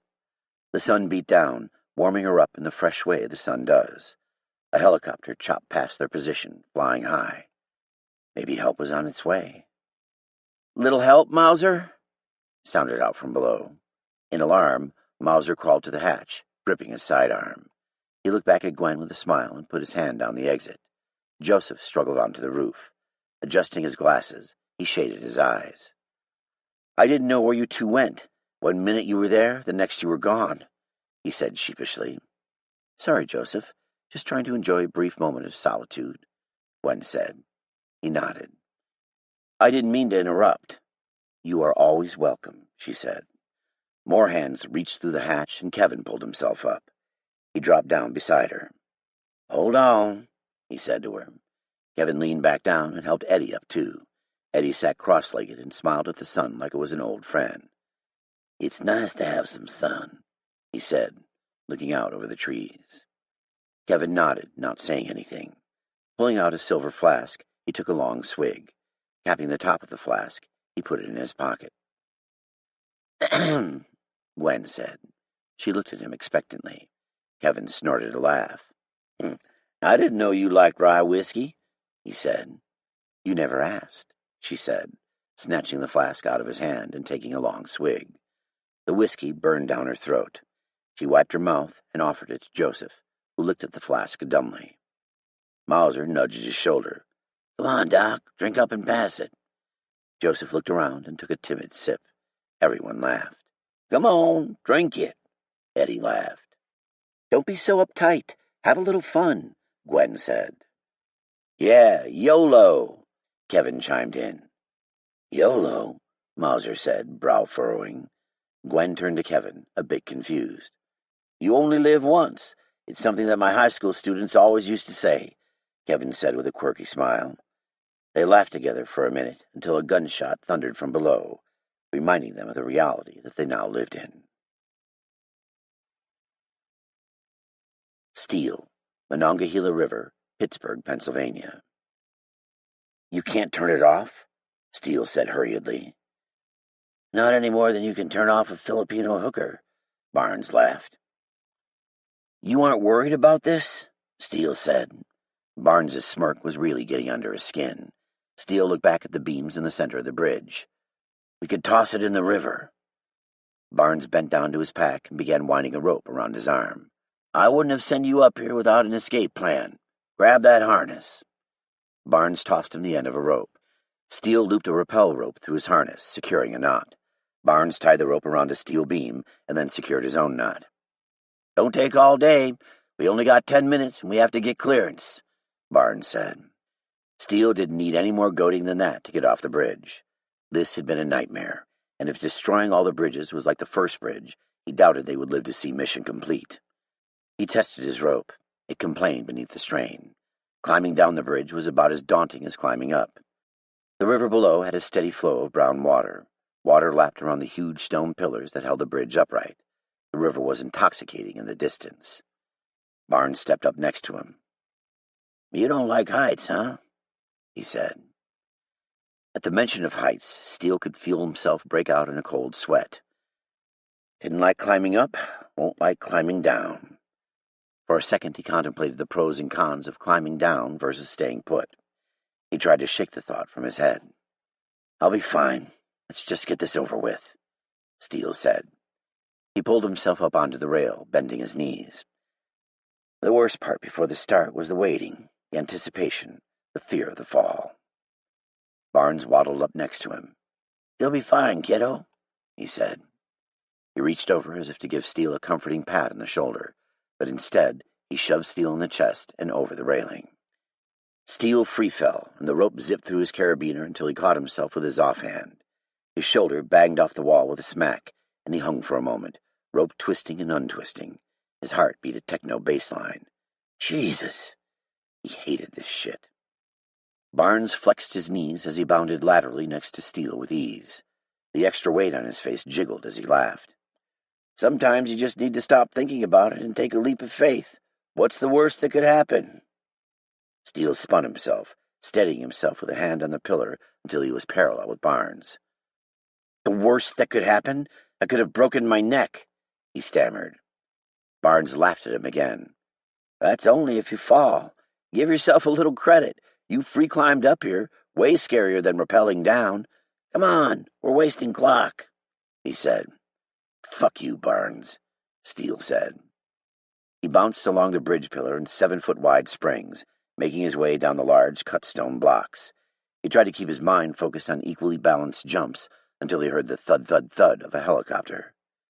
"You hear that, Barnes?" Steele shouted down as Barnes did his last jump into the boat. Barnes nodded, helping him into the inflatable. "What took you so long?" Ahmed demanded. Steele pointed a finger at Barnes as he undid his harness. "He's slower than he looks." Barnes rolled his eyes and prepped the motor. "Do you think someone sent help?" Steele asked. Barnes snorted a laugh. "Boy, we work for the same government. Besides, it ain't going to matter if we don't get moving," he said. One thing Steele had learned from his training was when the guy who makes things go boom says you gotta go, you gotta go. Steele knelt in the boat, and Barnes gunned it for the next bridge. The inflatable glided over the water, the front of the raft bouncing up and down. Steele kept expecting to hear the explosion. Water sprayed out as the boat skimmed its dark brown surface. Please don't hit any bodies. More debris downriver slowed them down. Barnes dodged the bodies, crossing the river in a Z, trying to go fast while not using the propellers as a meat grinder. The swoosh of rotor blades caught up to the escaping men. One buzzed by very close. "Definitely military," Barnes yelled. "Or some very well-armed civilians," Steele continued. "I don't like the looks of them," Barnes muttered. Steele thought, some air support, hell, any support would be appreciated. If they aren't here to help, why are they here? "Let's try and steer clear of those guys," Steele said. "I agree. We gotta risk going straight for the next bridge. I want to be out of their line of sight," Barnes said with urgency. He beelined the boat for the next bridge, which was not more than 500 yards away. If it comes to a fight, how do you want to deal with them? Steele asked, cradling his carbine close. Barnes continued, looking forward. We don't. We hide and wait for them to pass, he said. We don't have any ground-to-air missile systems. Unless you think you can pick them off with that carbine while we boat and they fly, no big deal. Not a high-percentage shot, Steele retorted with. True. Ahmed pointed to the west. There's another one, he shouted. Steele strained his neck. A black object lifted over the opposite side of Greene Mount Washington. It straightened out and flew low down the river, right for them. Kinnick, airborne over Pittsburgh. The chopper descended downward, cutting through the air like a bird of prey. Kinnick's gut dropped along with the rest of his Chili Mac MRE. They bore down on the small inflatable boat as it raced across the river. The watercraft dipped beneath the bridge, and the pilot was forced to pull up hard so as not to get the helicopter caught in the bridge trusses. Looks like he's out for a joyride, Sergeant Lewis choked. Kinnick caught his stomach rising in his chest. Goddamn pilot can't show any discomfort in front of the men. I'll never hear the end of it, being from the Air Force. He tried to look below, using his mind to keep his stomach in check. Where did they go? He asked, peering out the door. Don't know, can't see them, Master Sergeant Hunter yelled. Lewis, you got anything? Nothing over here, boss, Sergeant Lewis replied. Kinnick had the pilot circle the city center to see if they could find the raft again. They made 2 passes, and no boat could be located. Crockett is reporting a convoy of trucks traveling northwest of here, the pilot said. Those could be our missing battalions. The boat below lacks substance now. All right, take us over to Crockett, Kinnick said. An explosion rocked the helicopter sharply to the left. Sensors blinked dangerously, sending shrill warning bells off in the cockpit. The helo spun in the air as the pilot brought it back under his control. Whoa! The pilot shouted. Master Sergeant Hunter gripped a handhold nonchalantly, as if the helo hadn't just threatened to crash and burn. A thick cloud of black smoke billowed forth from the center of the bridge. Concrete, steel, and cars plunged from the middle of the bridge into the river. Felt like someone just took out the bridge with a J-dam, Master Sergeant Hunter shouted. Kinnick shook his head. J-dam was an acronym for a Joint Direct Attack Munition, a conventional bomb that was guided by a laser. They were commonly used in the Afghanistan and Iraq wars, which Kinnick assumed Hunter had taken a very active part in. When'd you serve? Kinnick shouted. Afghanistan in 2003, Iraq in 2005, 2006, and 2007, and back in Afghanistan in 2009, Hunter said. Kinnick digested the man's words. 5 tours of duty. Not the most, but more than most. A man dedicated to his country. War was his trade. Of that Kinnick had no doubt. You think you would ever see anything like this happening here? He said. Master Sergeant Hunter's beard moved up and down as he chewed on his mustache. Sir, nothing surprises me. Did I think the world was going to succumb to a virus that killed people and turned them into walking corpses? No, but I know this. It's not if, it's when. And when the time comes, I draw the sword and throw away the scabbard, he said. When you go to war, go all in, because half measures are dead measures. I never in a million years could have imagined such devastation here in the U.S., Kinnick said. Master Sergeant Hunter watched the city below, thinking. That's why we weren't ready. Kinnick frowned at his words, but held his tongue. Who could have predicted this? How would we have prepared? Now they had to play by Master Sergeant Hunter's rules. The only way to win this fight was to fight like there was no tomorrow. Kinnick only had a moment to comprehend the man's thoughts before the bird dipped low again, sending his MRE up to the roof of his mouth. He would never eat the damn Chili Mac again. He looked over at Lewis, hanging off the side of the chopper. How does he do it? It had to have been worse than his hot dog-based 3 fingers of death. The middle of the bridge was sinking deeper into the water. Cars teetered on the brink of the wide, smoldering precipice. The middle of the bridge had split as if a giant had taken a pair of gardening shears to the bridge. Displaced water flowed around large chunks of concrete that had fallen into the river. What in the hell did that? Master Sergeant Hunter's eyes echoed what he was thinking. That looks like some serious military-grade explosives, he said. It sure does, doesn't it? Kinnick said. To what purpose? Why do you think they blew that bridge? He asked his master sergeant. Offhand, I would say they are trying to keep somebody out, limit access and logistical support, Master Sergeant Hunter said over the whirl of chopper blades. Or keep somebody in, Kinnick replied. This would need to be investigated further, but not today. Another series of bells went off in the cockpit. Jesus, what now? The pilot called back. We are low on fuel. Should we head up to Coriopolis? He said. Kinnick hadn't realized they had been in the air that long. Let's give that convoy a buzz on the way. Advise Crockett to rally at the airfield. Steele, Monongahela River, Pittsburgh, Pennsylvania. The cool breeze whipped off the river, as if the wind were using the water to propel itself. It cut through Steele's clothes like the tip of a dagger. The weather had soaked the men through to their bones. Barnes sat in the back. His hand twisted the throttle on the single-handle motor, and the craft edged ahead. They drifted to the last bridge in Pittsburgh. 3 weary men in a little craft had destroyed over a century of modern infrastructure. 3 days of extreme exertion. Only one more bridge stood strong and proud in their path. Operation Anaconda would be complete with its destruction. Pittsburgh would be cut off from the rest of the nation, at least from an accessibility standpoint. The dead would have a more difficult time circumventing the city. How much time have we bought? A month? 2 weeks? A few days? He pushed the thought from his mind, and hoped to God it would be enough. Rusted brown girders rounded over the river almost as if the bridge steel was doing a wave. The bridge that stood as a testament to an industrial era long gone. Now all that stood was a single rusted structure, a relic of a forgotten age. What happened? Steele said, his voice tight. Something was wrong with the bridge. He pointed at wreckage near one of the support pillars of the bridge. Do you think someone already blew the bridge? Ahmed called out. He half laid, half sat in the prow of the small craft. One of the helicopters? Steele offered. Barnes studied the bridge from afar with an air of skepticism. I doubt it, boys. That would be too perfect, and nothing is ever that perfect. He revved the engine, dodging around debris in the river. As they got closer, Steele gripped his carbine harder. A faded red tugboat had run aground while pushing a long barge of coal, wrapping both around a support pillar near the shore. Barnes slowed them down. The bow of the boat responded and sat higher in the water. Will you look at that? He said. Steele stared at the dead climbing all over the tug. Look there. She's been collecting dead like a strainer from the river. And there, infected from the land, are already on board, Ahmed said. You boys ain't gonna like this, Barnes started. I already don't like it, Steele said.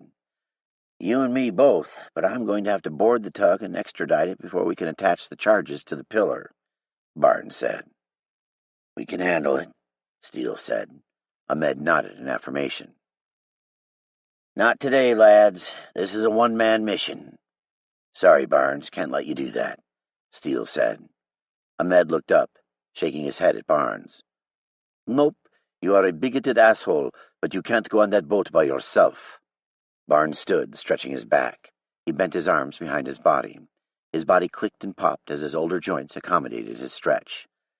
Boys, I'm feeling a bit lucky today. You know, like God's watching over me. Finish this up, and then we can meet back up with the colonel. I can't let this man fend for himself out there. I'm going with you, Barnes, Steele said. Steele. Good strong name, kid, but this is a party of one. I need someone to overwatch from the boat.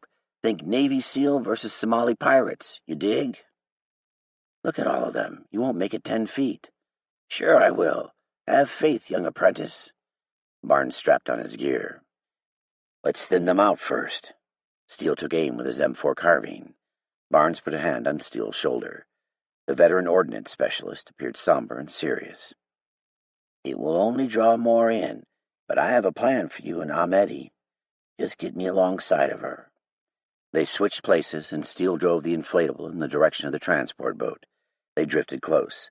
The coal barge bobbed up and down, rocking in the water. Barnes reached up to grab onto the side of the tugboat, both boats swaying in time with the waves. Get all those bastards down to the other end, Barnes grunted over his shoulder. The soldier hauled his tactical girth up and over the side of the boat. Steele powered the engine around to the side of the long coal barge. "Start hollering." Ahmed gave him a grin. He cupped a single hand around his mouth. "Hey, you guys!" he shouted. Steele spun the boat around and idled about 15 feet from the front of the coal barge. The dead crawled over the piles of night-black coal, moaning as they stumbled over the loose pieces. He waved his arms over his head. "Hey, you!" He pointed at an ugly infected man wearing the remains of a shredded T-shirt with a penguin skating with a hockey stick. "Penguins suck!" Steele shouted, holding his chin high. His team, the Detroit Red Wings, had battled the Pittsburgh Penguins in a series of Stanley Cup finals in the latter part of the 2000s, building a good rivalry in the back-to-back competitions. The infected on the edge of the coal barge cartwheeled into the water as they reached for Steele and Ahmed. Ahmed laughed. "Not the Penguins fan?" he said. "Not now, not never," Steele said. He slapped an oar on the surface of the water a few times. Cupping his hand around his mouth, Ahmed shouted, "Bangarang!" Steele waved the oar at a sorry infected fellow trying to stand on the nuggets of coal. "Come to try and get some good old Michigan meat." "How do you feel about the Washington Capitals?" Ahmed asked. "What about them? They have a decent team, nothing compared to the Wings." Steele turned away. "Come on down!" He pointed an oar at a soot-covered infected, who tipped over the short railing into the river. It flopped around, arms flailing wildly in water. "The Caps are my team," Ahmed said. Steele gave him a sidelong look. "I never struck you for a hockey fan." Ahmed stopped slapping the water. "And why is that? Because I'm not Canadian?" he said. I don't know. Thought you were into baseball or something." "I like to play baseball. I like to watch hockey," Ahmed said. Steele picked up an empty bottle and chucked it at the infected. They reached out for the inflatable boat before they toppled into the water. "If we ever get this virus mess taken care of, we should hit up a game sometime. You know, a couple of beers, a couple of dogs," Steele said. Ahmed cracked a smile. "What? Why are you smiling like that?" Steele said. He knelt down, using the sight of his carbine as a monocular. He scanned left and right with the carbine, searching for Barnes. Nothing. Infected clustered near the bow of the barge. The brightest of the bunch flapped around in the water. "Don't see him." Ahmed continued to stare at him. "What?" "Dude, I'm a Muslim. I'm not supposed to eat pork or drink," Ahmed said. "You don't drink at all?" "I've been known to throw a few back. My dad can get us tickets. He knows the owner," Ahmed said. "No shit. So Dad's got some money." Ahmed looked a bit abashed. "My father is good in the business department. In the father department, he leaves something to be desired." "Secret's safe with me. We'll get you a beef dog and call it a day." "That sounds good." As movement caught Steele's eye, he shushed Ahmed. He scanned back to the tugboat's boathouse, a weathered wooden structure. Paint flaked up off the wood. The warped wood provided little more than a leaky refuge from the rain. Barnes' flushed face peered through a dirty window. Black smoke sputtered from an exhaust pipe as the motor fired up. It rattled, the noise traveling easily across the water. The infected at the bow turned for the boathouse with new interest in nearby prey. The tugboat grudgingly reversed as if it wanted to be a permanent fixture on the shore. The sudden movement sent the infected flying into coal piles, their faces and clothes smearing with black dust. They struggled to gain footing as Barnes continued to force the boat into motion. The tugboat rocked away from the bridge. The motor slapped the water, splashing up coffee-brown water into the air. Metal grated on metal, screeching in the air. The barge bent and twisted itself away from the muddy ground. Steele lined up his sights in the back of an infected skull. The wake from the coal barge rocked the inflatable raft up, and his shot fired high. His finger moved quick on the trigger, almost as if he suppressed it with rounds to the body, impacting it but not bringing it down. "Shit!" Steele cursed. The infected converged on the boathouse. Hands, faces, and bodies battered the worn wood and sooty glass. Muffled pops sounded like firecrackers as Barnes's bullets exited the windows of the boathouse, spiderwebbing the glass. "We gotta get closer. Ahmed, fire it up!" Steele shouted. He laid low in the front of the small boat. Precious moments passed as the infected waged their assault on Barnes's flimsy wheelhouse base. Steele pressed his body flat in the front of the raft in an attempt to keep his shot steady. The motor gunned them for the tug, and they pulled close alongside it. Steele pulled the trigger on one infected, splattering the infected man's brains on the side of the tugboat. Steele climbed aboard. Silence hung in the air. The shooting from the tugboat had stopped. Holding his M4 in the high ready, Steele stepped over decaying bodies. The closer he got to the boathouse, the more twice-dead infected lined his path. The bodies of the slain lay pressed against the boathouse in heaps of their own guts.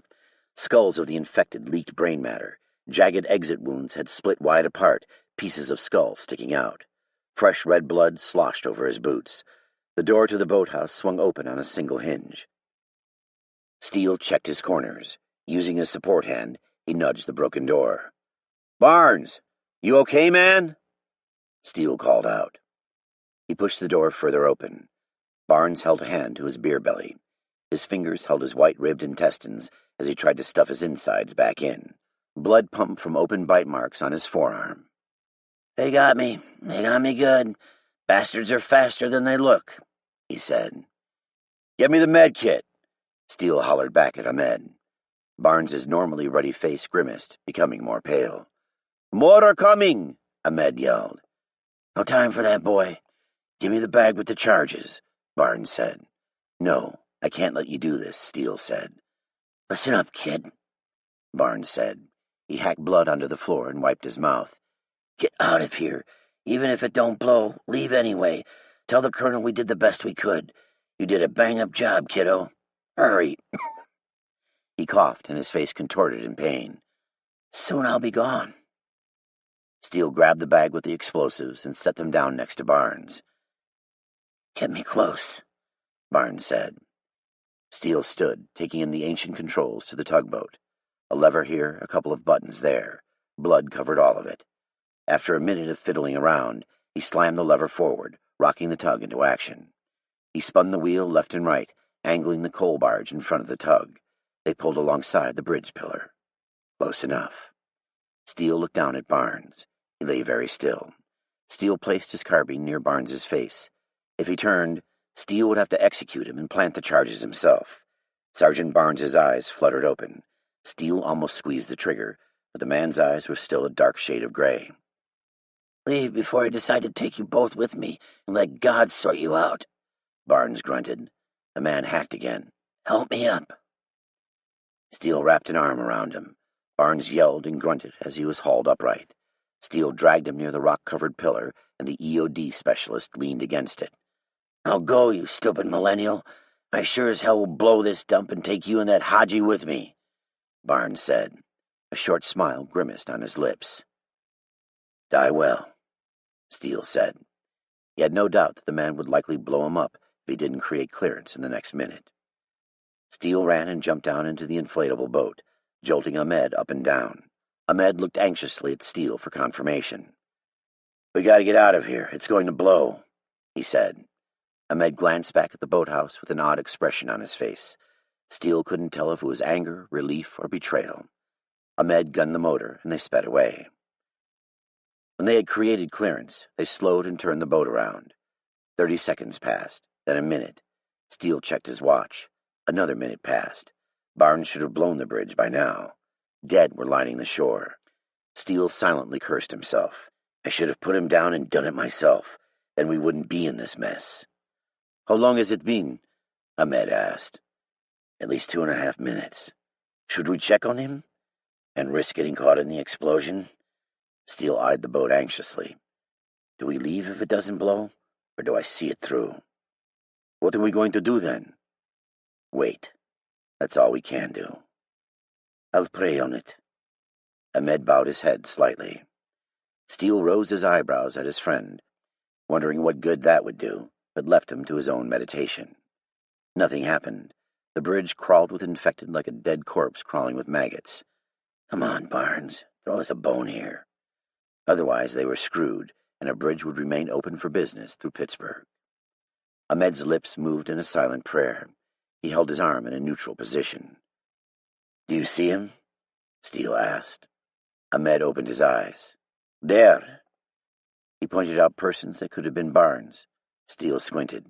"No, that is definitely an infected. That one could be him." The man wore ACUs, but he was too tall to be Barnes. "I don't see him," Steele whispered. He sat back down in the boat, contemplating their next plan of attack. The exhaustion of fighting for days hung on his shoulders like an oxen yoke. "I should have done it myself," he said. He half stood, wanting to take action, to do something, anything. That was ingrained in him. He wanted to scream in frustration. All of those close calls and danger only to be foiled on the last bridge. Steele sat down again in their tiny boat, cursing their poor luck. There he is," Ahmed called out, pointing at the pillar. "Fuck me," Steele said, scoping the coal barge. A man in bloodied fatigues huddled near the pillar. Was Barnes gone? Was he bent over feeding? Steele held his breath. Then he saw Sergeant Barnes face his way. White intestines spilled from his stomach, unraveling like coiled rope under the ground. "Is that bastard grinning?"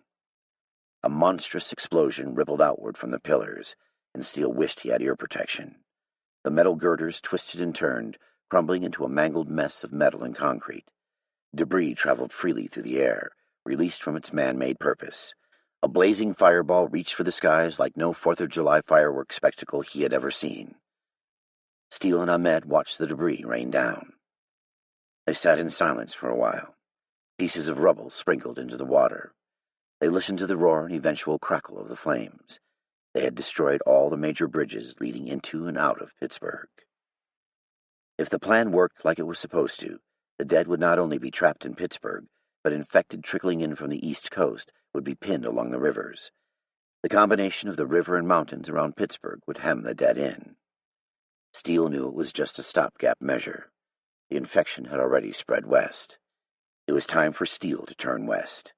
It was time for Steele to reach Gwen. He grabbed the motor throttle, almost sad to have accomplished his mission. When a battle was hard fought, it left a void in people's lives when it was over. His mind couldn't believe it was over, and he had survived. They drifted, quiet water lapping their small boat. He took a last look over Pittsburgh, the Steel City, and the City of Bridges. Now it was neither, just another city of the dead. Mauser, Youngstown Airfield, Youngstown, Ohio. Mauser ditched his crutches early. He hobbled along a series of hangars. On a particularly large hangar hung a worn seal for the 163rd Air Transport Wing of the Ohio Air National Guard, a shield with a faded red stripe that was almost pink, and a white stripe, now a dirty shade of gray, layered with an eagle soaring high that looked more like a white pigeon now. It had been 3 days since they reached the airfield. It wasn't a large airfield, but since the collapse of many of the East Coast air bases and its relative isolation from major cities, the Youngstown Airfield had become a rallying point for the retreat of U.S. Armed Forces within CONUS. The rush of wind turbines grew closer, and Mauser covered his ears as a huge cargo plane landed on the long landing strip. C-130 Hercules aircraft landed day and night to transport soldiers, equipment, and supplies from around the United States. Multiple gray cargo planes already taxied down the alternate runway, waiting for clearance to begin their run. Mauser limped his way over to a large chow hall tent. A series of full meals and a full night's sleep had worked wonders on his exhaustion and sprained ankle. This is really something I could get used to. The swelling of his ankle had decreased, but he still had a gimp when he walked. He walked through a loose green flap and then waited at least 20 minutes in a chow line to get his food. Stale green beans, processed ham, and a piece of cornbread. Manna from heaven.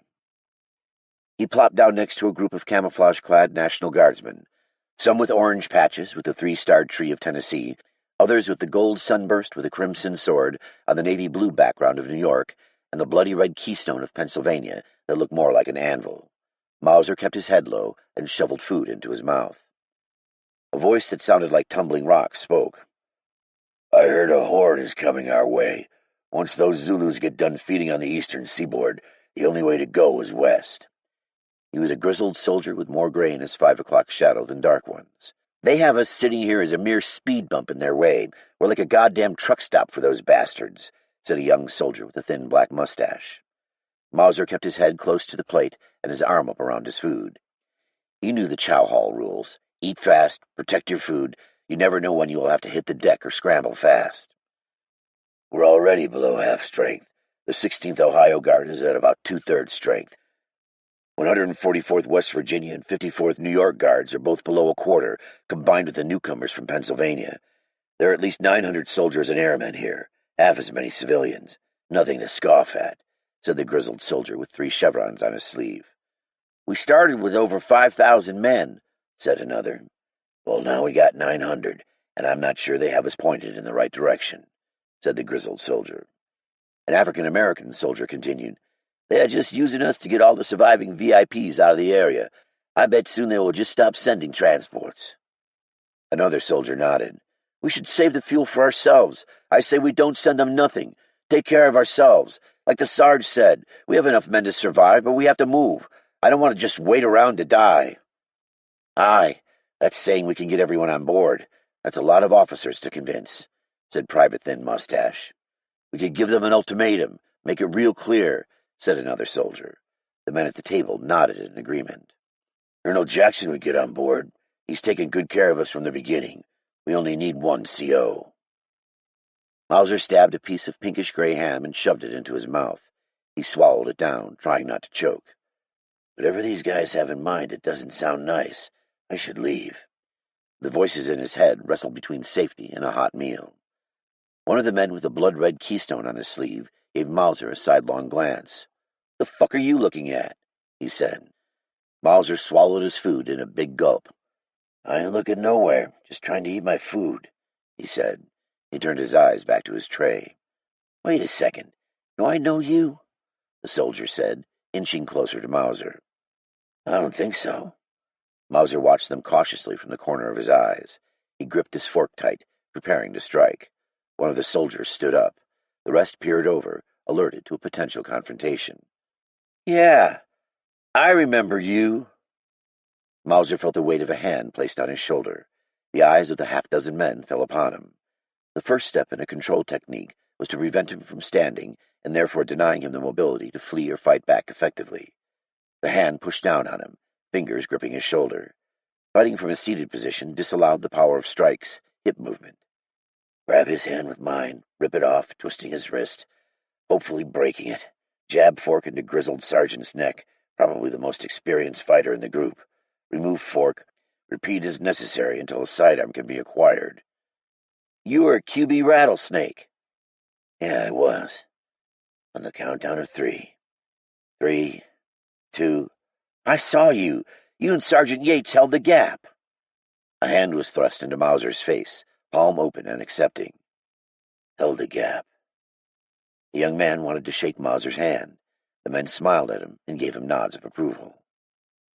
No problem, he mumbled, shaking the man's hand. Thank you, sir. Our nation needs more men like you, Thin Black Mustache said, grinning through yellowing teeth. Men like you get the job done. Men like Colonel Jackson. Thanks, Mauser mumbled. He stuffed the rest of his cornbread into his mouth and got up and left. He nodded to them as he hustled out of the tent. Flattering. The men who wanted to desert thought he was a hero. I want to be a hero to a bunch of rebels. Better than being their enemy, he thought with a grim smile. In this world, it was the strongest and meanest who would survive at the expense of the weak. The United States was turning into a primal shadow of itself, but there was strength in numbers, and if Mauser and his friends wanted to survive, sticking with the military was their best shot, ruthless or not. They needed to be led by a survivor. Colonel Jackson had the cutthroat in him to lead survivors, not some sniveling congressman that hid in a bunker. He retraced his steps and limped across the airbase for the command building. He tried to keep something in his hands at all times, a gun, a bag, or food, because he didn't want a jumpy guard thinking he was an infected running around the compound and take him out.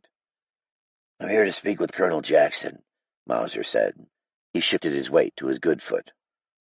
No one is to see the colonel. He's in a meeting, the guard said. Well, can you tell him Agent Mauser is here to see him? He said. The guards gave each other a look. You're Mauser? The guard lowered his M4 slightly downward. Yep, last time I checked, Mauser said. QB Rattlesnake? The dumbfounded guard said. I was there, he said. The leader of the two nudged the other. Go get Sergeant Yates. Tell him Mauser wants to see the colonel, he said. The guard hustled off inside. The remaining guard's name tag read Thatcher. His hair was brown like the back of a white-tailed deer. "I heard they had to drag you from the wall, kicking and screaming, because you didn't want to leave the fight," Thatcher said, grinning like an idiot. "You're like a friggin' hero around here, man." Mauser was confused. A hero? Just what he needed. More members of his fan club. He only did what he had to do to survive, but a little recognition never hurt. "No, man, I just go to where the gunfire is," Mauser said. The soldier just gave him a dumb grin, and Mauser half expected him to take out a camera and pop a selfie. Mauser was beginning to feel like a celebrity. "I'd like to shake your hand, sir. It's an honor," Thatcher said, slinging his rifle and sticking out a hand. Mauser took his hand in his. "You are welcome. It is an honor to serve." The burly, red-haired Sergeant Yates appeared from the doorway. "Mauser, you old devil, how's Youngstown treating you?" the sergeant said, showing some teeth. "I'm all right. I was wondering if I could talk to the colonel," Mauser said. Sergeant Yates frowned. "Afraid not. He's a bit incapacitated at the moment. Anything I can help you with? Food, shelter, supplies?"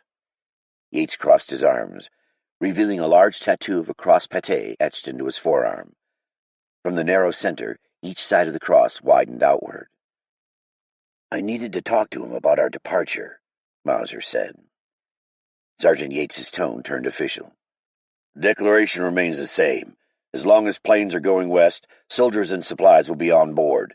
Civilians will be extracted by land transport when more mobile units arrive." "I know this," Mauser hissed. "Can I talk to you inside?" The guardsmen gave each other a look. Realization crossed Sergeant Yates's eyes. "Of course. Step inside." The sergeant raised a meaty hand and pushed open the door. It was dark inside, and a couple of officers walked by, speaking in low tones to one another. Sergeant Yates leaned back on the wall. "I know what you were going to say, Mauser, and I don't like it any more than you do. There's not much I can do," Sergeant Yates said, his tone indifferent. "You know about the mutiny that is coming?" Mauser said. "Of course I know about the plotting. It's been happening since before we left Mount Washington. I've talked to many of the men myself. It's only a matter of time." "Are you kidding me? Isn't there anything you can do?" Mauser said a little too loudly. Sergeant Yates's forehead scrunched together. "Didn't you used to be a federal agent? Where are you supposed to be?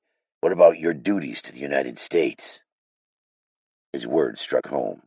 Mauser had his responsibilities. He had also been left out to dry when he was in the thick of it.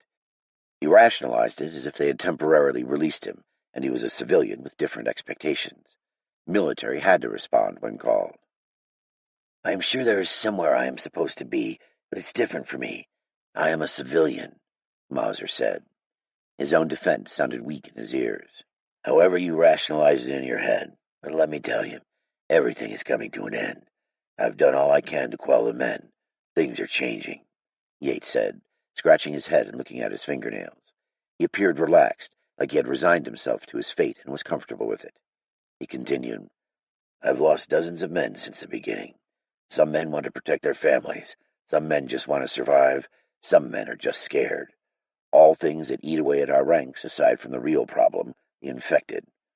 The only thing that is holding us together is the fact that we are stronger as a large group than as individuals, and we have a commander who is looking out for us. Have you seen what the transports are carrying out of here?" Mauser shook his head. This was all coming fast. "They aren't bringing in men and supplies to reinforce us. They are taking them back. Except recently, it's all material they want from us.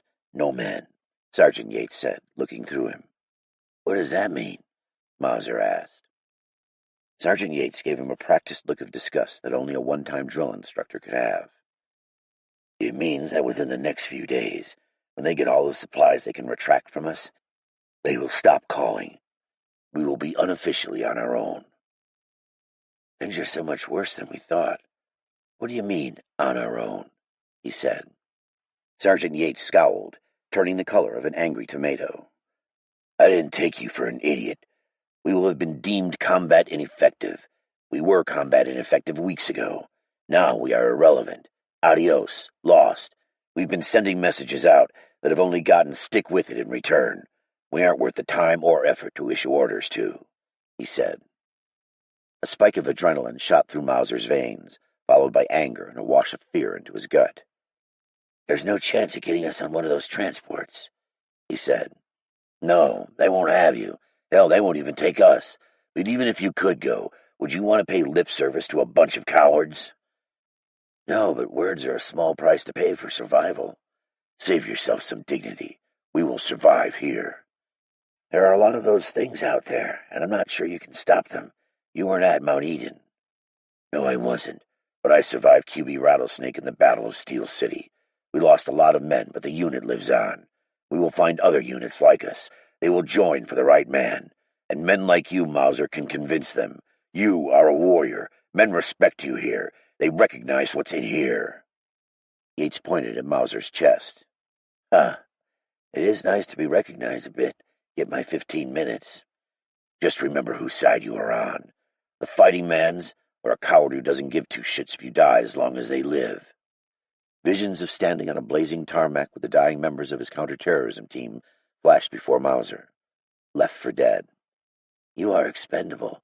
You've always been expendable. But you only sold yourself the lie that your little life meant something. You were only ever a tool to be used and discarded when broken." "I will try to remember that." "The Colonel's a good man. He's not like them. He will lead us out of this," Sergeant Yates said. "I'll keep it in mind." Mauser made to leave the building. "I have a lot to think about." "We need men like you, Agent Mauser. Men like us. Men who will do what needs done to survive, including taking on a horde of infected breaching our walls." Sergeant Yates's eyes judged Mauser, weighed his soul. Mauser nodded. "The situation is more dire than I ever thought." Joseph, Youngstown Airfield, Youngstown, Ohio. Lights lit up the air traffic control tower. The tower was a plain, block-style building. Long, wide windows circled the top floor with 360-degree coverage of the airfield and sky alike. Joseph stood in the shadows of a string of tents. He ducked low, bending into a crouch, and a few soldiers walked by, cursing loudly like drunks. "I saw there were some new women who came in the other day. Sarge says he doesn't want us talking to them, but I say what harm can come from some talking and maybe a little sexy time," the excited soldier said. "Damn straight. If we are doing all the fighting and dying, the least the females can do is treat us right," the other young soldier said. "Colonel don't seem to mind. We deserve it." Joseph waited until he couldn't hear them any more before he stepped out into the light. He crossed through the lights to the other side of the tents. Humvees circled the airfield fence. Every so often a gunshot would ring out. It was time to leave this place. He had been there too long. Joseph had a plan, but he needed help or at least cooperation to succeed. Except he didn't know if he would get it, and in that case, his quest against the virus would end here, most likely as a victim of the disease he had taken upon himself to defeat. He walked through the civilian campsites. He definitely wouldn't be mistaken for a soldier, but there weren't many soldiers in the civilian camp, and he wanted to stay away from any common areas to avoid any stressful conversations about why he was out and about. He didn't think anyone would be looking for him, but he didn't want to give anyone any suspicions either. Circling his way through the tents, he came across hers. Like Mount Eden, this airfield's commanders let civilians stay within the base confines, albeit away from the airstrip and outside the military camp. Adjusting his glasses, he called out softly, "Gwen, it's me." The tent unzipped, and an eye peered through the tent flaps. It judged him for a moment, then peered from side to side. "Come in," she said. Joseph let himself into the tent and sat down cross-legged. Gwen sheathed a knife, which surprised Joseph. She noticed him eyeing her blade. "Mauser's out. Can't be too safe." She followed with, "Do you want anything to drink? I got water and some watered-down sports drink," she said. "I'm okay," he said. He scooched his behind around, trying to find a comfortable spot on the uneven ground. Gwen joined him on the ground, crossing her legs. "Have you heard anything about Mark?" "I haven't heard anything," he said. She looked at him with those eyes. Even unbathed, her beauty made him uneasy. Uncomfortable at best, like he should tell her a joke to make her smile. He settled for trying to save the world. "There is something else I wanted to run by you quick." "What's that?" she said, leaning in closer to him. She clasped her hands beneath her chin, and he felt himself blushing a bit. She had a natural beauty that makeup would only cover up. Joseph's mind played tricks on him, distracting him from his true purpose. He was sure he wasn't the first to fall under a siren's call. It forced his mind to play a fantastical game of what if. Maybe if Steele was truly gone, she could learn to love him. After all, if it was the end of the world, everybody needed someone to love, including him. They could steal away from here together, run away from this mess, make a small life somewhere, hiding from the infected. Well, he mumbled. No, she would never go for that. How far would we get without help? How long could we even live unmolested by the infected? Surely some life would be better than this, even for her.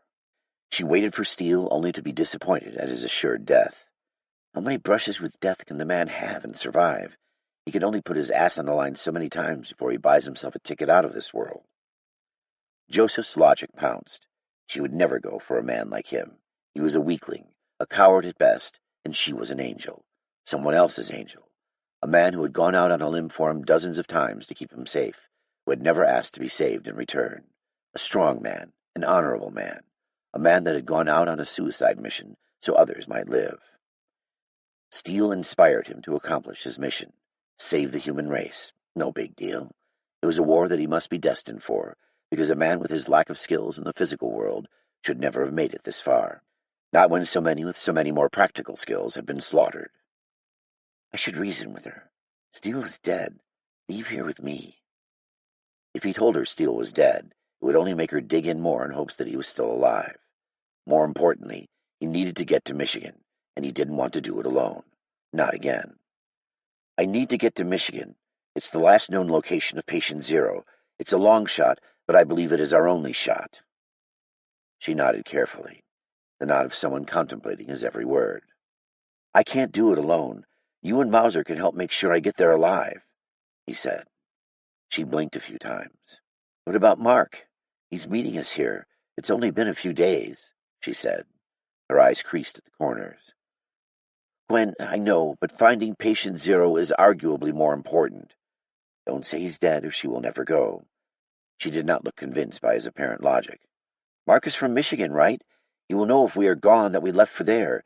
He knows I must get there, he said, voice rising. She stared, visibly gulping, and then shook her head as she spoke.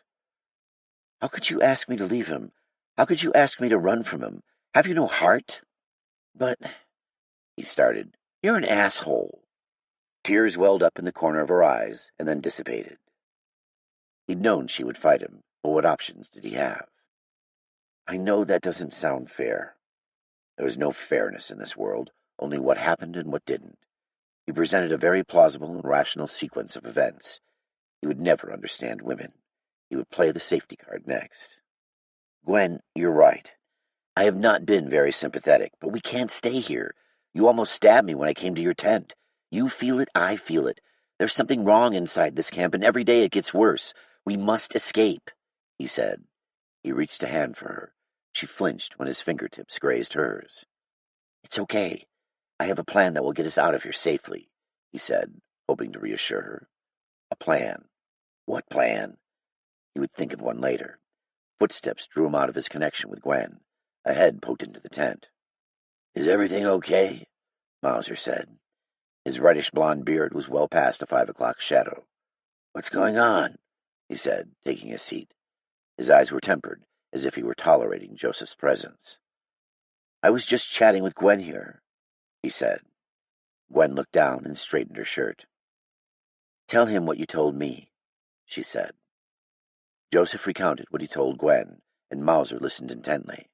Then he nodded. I get the same feeling, he said, and I know it looks bad out there, but the military units will stick together and keep us safe, safer than out there. A giant red-haired wedge between Joseph and his departure. Joseph wasn't surprised that Mauser wouldn't want to go. There's no way we are getting on the transports either, Mauser said. I talked to Sergeant Yates earlier. Then we have to leave here, Joseph exclaimed. Gwen looked less and less convinced by Joseph. Excuse me, sounded from outside. Mauser pulled out his sidearm, holding it close to his chest. Gwen slowly slid her knife from her sheath. Mauser pushed himself slowly away from the tent opening and gave Gwen a look. Who is it? She called out. Silence dragged out for what seemed like minutes. "It's Kevin. Can I come in?" he said. Joseph exhaled. Gwen and Mauser visibly relaxed. "Yeah, Kevin, come in," she said. He poked his head through the flaps. Confusion spread over his face with a sprinkle of embarrassment. "You guys having a party without me?" he said. No, I can assure you this isn't a party," Gwen said. She gave Joseph a hard glance and made room for Kevin to sit. Joseph liked Kevin, a much more basic man than Joseph for sure, but likable. Steele trusted him, so that gave him clout. "How are y'all doing?" Kevin said.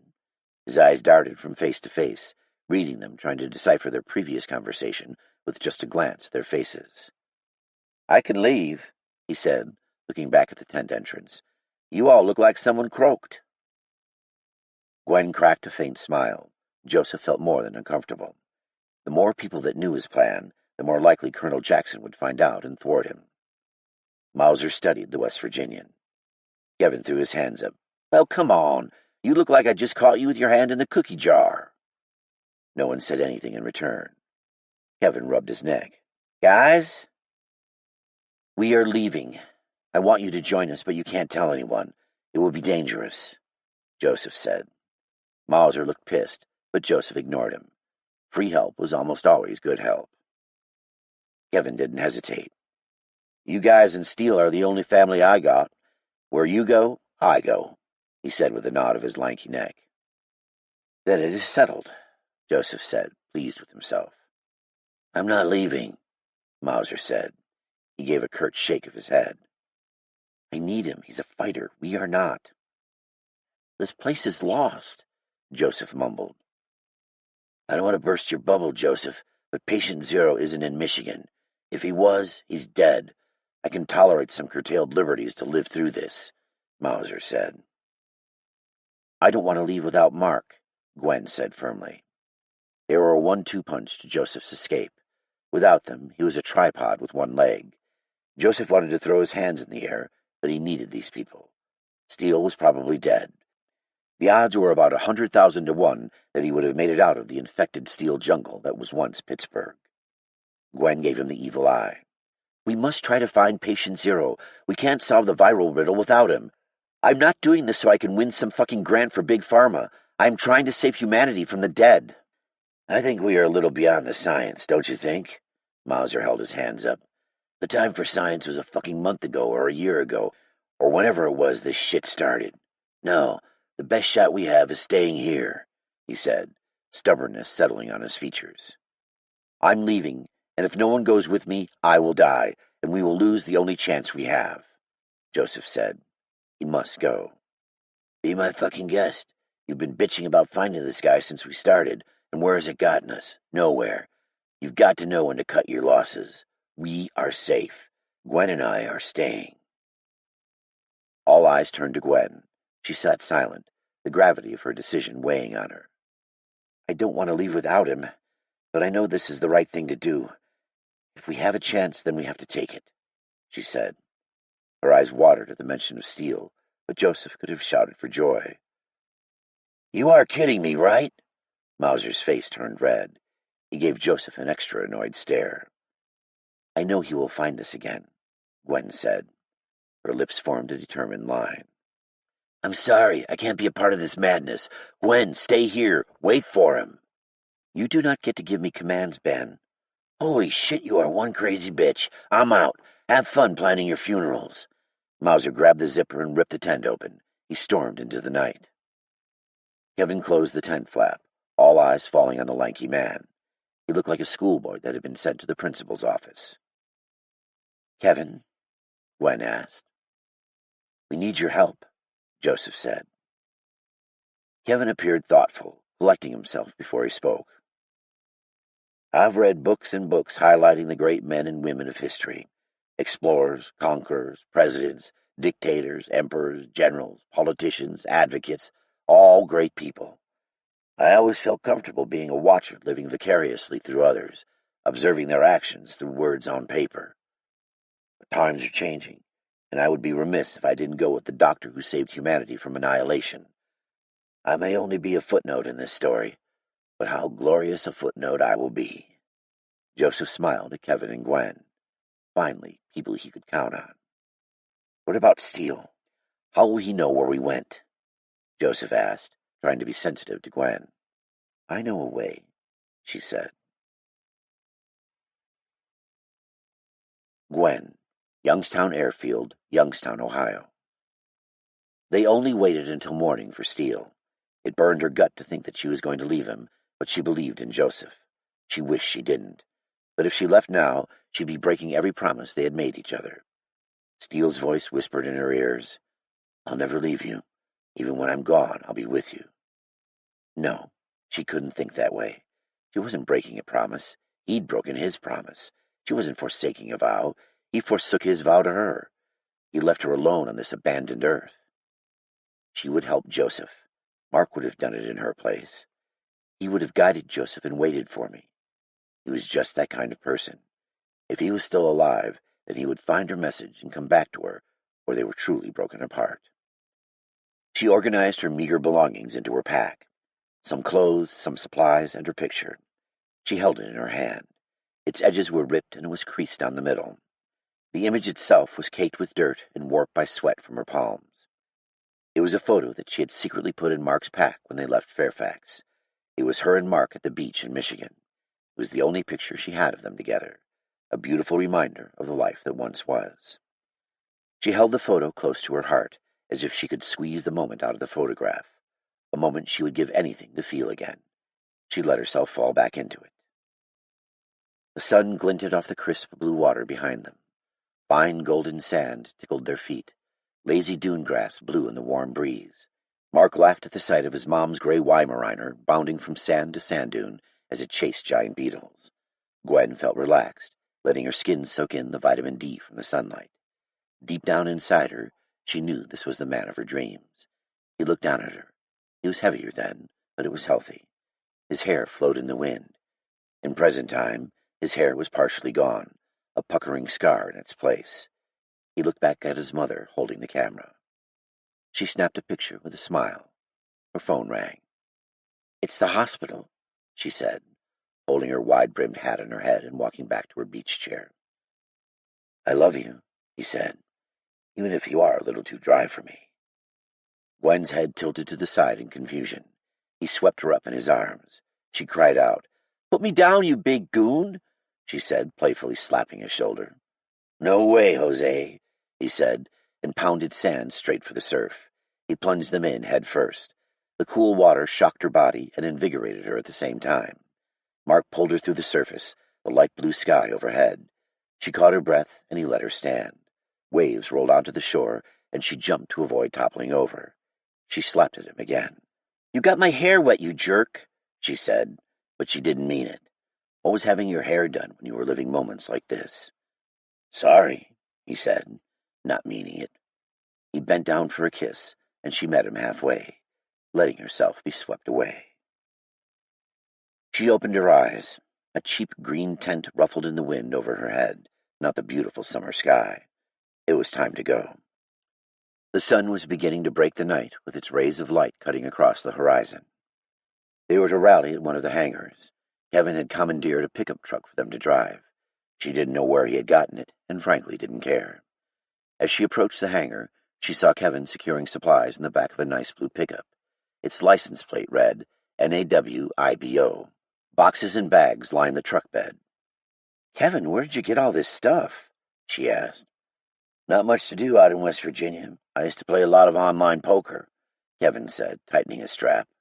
You won all this? He smiled at her. Most of it. Mark hasn't arrived yet, has he? She asked, ever hopeful. No, Kevin said. He looked up from the bed of the pickup. What about Eddie? She asked. He's staying, Kevin said. Really? Didn't pry. He looked pretty nervous at the mention of leaving. Don't blame him. She sighed. I could use a drink. Driver's side cup holder, he said, taking her pack and securing it. Oh, yeah, and found you something that you might like. Thanks, she said. No point in holding back now. In a few hours we could be dead. Reaching for the bottle of whiskey, She came across a holstered handgun sitting on the passenger seat. "Kevin, what's this?" she said, handling the firearm. "Glock 43 9mm. Small, compact, concealable, and should fit your hand pretty good." She slid it out of its holster. "It does fit my palm nice.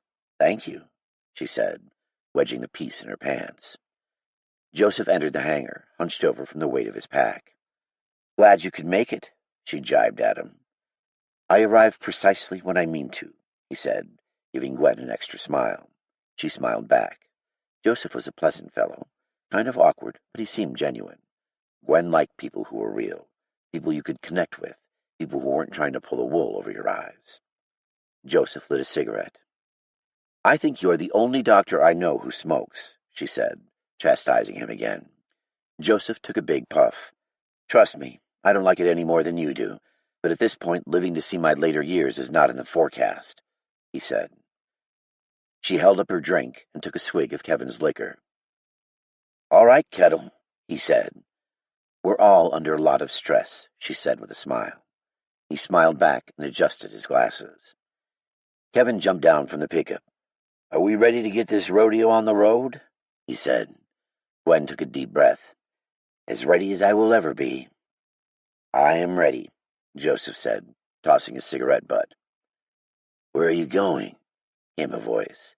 A shadowy figure stood in the center of the hangar, hands in his pockets. Joseph muttered. The man walked closer, neither in a hurry nor on a stroll. Gwen's heart jumped in her chest. He limped, partially dragging his foot. "I said, where are you going?" His familiar reddish beard came into view. "Jesus, Mauser, you scared the hell out of us," Gwen said. She inadvertently rose a hand to her chest. "Where do you think?" "I'm going to be blunt. You shouldn't go," he said. Gwen crossed her arms over her chest. They had already been through this. "Ben, we have to do this. If Joseph is right, we have a duty to help him." He stepped closer to her, his face dark, shaking his head in disgust. "I promised Steele I wouldn't let you go," he said. He teetered for a moment in silence, then he sprang like a coiled cobra and grabbed her arm. "Come on, man, just let us go," Kevin said. It was as if he faced a schoolyard bully. She struggled beneath his iron grip. "Ow, Ben, you're hurting me," Gwen shouted. She shook her shoulders, trying to get free. He ignored her and started to pull her out of the hangar. "Let me go!" she screamed. "Mauser, let her go!" Joseph called out.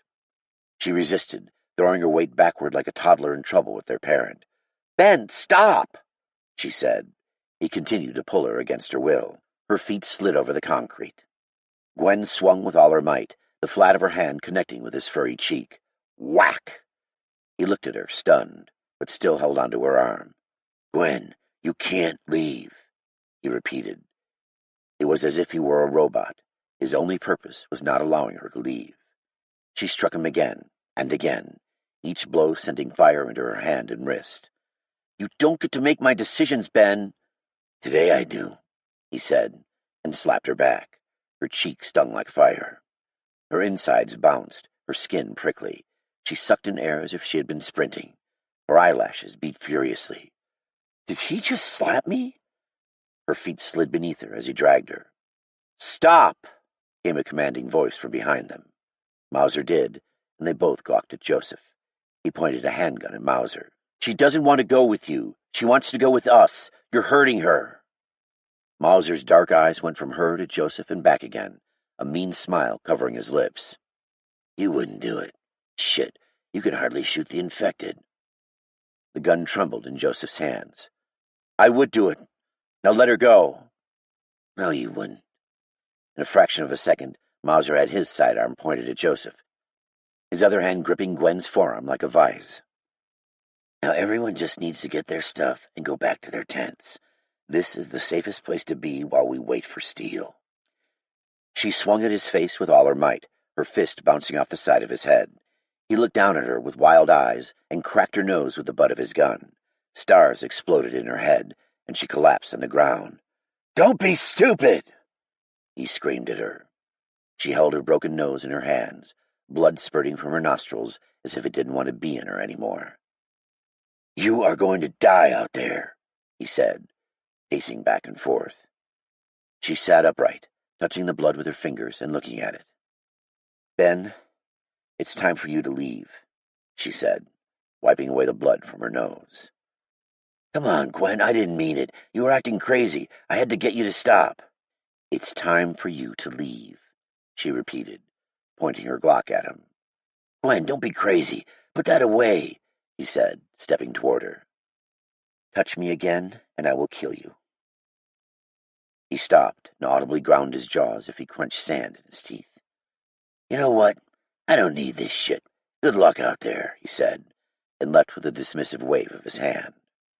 Joseph raced over to Gwen, helping her up. "Are you okay?" "If he wasn't so good to Mark, I would have killed him. But that's over now," she said. "I'll set your nose later. Let's get out of here."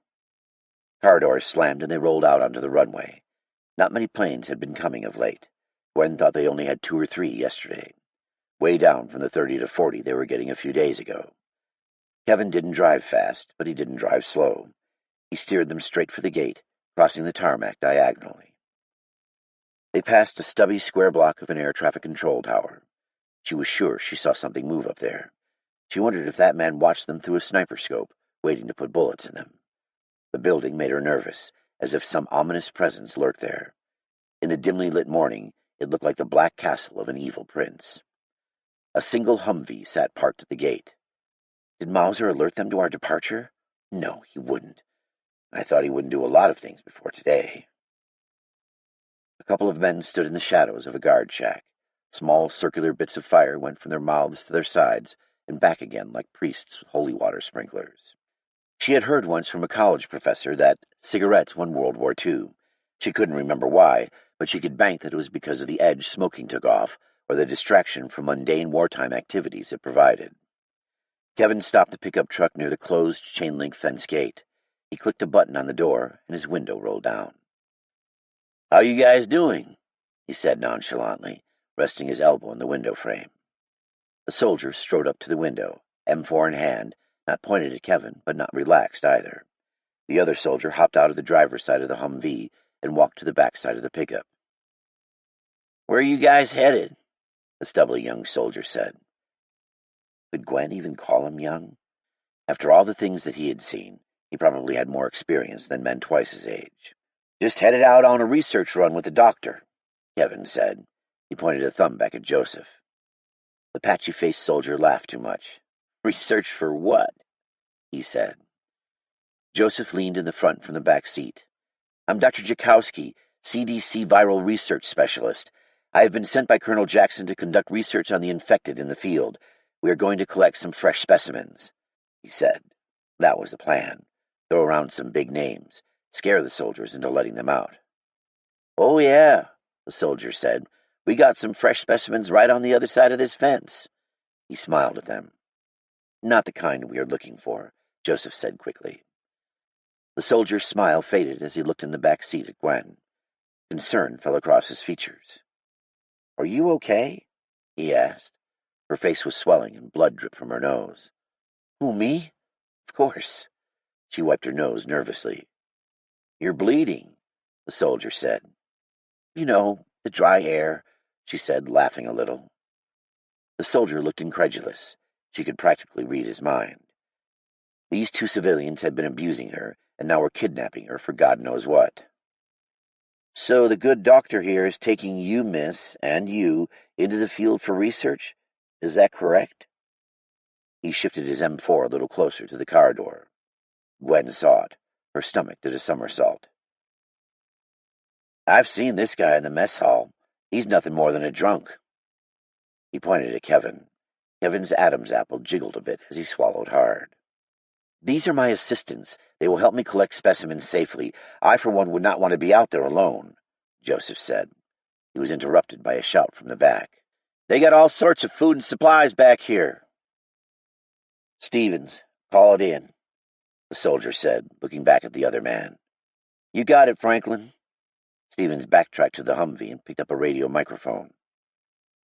"I'm going to need all of you to step out of the vehicle," Franklin said, pointing his weapon at Kevin's face. They were toast. Joseph opened his truck door. "Sir, I assure you it is most vital that we leave now, before the infected become more attentive," he said. Gwen loosened the handgun in her holster, using the door to shield herself from the soldiers. Stevens pointed his M4 at Joseph with one handheld radio to his ear. "Get on the ground, now!" Stevens yelled. He dropped the radio and went for Joseph. Everything that happened next took place in slow motion. Stevens pushed Joseph face down in the dirt, and Franklin was fast approaching Kevin, long gun in the shooting position. Gwen got out of the car and started screaming. "Look, infected!" she yelled, pointing outside the gate. "Everything will be okay, ma'am," Franklin said. Kevin was tossed out of the car. "We'll take care of these perverts and deal with the infected in a minute," Franklin said. "They're coming!" she screamed at them. Both Franklin and Stevens looked up in alarm. "What the fuck, lady? You're safe," Franklin said. "Look!" she pointed out. They both looked to where she was pointing, searching for something that posed more of a threat than these civilians. Joseph squirmed free and punched Stevens in the neck over and over. Stevens' hands leapt for his throat. Franklin pointed his gun at Joseph, but Gwen's handgun fired as if it had a mind of its own. Pop, pop! The soldier held his neck in surprise, stepping backward. His gun dropped low. "Bitch shot me," Franklin said, his eyes wide. "Bitch shot me," he repeated, more panicked. He sat on his backside and crawled backward for the Humvee. Joseph stood over Stevens, hands drenched in blood. The soldier writhed on the ground, holding his throat. Gwen holstered up and collected the soldier's carbine, holding it loosely. She walked over to the wounded soldier. He crawled back on his elbows, belly up. His feet pushed at the dirt. She stared down at him. "I was only trying to help." He paused as if he would say more, but blood pumped from his throat. He stopped crawling. "I killed you. You are dead for trying to save me." "I don't need saving," she said at his corpse. Kevin looked at them, terrified. "We should go," he said. Gwen ran to the fence and took something from her pocket. She unfolded the picture of her and Mark, looking at the photo one last time. She smiled a bit, placed 2 fingers to her lips, and pushed them in Mark's smiling face. Then she wedged the photo in the chain-link fence. The men were already sliding onto the pickup's leather seats. They seemed reluctant to leave their crime. Gwen wasn't surprised at the outcome of events. Joseph stared at his crimson-covered hands. She put a hand on his shoulder. He looked at her, eyes bulging. "I just killed him. That soldier. I don't know what came over me," he said. He didn't need to explain himself. She understood. Forgiven or not, they would probably die in the farmlands of Ohio before anyone would care. "We did what we had to do," she said. He nodded. Kevin sped down the road. "Why don't you take a rest? You're going to need to drive here at some point," she said. Joseph slumped down in his seat. Abandoned vehicles littered the road and roadside. Gwen held the M4 in between her legs and looked out the window at the devastation. The overgrown fields were strewn with bodies of the dead. It was the polar opposite of the photo that fluttered in the fence, waiting for Mark. The photograph only had one word on the back. Home. Steele, Ohio River, Pennsylvania. With the smoldering remains of Pittsburgh behind them, Ahmed and Steele navigated the Ohio River, a key shipping lane of pre-modern America. Their relief at accomplishing their mission faded every mile from the crackling flames. Steele let up on the throttle. "What's that sign say?" he said, gesturing at an offshoot of the river. A thick tree line covered the banks of the river. "I can't see anything," Ahmed said. Steele cut the engine. He grabbed a waterproof map. "Can't tell off this map. There are just too many offshoots. One of these has got to take us to Youngstown," he said. There were less infected bodies in the water the further they traveled away from Pittsburgh. A dilapidated white farmhouse sat some distance off the river. The roof was sunken in the middle, bleached gray shingles cracked or missing. "There. What's that barn say?" Steele said, spying the building. The barn was almost pink in its old age, having long ago lost its iconic red hue. Dull white lettering covered the end of the barn. "Please help us," Ahmed said. "That paint looks fresh." He gave Steele a worried look. "Below that," Steele said. He already knew it read Beaver River Canoe Rental. Rotating his wrist, he turned the throttle back up. "That's the way we need to go," he said. Hours passed as they traveled up the small tributary of the Ohio River, and it eventually turned into the Mahoning River. Pennsylvania's treed hills gave way to Ohio farms. Ohio farms turned into early 20th century brick warehouses. Former industry, now relegated to the past, crumbled long before the outbreak. Youngstown was a small city. A few larger buildings, no skyscrapers.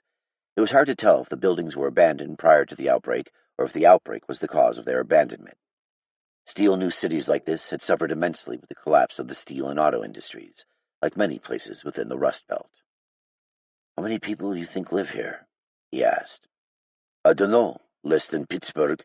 Probably under 100,000. "In that case, I'm going to vote we stop well outside the city limits." "I will second the motion." They passed the downtown center. No lights lit up the small businesses. The city was dead, but not dead enough to stop the inflatable. Steele let all of that pass. Steele wanted to put in as close to the airfield and as far away from the city as possible. He found a small inlet that held a farmhouse and some short soybean fields riddled with weeds. "I'm thinking of putting in over there," Steele said. "I haven't seen an infected in about a mile or so. It's probably good." "My thoughts exactly." He pulled the small boat ashore and hopped out into the shallows with little plops for each of his feet. Water and mud came up to his knees. He scanned with his carbine for threats, but no one bore down on them. Ahmed helped Steele pull a tarp over the small boat. There was little chance they would need it again, but maybe if things got really bad. He tried not to think like that, but he had to.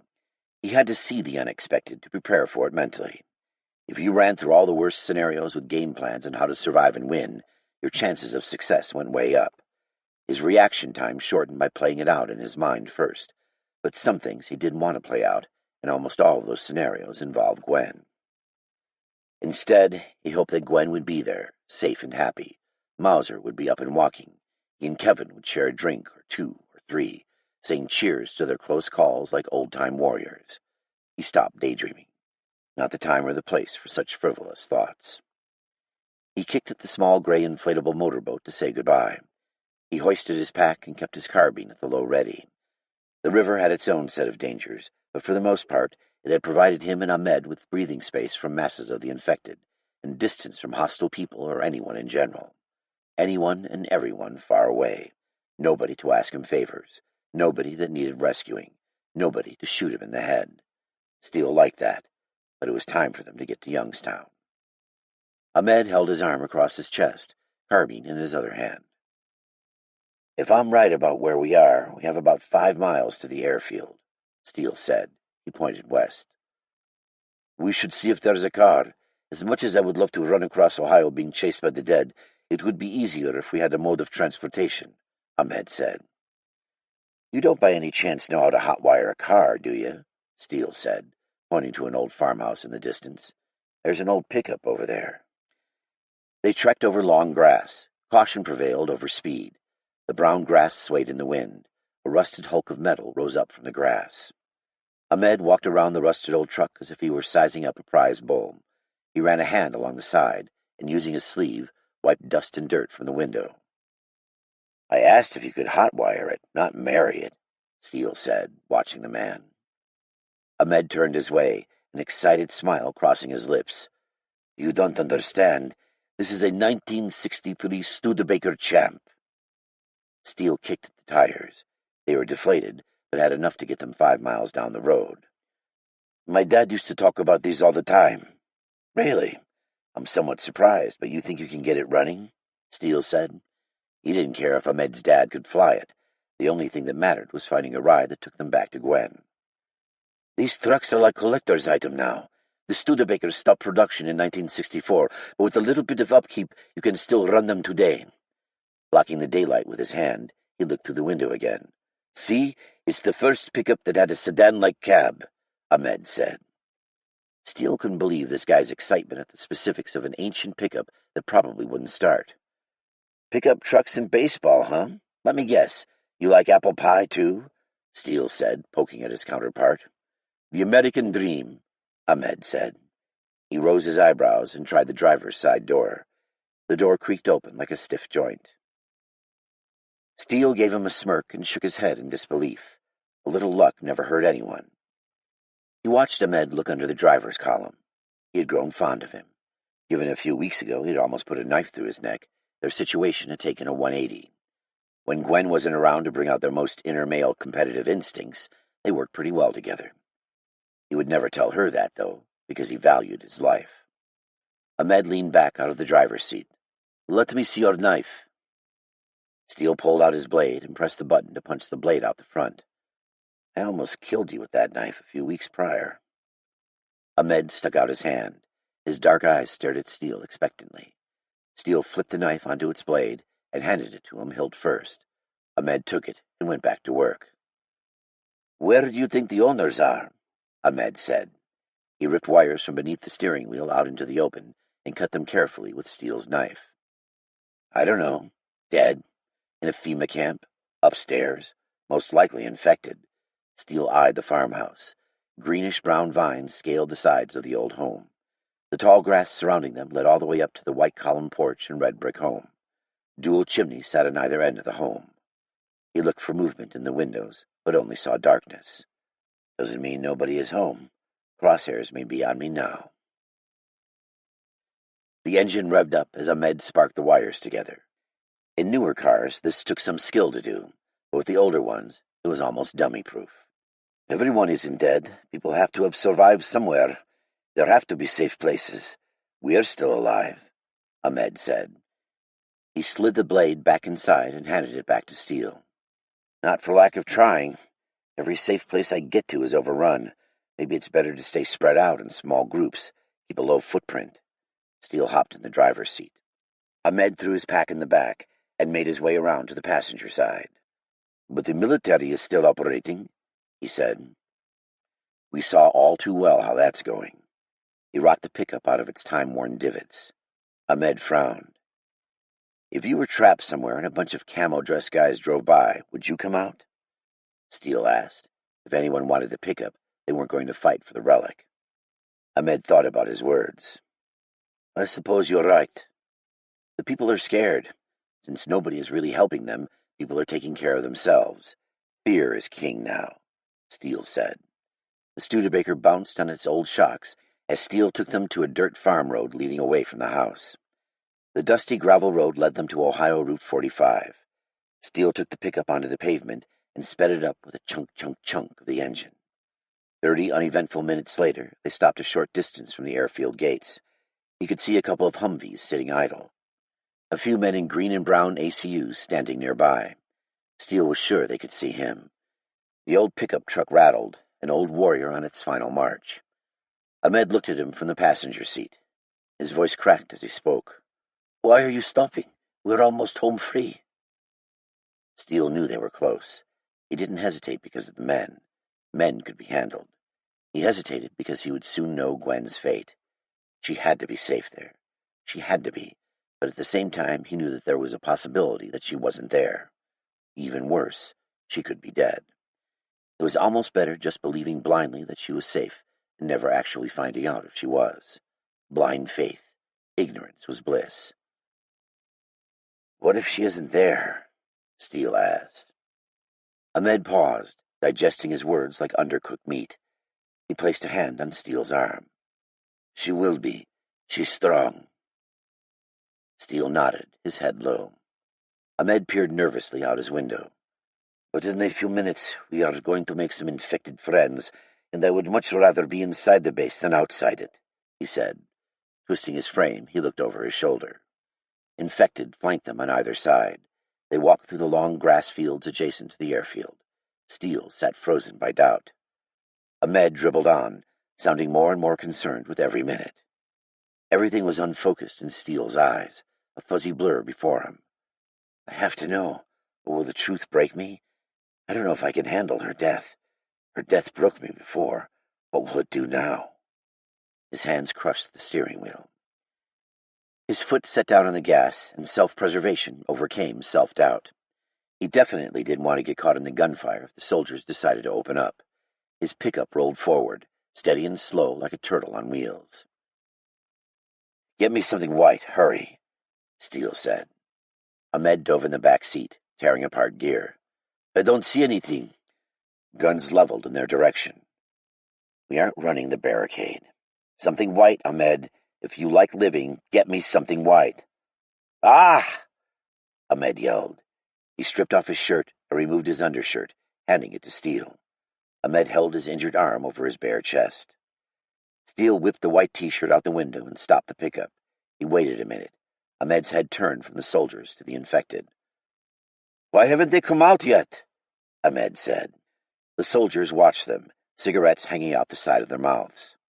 Helmeted heads stuck up out of Humvee turrets. They trained 50-caliber machine guns on Steele's pickup. I don't know, but keep your eye on the infected. I got 10 within 40 feet, Ahmed said. I got 8 moving up the road, Steele said. He reached behind him, grabbing his carbine. 2 options flashed in his mind like bright, burning warning signs. Throw it in reverse and drive off never knowing if Gwen was in the base, or make a run on foot to the gates and hope to God that those assholes would let them in. Neither choice was good, but he had to know. He opened the door of the truck, and it whined loudly in protest. We got to make a run for it, Steele called at him. They both took off for the gate.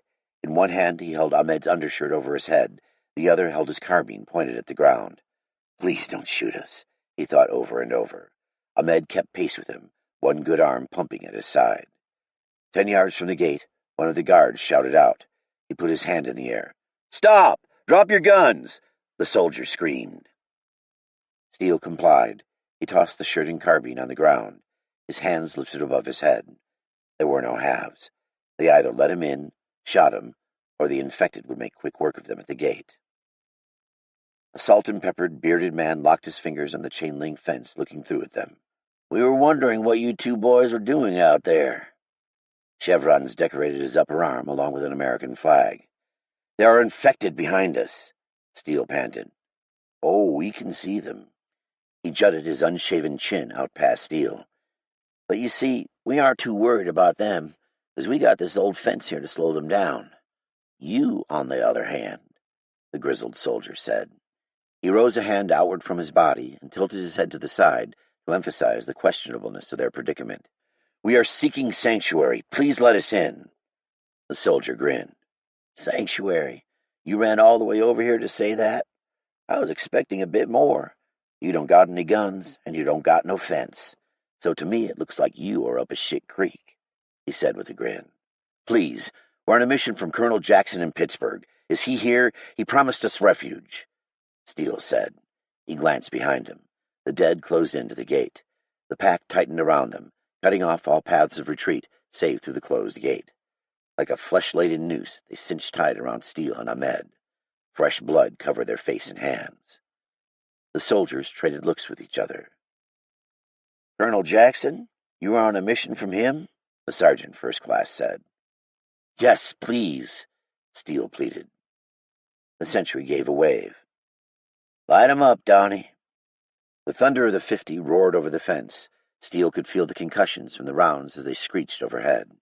It seemed to suck the air out of his lungs, and when he realized that he was not the target of their hot lead, he threw himself to the ground, bringing Ahmed with him. As his hearing came back, he could see Ahmed's mouth working out a yell. Steele gathered himself and stood up, brushing his chest off. The gate rolled open, and the fence clanged. Cutting it a bit close. Being used as bait for the infected was not a prospect that Steele enjoyed. Woo! Shouted the soldier on the 50. He threw a fist up in the air. Smoke drifted up from his machine gun barrel. You see that? That Zulu's head just popped right off. Which one? Shouted another soldier. The fat one, he shouted down at him. Let me see it. The other soldier said, Sarge, you think I could get it? Keep it as a trophy? Knock it off, Jacobs, Sergeant First Class yelled at him. Steele helped Ahmed up. The Sergeant First Class smiled at them. Well, come on in, guys. Ahmed and Steele walked inside only a few feet from the soldiers. The platoon of army soldiers stood watching them curiously. A few stood inside a guard shack. The rest were lounging inside Humvees, doors open and standing around. So Colonel Jackson sent you 2 lovebirds on a mission? Steele dusted off his shirt. That's correct. We were with EOD Specialist Barnes. We completed Operation Anaconda. You with Barnes? That crazy son of a bitch. Where is he? Blew himself up. The words didn't touch the soldier's eyes. He blinked. A corporal standing nearby leaned in and whispered into the sergeant first class's ear. He frowned, removing a rolled-up photo from his ACU breast pocket. He looked down at the picture, then back at Steele. The senior NCO's mouth moved as if he were chewing the inside of his cheek. Barnes blew himself up? So he's dead? Unfortunately, yes. Steele didn't like where this line of questioning was going. Well, you see, we have a bit of a problem. The tone of his voice made Steele's hackles stand on end. The sergeant first class flicked the photograph with his index finger, gently shaking his head. Why's that? Steele asked, rubbing his ear. He stuck his finger in his left ear and shook it. His head still continued to ring. It's quite simple. We found this picture along with the bodies of some of our guys. He pushed a photo of Steele and Gwen into Steele's face. I don't understand, he said. The beach. Beautiful day. How did you get that? What is a picture of Gwen and I doing by the bodies of murdered soldiers? He snatched it from the NCO's hands. Where is she? Steele demanded. His mouth turned into a snarl. Where is she? He shouted at the sergeant first class. That's a good question. Is that you in the photo, son? He said. Yes. Steele started. He was confused. He didn't have time to contemplate his words before a rifle butt landed against the back of his head. Kinnick, Youngstown Airfield, Youngstown, Ohio. He had been in and out of Pittsburgh for as many hours a day as he could maintain, for days, but still hadn't discovered Colonel Jackson and his mystery convoy. He had traveled to every other airfield in the region. The last stop on his route was the Youngstown Airfield, home of the 163rd Air Transport Wing of the Ohio Air National Guard. North of Pittsburgh, the Zele-Noble Airfield had been overrun. He prayed to God that Youngstown was not, or they would be flying on fumes to the next airfield. He had his pilot set down near the air traffic control tower. A single soldier jogged out as the rotors wound down, head ducked and covering his eyes. Where are you coming from? The bearded soldier yelled. Kinnick hopped down, surrounded by his operators. We're coming from D.C. and we need fuel. I'm looking for a Colonel Jackson, or your C.O., he said. The soldier's eyes darted back and forth. I can take you to Colonel Jackson. We haven't had any traffic in a few days. We were wondering if you guys forgot about us, the soldier said, licking his lips. Kinnick looked at the man. His greasy hair stuck out every which way, his shirt was untucked, and his rifle hung loosely over his shoulder like it was a gym bag. His ACUs were patched with a red anvil on his sleeve and a single chevron or mosquito wings at the center of his chest. Colonel Jackson is here? Yeah, he's here. He's our CO. Private, please lead the way. We've been looking for him. He gestured to Master Sergeant Hunter. I want Lewis and Gibson to stay with the helos. Rest of the men to the chow hall. I want you with me, Kinnick ordered. Under his breath he said, Stay close. I'm getting a bad vibe from this place. Roger that. These guys look gaggle-fucked as hell, Master Sergeant Hunter said. Colonel Kinnick and Master Sergeant Hunter tailed the private inside a gray-sided airfield office building attached to the air traffic control tower. A couple of soldiers stood out front smoking cigarettes. They gave Kinnick a hostile look. Kinnick instinctively ran his hand over his Beretta 9mm and made it seem as if he were adjusting his belt. He felt Master Sergeant Hunter's presence nearby, a wolf in soldier's clothing, ready to break free, fangs bared, at any moment. They walked up some dark steps that led to a command room. The private opened the door and stepped inside. Kinnick entered with a bit of apprehension, as if he walked into a trap but was powerless to fight it. A bald man with loosely laced combat boots sat with his feet up on the table. Maps covered the table in a haphazard manner. The corners of the parchment were held down by empty food containers and cans of beer. A couple of sergeants sat in folding chairs nearby. One had a grisly necklace of ears around his neck. A scantily clad blonde woman stood in the background waiting on the men. Kinnick did not like their collective disheveled look. These men are ate up. They reminded him of rabid dogs, simultaneous wild eyes and hard eyes. Colonel Jackson? Kinnick said. The man with his feet up sat back, letting his boots drop to the ground. He waved Kinnick over. He was a short man with broad shoulders. Come on over and take a seat, Colonel Jackson said. Kinnick moved a bit closer and stood at the ready. I would prefer to stand. How are things here? He asked. Clearly, they had deteriorated rapidly. Jackson grinned, his skeletal face wrapped in thin skin. Things are going just fine. I see you came in on a couple of pretty birds. We did. I am on a special mission from General Travis at the Pentagon, Kinnick said before he was interrupted.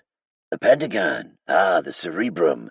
The brain that sends out little electric commands to all its fingers and its itty-bitty toes. Except I haven't received any electric pulses from them in a few days, or anybody for that matter. You haven't heard from General Travis? Kinnick asked. Our communications have been limited. Colonel Jackson let it sink in. And you must be their little errand boy. I ask for orders from Northcom, and they send me you. He spread his hands out in front of him and leaned back in his chair. How can my base be at your assistance? The taller and meaner of the two sergeants snorted a laugh that was cut short by an evil look from Jackson. Kinnick ignored his indiscretion. Yes, it is very important. I am looking for a Dr. Jakowski. I've met him. Skittish fellow, Colonel Jackson said. He rubbed his upper lip. Do you know where he is? Kinnick said hurriedly. I'm not sure now, Colonel Jackson said, smoothing the creases of his mouth. But I know someone who does. Follow me, Colonel, he said. He stood back up from his chair with a smile. Kinnick's skin crawled. They were shadowed by sergeants in unbuttoned ACU jackets, stained undershirts beneath. The one with the ear necklace smiled at Kinnick, only one side of his lips lifting upright. This place was not right. Back down the stairs they marched, and Colonel Jackson led them outside. A civilian camp covered the grounds, stretching over a parking lot and grassy field. He led them to the other side of the air traffic control tower. Ah, there they are, Colonel Jackson said, gesturing at a couple of bodies face down in the grass. They'd clearly been stripped of essential equipment. Kinnick bent down, looking down at them. Their skin was pale and looked cold. Been dead at least a few days. Why were these men not given a proper burial?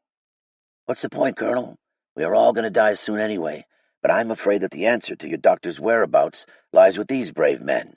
The doctor and his minions murdered these soldiers, killed American soldiers and defied my orders and deserted my command, Jackson said, spittle flying. He licked his lips, calming himself. An infected beat the fence with his hands, his face pressed painfully into the links. Will you excuse me for a moment? Colonel Jackson asked, raising his eyebrows with an apologetic smile. He drew his firearm and marched to the fence. He pointed his gun at the infected's face. The creature clawed the fence with zero regard that the colonel was about to put a bullet through its head. Jackson kept his gun steady for a moment, almost as if he were waiting for the infected to flinch. He pulled the trigger, and the infected lost part of its head. Kinnick stared down at the bodies. Americans fighting their own military. Not impossible, but is this the new norm, or is this isolated? Colonel Jackson walked back to Kinnick. His eyes held a bit of fury. He holstered his weapon. Now, where were we? He asked, straightening his ACUs. Oh, yes, we were discussing chain of command and our civilian components. Does your General Travis or any of those pukes out in Colorado have any idea what it's like out here? He rose non-existent eyebrows at Kinnick. He didn't expect an answer. This was a lecture. You've seen it. You must have. The dead, the eaten, the survivors. It's as if they all want you dead.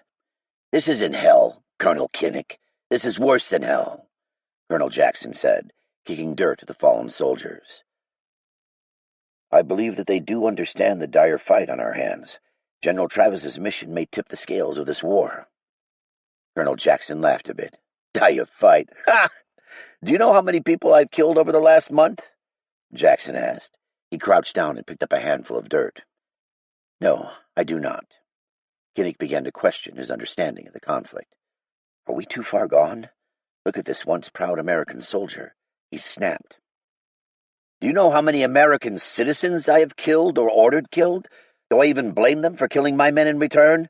My men. Men who look to me to lead them into and out of battle safely. Men who rely on me to point them in the right direction. Kinnick was silent.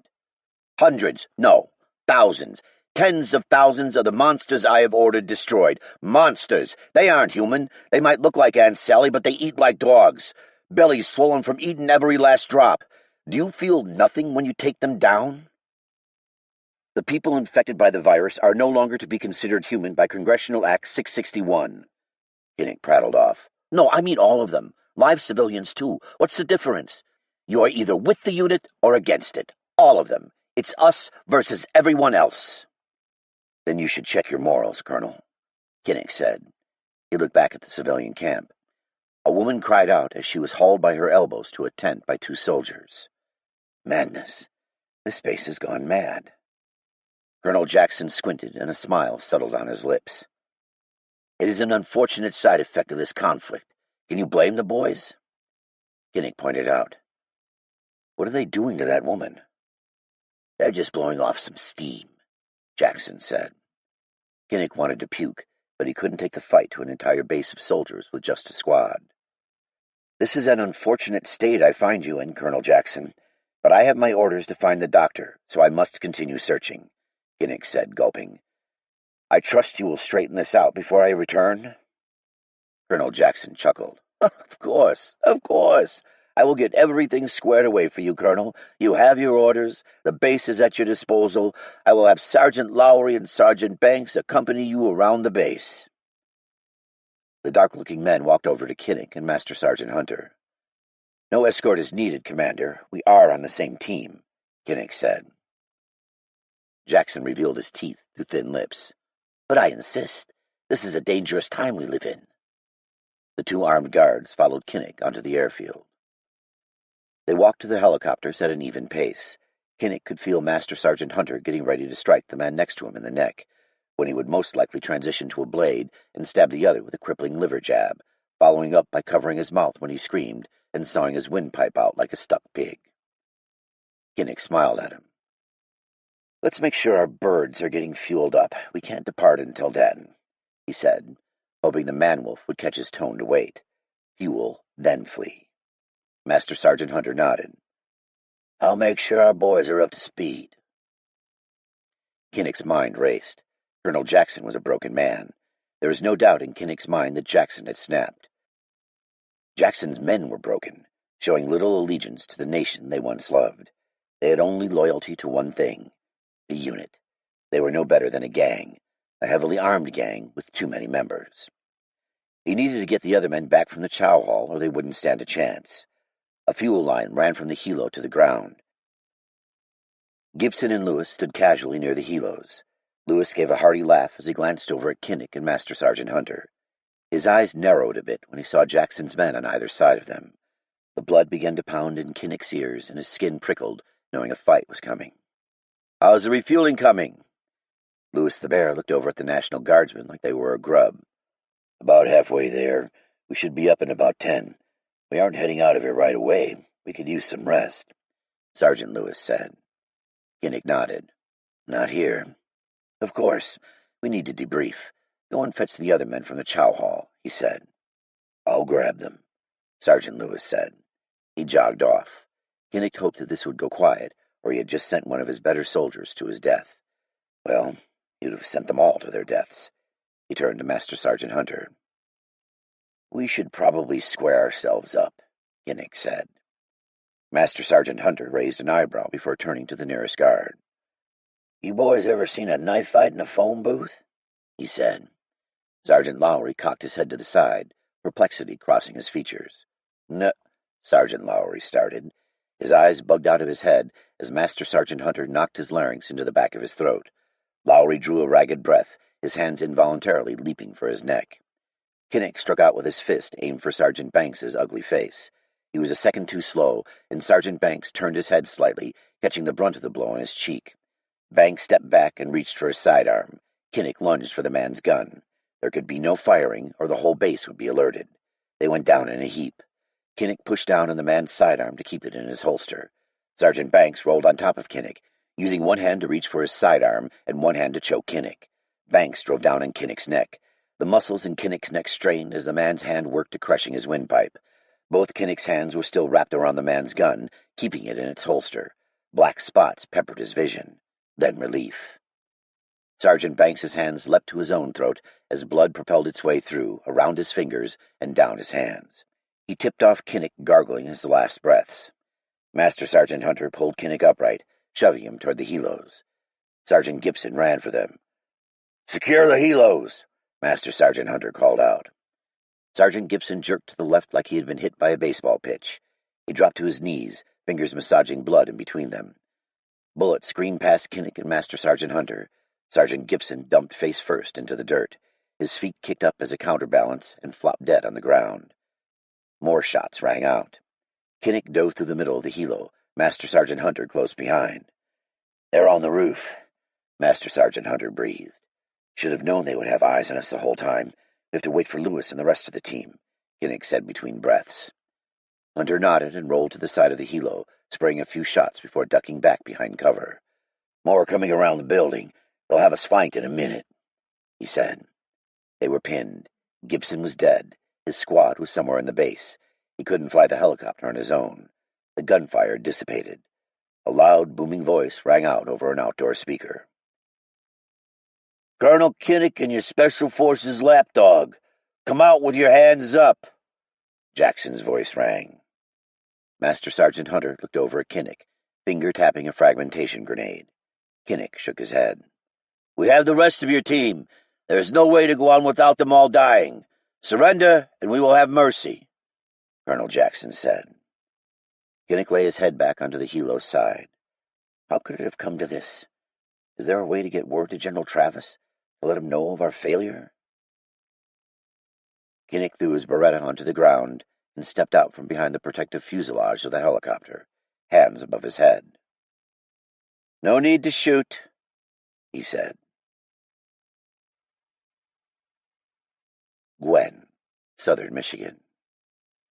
Kevin slowed the pickup down to a stop next to a white sign that read, "Pure Michigan," in scrawling blue letters. A string of bullet holes peppered diagonally down the sign. They had avoided Toledo and cut up the middle of Michigan to avoid Detroit and the surrounding areas. Kevin hadn't driven the whole time. Each one of them had taken their turn driving, so they never needed to stop for long. He had stopped for the sign. A red Expedition sat abandoned in the ditch. Tire tracks lined the pavement. "Hopefully that SUV has some gas in the tank," she said. Kevin eyed her nervously. She looked out the windows. No infected in sight. "Same plan. I'll cover with the long gun. Kevin will siphon. Joseph will carry," she said. "Why do I always have to siphon?" Kevin asked. "I don't care. Make Joseph do it, but I'm on the gun." "Rock, paper, scissors for it?" Kevin said with a smile. "Fine. On 3, or 1, 2, 3, go," Joseph asked, pushing his cracked glasses up his nose. "On 3. Gwen, you want to call it?" "Jesus, you guys are worse than dealing with a sorority." Kevin gave her a look like she was crazy. "This is important," he said, his face serious. Gwen rolled her eyes. "Sure. Ready?" "No one said anything about ready," Kevin complained. She glared his way. "Ready. 1, 2, 3. The men stuck out their hands. Joseph made a fist, and Kevin split his index and middle fingers. "Aw, dang," Kevin cursed, throwing his hands up in defeat. Joseph smiled, and his chin lifted up. "I pick carrying." "All right, back to surviving the apocalypse, gentlemen." She liked the two men, but sometimes she wondered if their maturity level would ever rise above that of a teenager. "Come on, you two," she said. Car doors opened and gently closed behind them. The last thing they wanted was an unwanted guest hitching a ride. The three survivors moved quickly. Gwen had lost count on how many times they had to stop to siphon gas. It seemed like they had to stop every 10 miles to fuel up. Every single gas station between the Youngstown airfield and Michigan had been drained dry. A cool, dark gray sky gloomed above as if God had thrown a sheet over his dead earth. Gwen had expected the fall-like weather. Mark had always talked about how the temperatures dropped rapidly near the end of September in Michigan. A sharp wind penetrated her clothes. She shivered. Being inside the car is better. She hustled behind Joseph, carbine low, with the stock wedged near the front of her armpit so she could raise it into a firing position in a quick single movement. A dense woodline covered the edge of the ditch, and Gwen faced herself that way. She glanced back at Kevin. He knelt next to the SUV and shoved a tube into the gas tank. He puffed as he sucked the gas out of the tube. He huffed. She looked back out at the trees. Coast was clear. A twig snapped in the woods, drawing all their attention. She tried to zero in on where the noise came from, but her eyes struggled to conquer the branches and greens of the woods. "What's going on?" Joseph breathed quietly.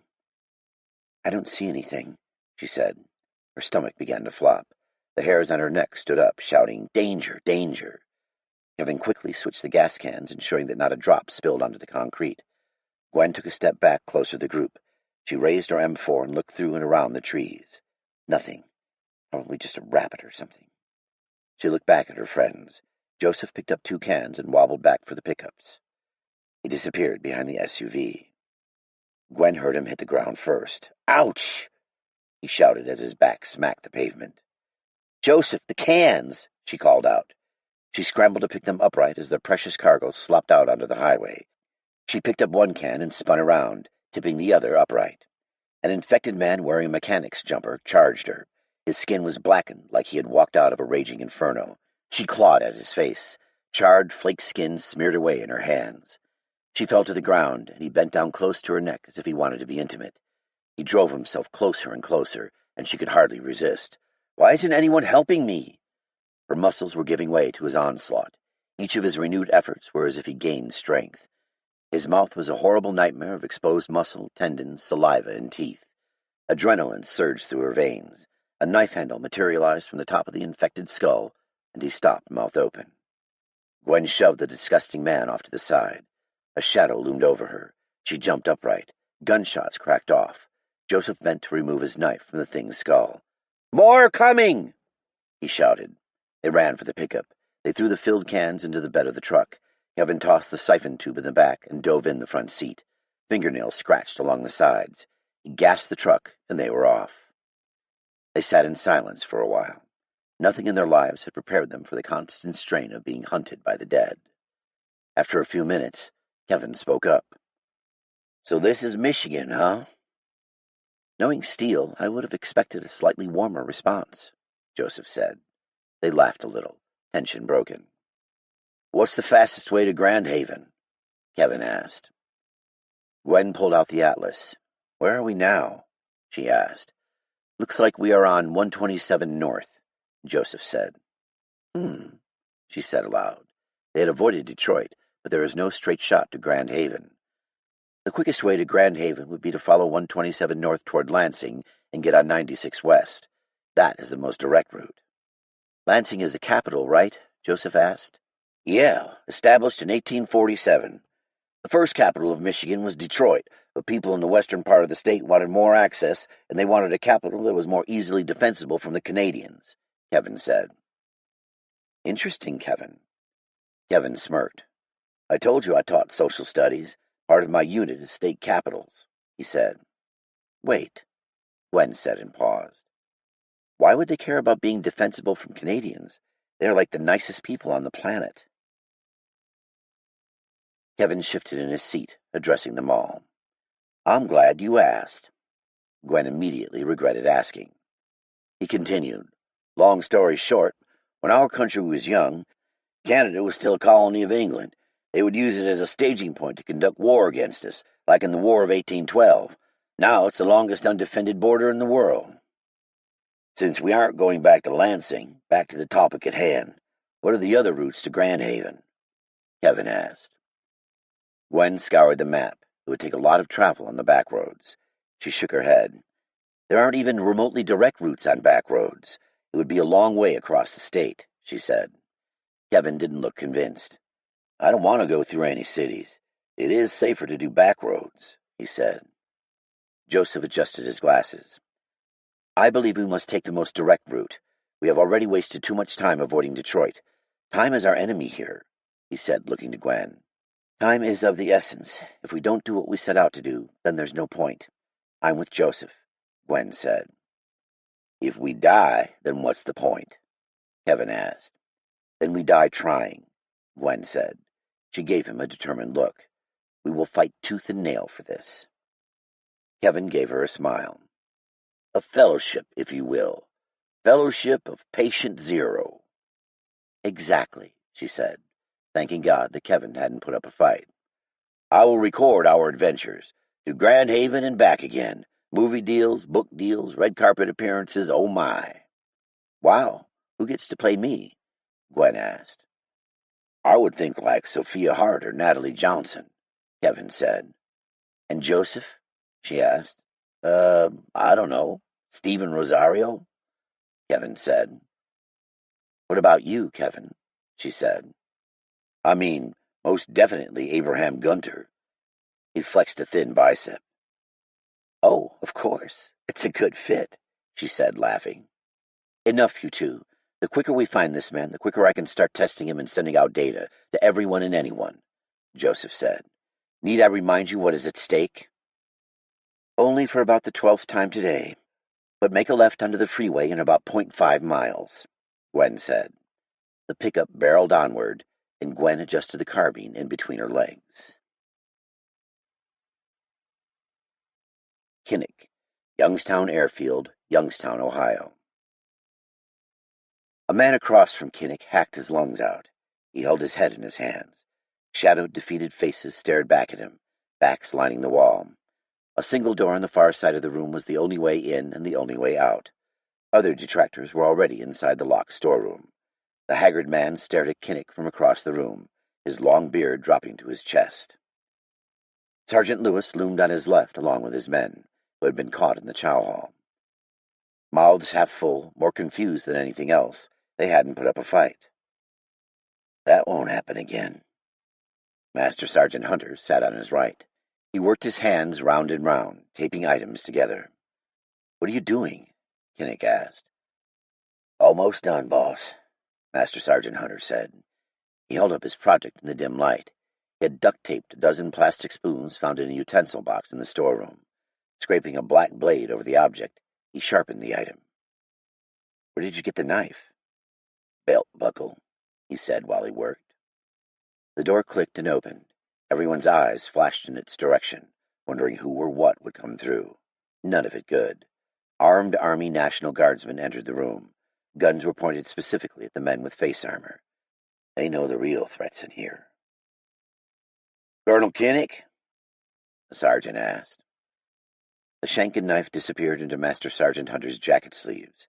He stood up, crossing his arms over his chest, a knife and shank poised to slash vital arteries in neck's arms and legs. No, Kinnick whispered to him. Master Sergeant Hunter's beard bobbed a bit, and he coughed in his hand. I'm Colonel Kinnick. Kinnick stood, feeling his age.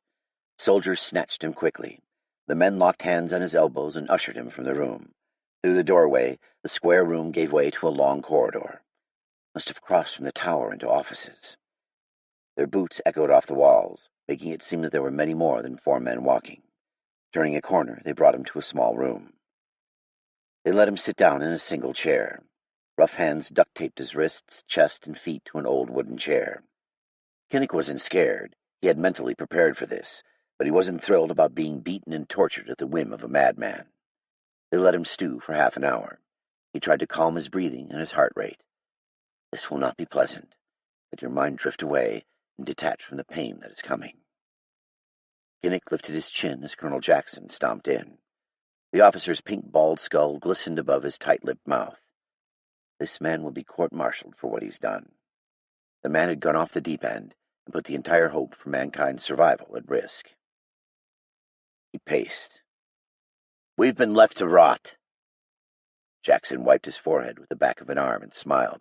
Shit, we're no better than those poor imbeciles wandering around outside.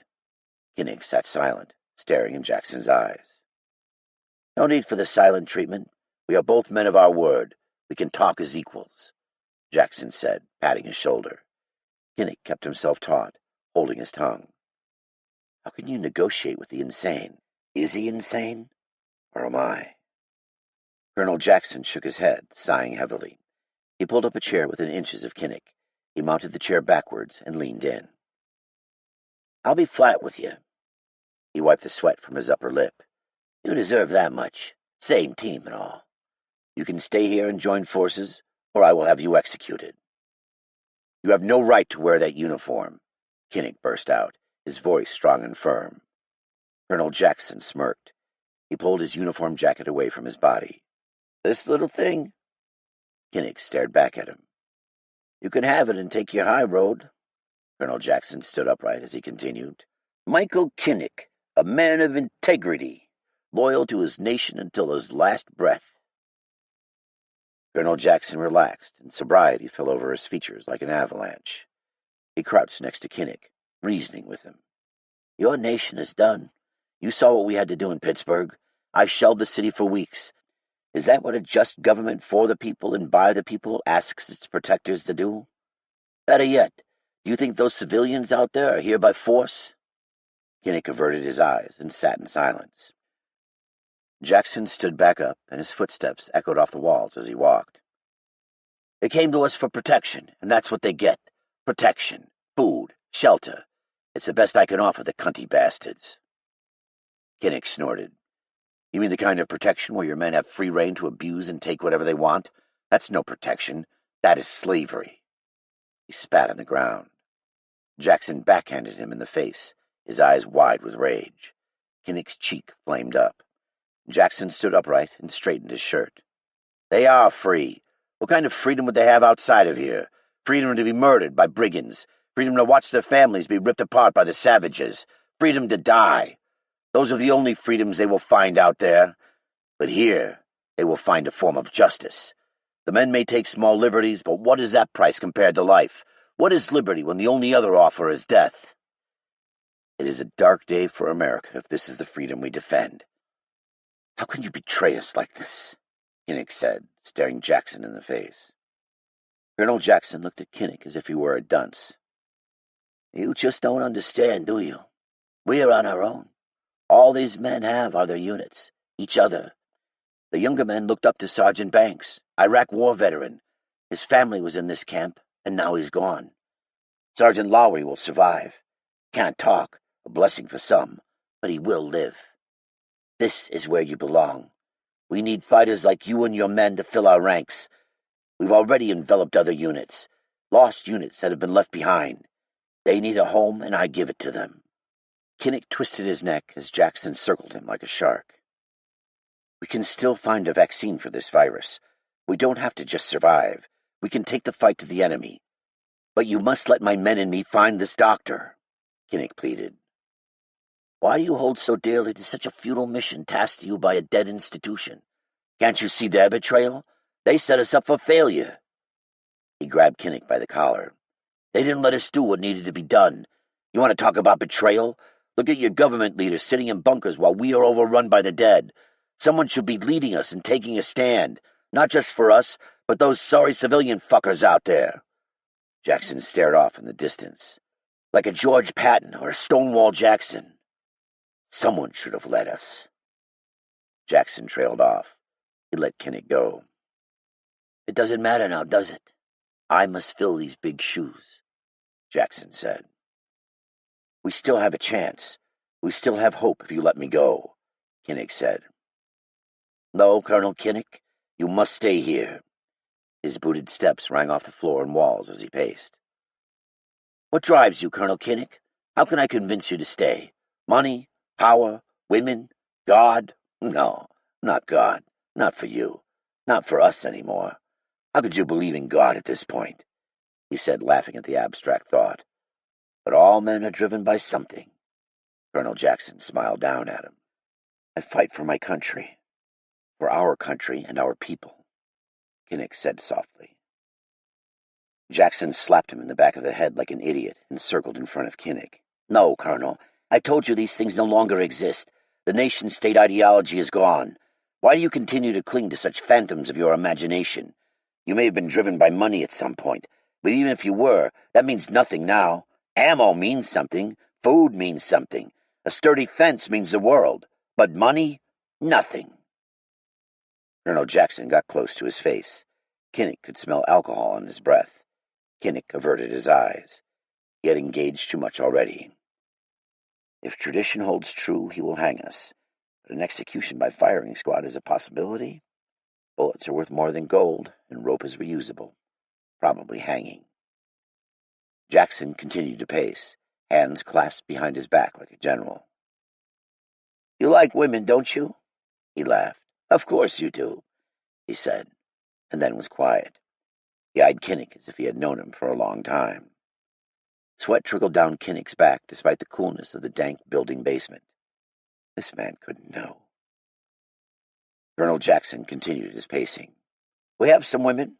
We will definitely find more. I can even give you the pick of them when we do. We have been taking them in for days. They came out of the woodwork for us. After all, we are the guys with guns." Jackson grinned again like a banshee, light shining off his bald head. "Never rely on the government, because they're never around when you need them. But we are." "Help me complete my mission," Kinnick pleaded.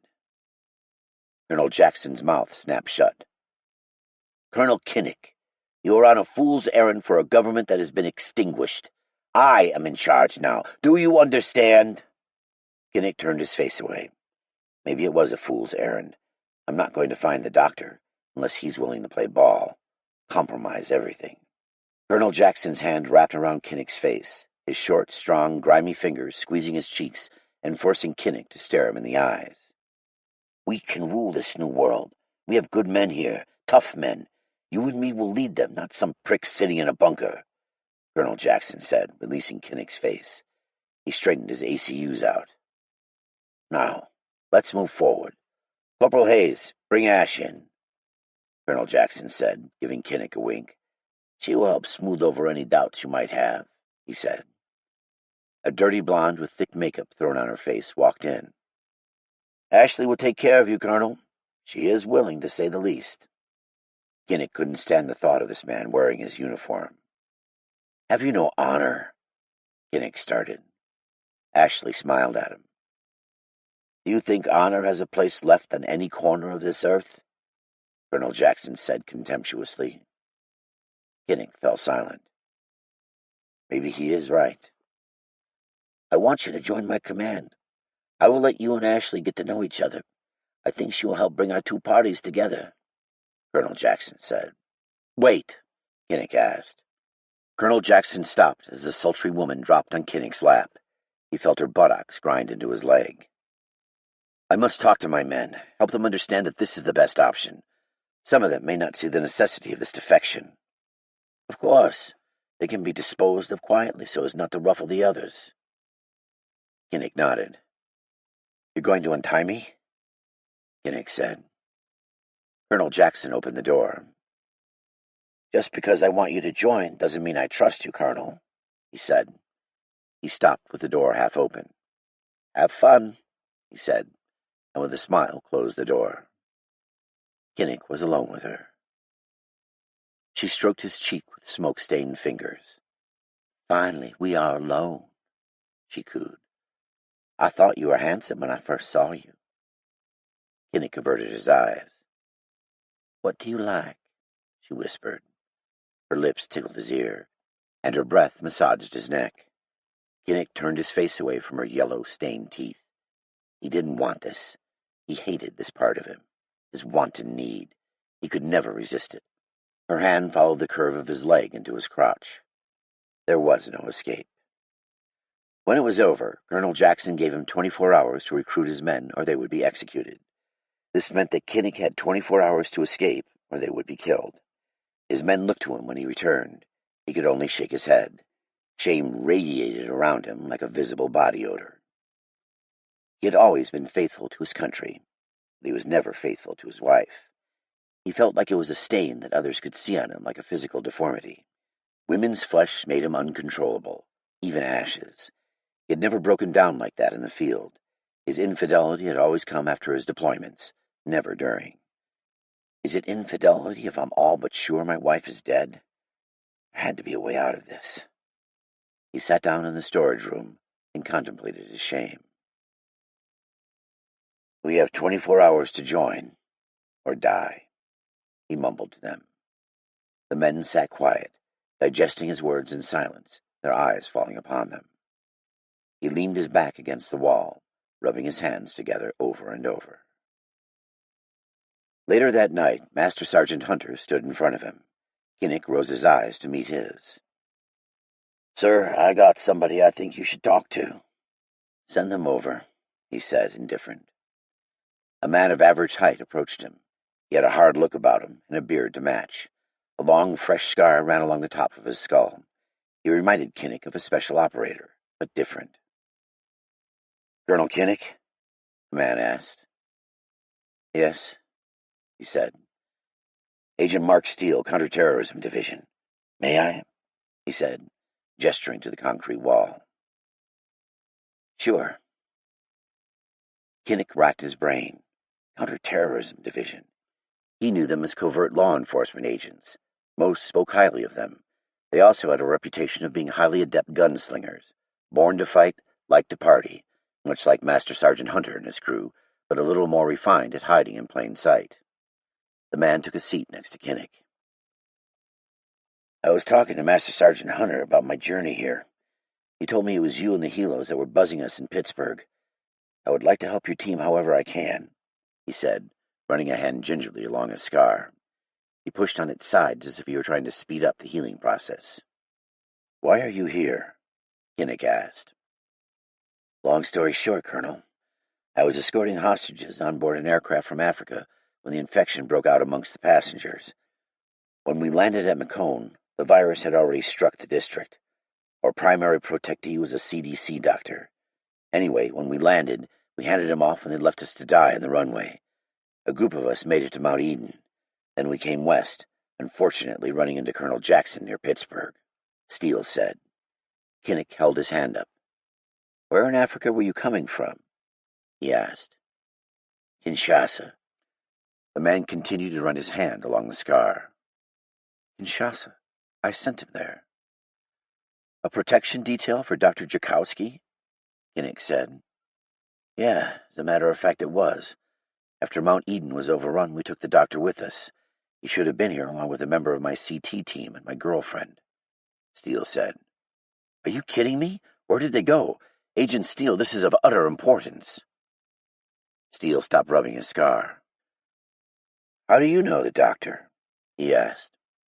I am Under Secretary Kinnick from the Department of State. I planned your mission. My team is looking for Dr. Jakowski. We must find him.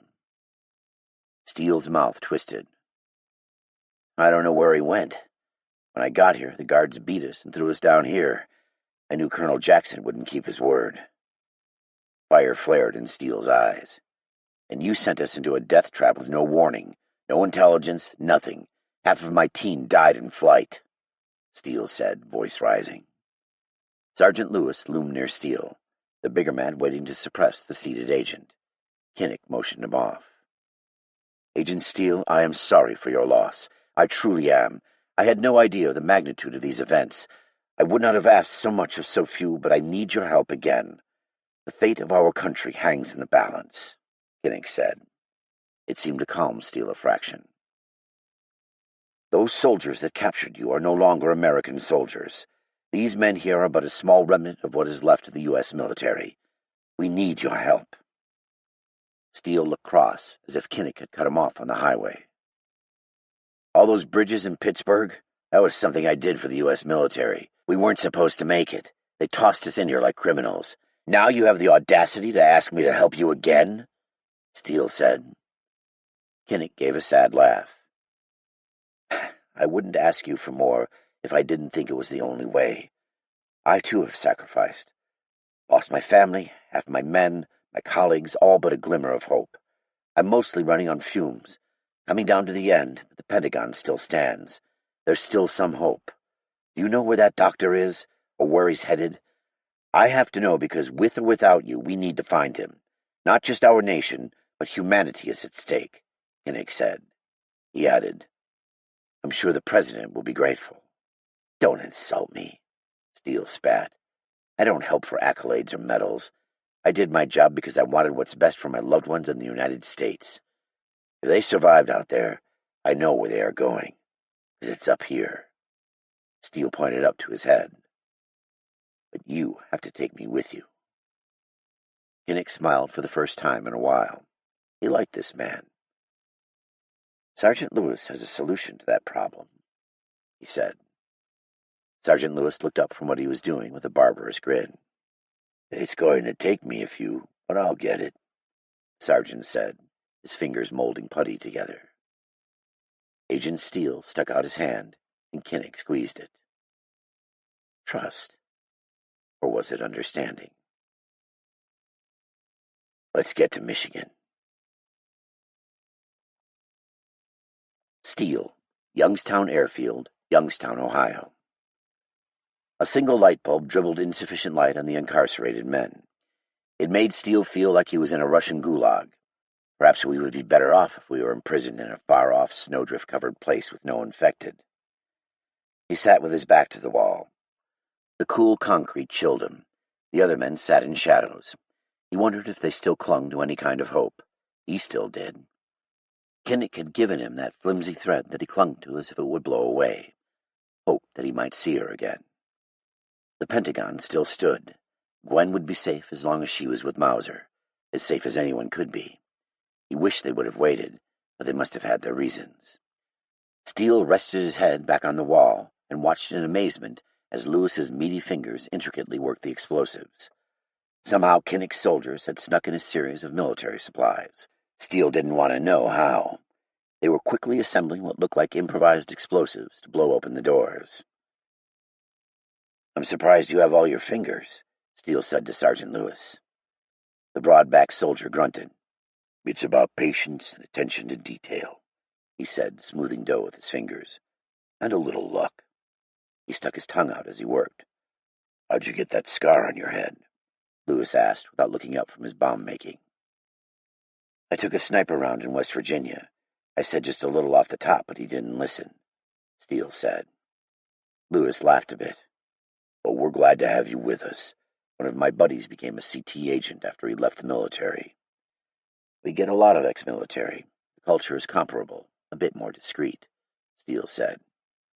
"Maybe when this is all over, I'll think about joining up with you guys," Sergeant Lewis said. "I'll put in a good word for you," Steele said. He doubted that he would ever work as an agent again. The odds of that were slim. "There," Lewis said. He set down his last molded explosive device. "Now, all we have to do is wait." "When do we strike?" "Hunter said we wait until dawn. Hopefully those sandbagging guards will be passed out." "You didn't by any chance sneak in any guns?"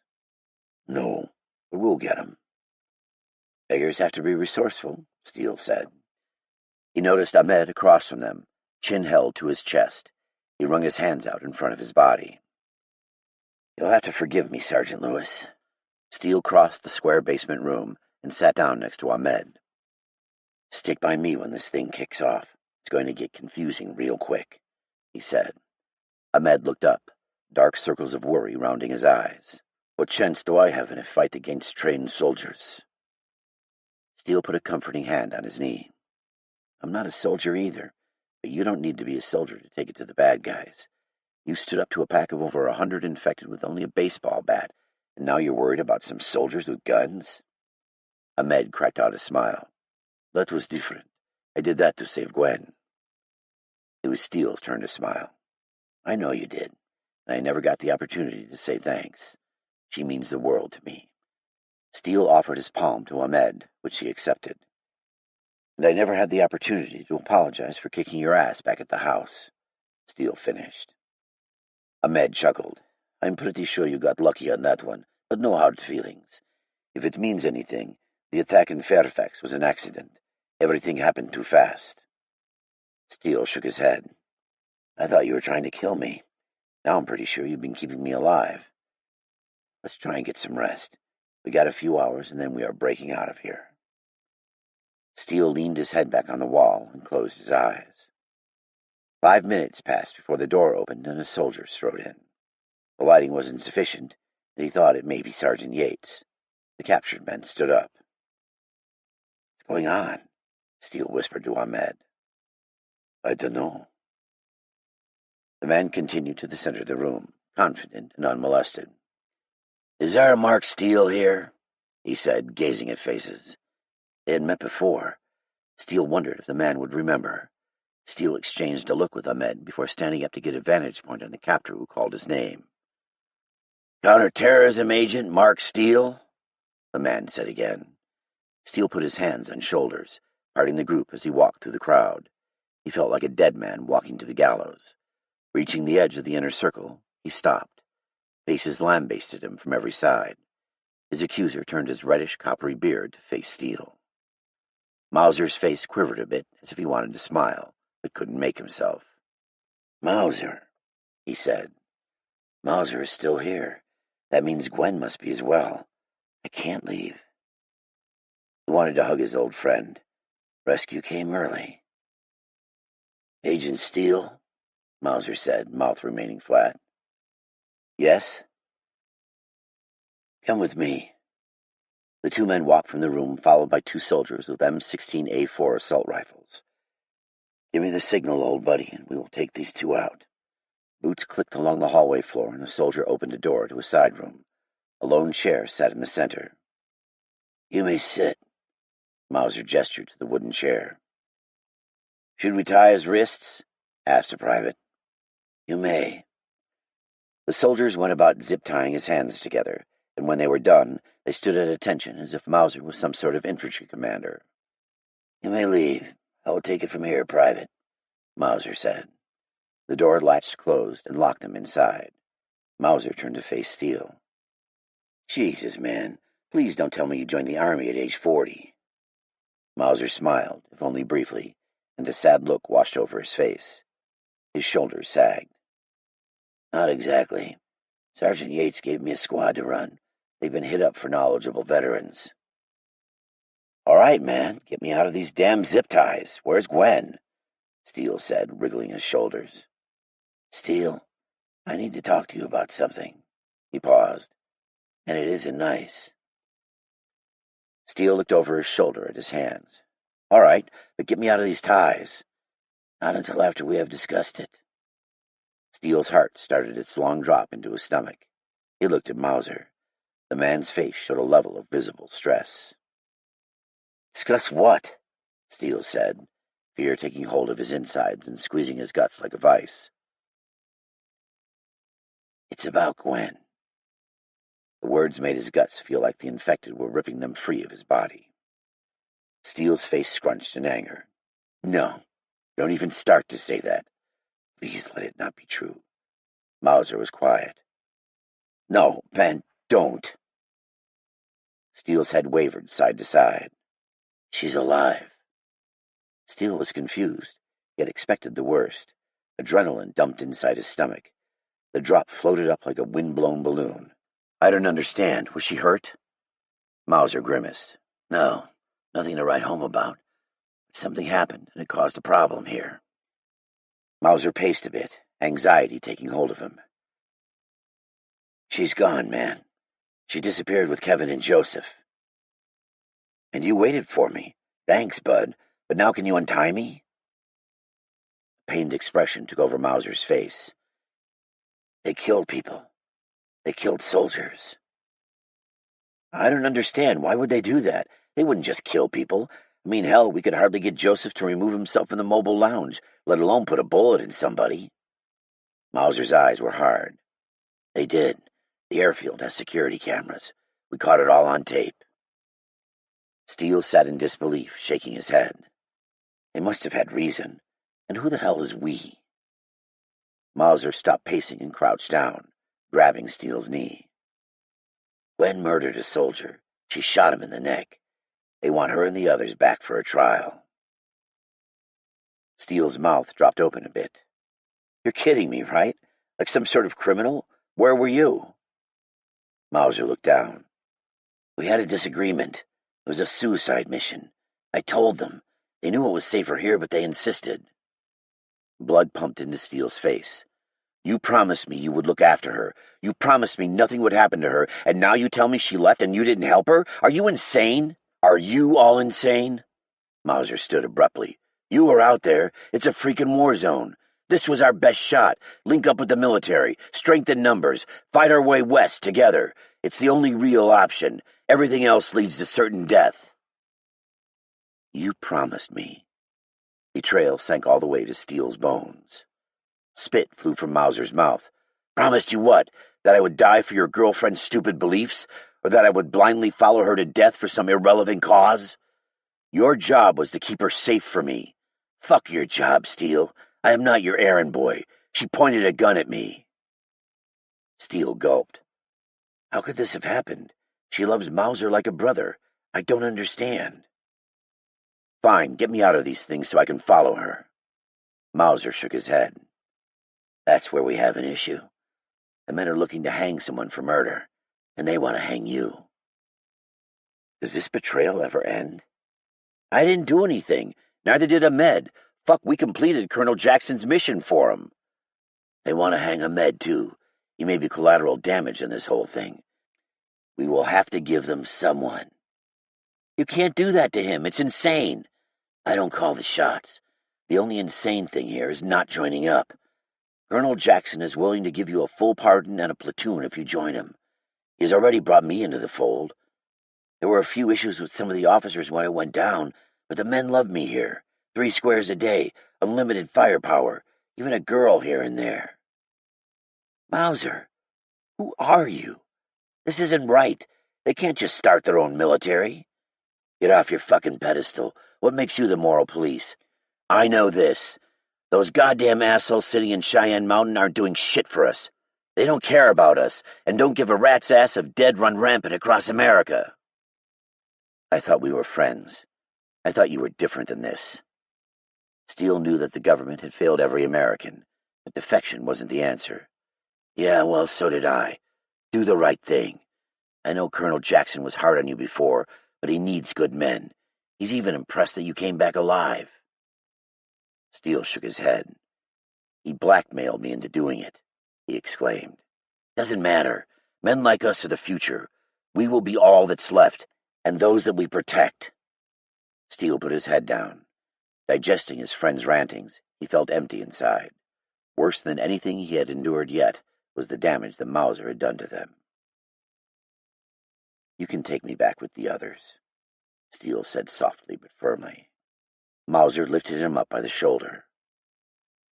Come with us. The old world is gone. Help me build a new one. Mauser's gray eyes searched for meaning beneath Steele's. Steele said nothing. After a moment, Mauser pounded on the door. Private, open up. Steele was silent as Mauser and his soldiers led him back to the holding room. They opened the door, and Mauser cut his ties. Steele rubbed the blood back into his wrists. Tomorrow is all you have, or they will hang you. Tomorrow, echoed Steele. Joseph, Grand Haven, Michigan. A drawbridge connected Grand Haven to the mainland. It lay flat over the Grand River, providing access to the beach town from the north. Joseph's allies would have had to backtrack miles to go around to the other side. The citizens of Grand Haven weren't lucky for leaving the drawbridge down. Joseph seemed to be the only one who noticed the sign that read, Grand Haven, Michigan's West Coast, had 2 bloody-fingered streaks, like someone had been hanging onto it until ripped away. Follow Harbor Drive, Gwen said from the front seat. They passed boat slip after boat slip along the Grand River. The river ran along the town, emptying out into Lake Michigan. Almost all of the slips were empty. Is it the time of year, or did these people get enough warning to take their sailboats, yachts, and fishing craft to sea? He didn't know. They followed Harbor Drive for a few miles until they came to a sharp bend in the road. A line of black and white squad cars overlapped with a few blue state trooper cruisers blocking their progress. The police officers and troopers had used the river as part of their barrier to funnel the dead into a small killing zone. Like the pass of Thermopylae, Kevin said from the back seat, leaning forward between Gwen and Joseph. Hundreds of bodies were piled up high in front of the cruisers. Crows and gulls hopped from corpse to corpse. Windows were smashed. Blood stained the black and white squad cars. No officers manned the barricade. Infected roamed aimlessly near the barrier, as if they had arrived late to a party and weren't allowed inside. There. Gwen pointed to a small gap near the river. If we can get through that gap, we can follow the beach up to Shuttlecock Drive. It's just off of South Harbor Drive, she said. Joseph had memorized the map. They were close. So close he could taste it. Everything depended on it. That's a tight fit, Gwen said. Do you think we can make it? She looked at Joseph, questioning their gumption. Joseph's hands wrapped tightly around the steering wheel, resistance building up inside of him. You can't make it. He won't be there. Your quest has killed innocent people for nothing. Be quiet! He shouted at the voices of defeat. He shooed the doubters from his head. Do we have any other choice? Joseph said. "You are sure you can do this?" Gwen said. Her lack of faith in his abilities further battered his will. She is used to brave men, strong men, who take charge in situations like this to save the day, not men like you. Stand down. "Do we have any other choice?" he shouted. "No," she said timidly. "Buckle up, you two," he commanded. Gwen clicked her seatbelt into place, looking at him fearfully, like he may have gone crazy. He briefly snapped his strap, ensuring it was in its proper place and feeling the sting across his chest. "Kevin, put your seatbelt on," he said. "All right, Joseph, take it easy," Kevin said in his ear. His seatbelt clicked. "Are you sure, Joseph?" Gwen doubted. "No time." He jammed his foot down on the gas pedal, forcing their backs into their seats. Sand spun up from beneath his tires, and the pickup roared ahead for the last two police cruisers. They picked up speed, dust clouding the air around them. Joseph steered the oversized pickup for the tiniest gap between the cruisers, his eyes unable to leave the smallness of the space. The truck's front end crunched into the cruisers. "Oof!" Gwen yelled over the crashing of metal and plastic. The cruisers absorbed the impact, but the pickup persevered, driving the last car closer to the water. The cruiser's front wheels teetered on the edge of the retaining wall. The truck didn't shoot the gap, though. Joseph threw it in reverse. "Here we go again," he said, throwing it into drive. The second time the truck struck the cruisers, the airbags went off. The police cruiser teetered off the edge and splashed into the river, disappearing beneath the greenish-brown surface. Joseph slammed on the brakes and wrestled it into park, unable to see. Gwen pulled a knife and stabbed her airbag, unable to see. White dust covered everything inside the car. Kevin coughed. "This stuff has to be bad for you," Kevin hacked. "Is everyone okay?" Gwen shouted as she pushed the airbag down with both hands. "Yes, I am fine," Joseph said, rubbing his neck with his hand. She stabbed his airbag, and he tried to shove it back into the steering wheel. "Infected are coming," Kevin said. Hands beat the sides of the pickup truck. Joseph put it in drive and gassed the pedal. The truck wobbled down the beach, turning up sand with spinning tires. He struggled to keep the pickup driving straight. A long concrete pier stuck out into the water, topped by a single red lighthouse at the end. The truck limped, a gray smoke plume rising from the engine. 3-foot whitecaps crashed on the shore. This place was even beautiful in the recess of summer. They eventually cut up and off the beach at a white lifeguard tower. A few excruciating minutes later, and they were there. Shuttlecock Lane was across from the beach. Joseph stopped the pickup and threw it into park. He got out, peering up at a large ranch house with a large bay window facing the water. The window had been broken and covered again with wood. His comrades exited the vehicle. Joseph was close to knowing the truth. "We made it," he said to Gwen. She flashed him a quick, nervous smile. "Yes, we did," she said, a fierce determination settling on her pleasant features. The three cautiously traversed the steps to the front door. Joseph reached a hand out, stopping mere inches from the doorknob. "What if he isn't here? Then what?" "You keep looking." Joseph twisted the doorknob, finding it stiff and unrelenting. "Around back," Gwen offered. Her shoulder touched the side of the house as she covered behind them. They all stalked around the house. Joseph thought about knocking. Maybe the man was home. Kevin peeked through the windows. "I don't see anything." Joseph twisted the handle of the back door to no avail. "We could force the door," Gwen said, holding her carbine close to her chest. "Yes, we must," Joseph said. He felt like his insides wanted to burst from his chest. He was so close. Gwen swung the stock of her carbine into the window and reached inside to unlock the door. The house was dark. No lights, not even the microwave was lit up. Empty cans littered the kitchen. "Power must be out," Kevin said, taking a nervous pull from his flask. "Somebody was here," Gwen said, covering her nose as she held up a can of tuna. The living room had a nice leather couch and flat-screen TV. Sailboats, ship wheels, and decorative fishermen's nets were displayed on the walls. Pictures lined the mantel of a man and a woman with a young girl. Joseph's gut wrenched at the eeriness of being inside someone's home, someone that was now dead. People were here, living a normal life, and now they were dead. They didn't smile anymore. They didn't play in the sand. They couldn't go for a walk. They were decomposing flesh somewhere out there. A man stared back at Joseph in the photo. Patient Zero. Thinning hair braced his scalp, hardly covering his almost bald head. They slowly checked the kitchen and living room. A hardwood floor hallway led to the bedrooms. The doors were all closed. Joseph creaked down the hallway and jumped as he was answered by a pounding from the far door. Hands beat the wooden door panel erratically. Muffled moans sounded from behind the door, and Joseph's heart began to sink. He crept forward, his small knife in hand. Maybe this was the wrong house. Maybe Dr. Anderson had given him the wrong address. He almost shit himself when Kevin placed a hand gently on his shoulder. "How many?" he whispered. Gwen tiptoed behind them. "I don't know. 2?" he responded. "I got this, Doc," Kevin said. Kevin gave him a pat on his arm as if he recognized his own expendability. "Are you sure?" Gwen asked. "Can't leave the West Virginia boys out of the fight." Kevin's footsteps groaned on the wooden floors. Joseph followed behind, the all-too-familiar smell of rotting flesh stinging his nostrils. Kevin reached for the handle of the door.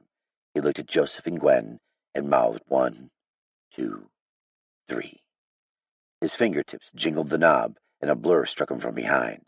Kevin's neck whiplashed. The thing growled as it took Kevin down onto his stomach. Joseph froze in the moment. The door grumbled open as Kevin fell, and within seconds 2 ghostly figures moved for Joseph. A mother and daughter, still in their pajamas. Black blood had run down their nightgowns, long since dried.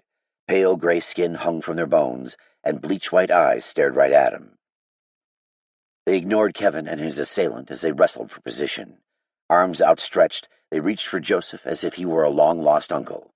They were mesmerizing, mother and daughter together in one purpose. The discharge of a gun near his ear made him cringe. He crouched down, deafened by the blast that reverberated down the hall. He watched both bodies fall to the floor unmoving.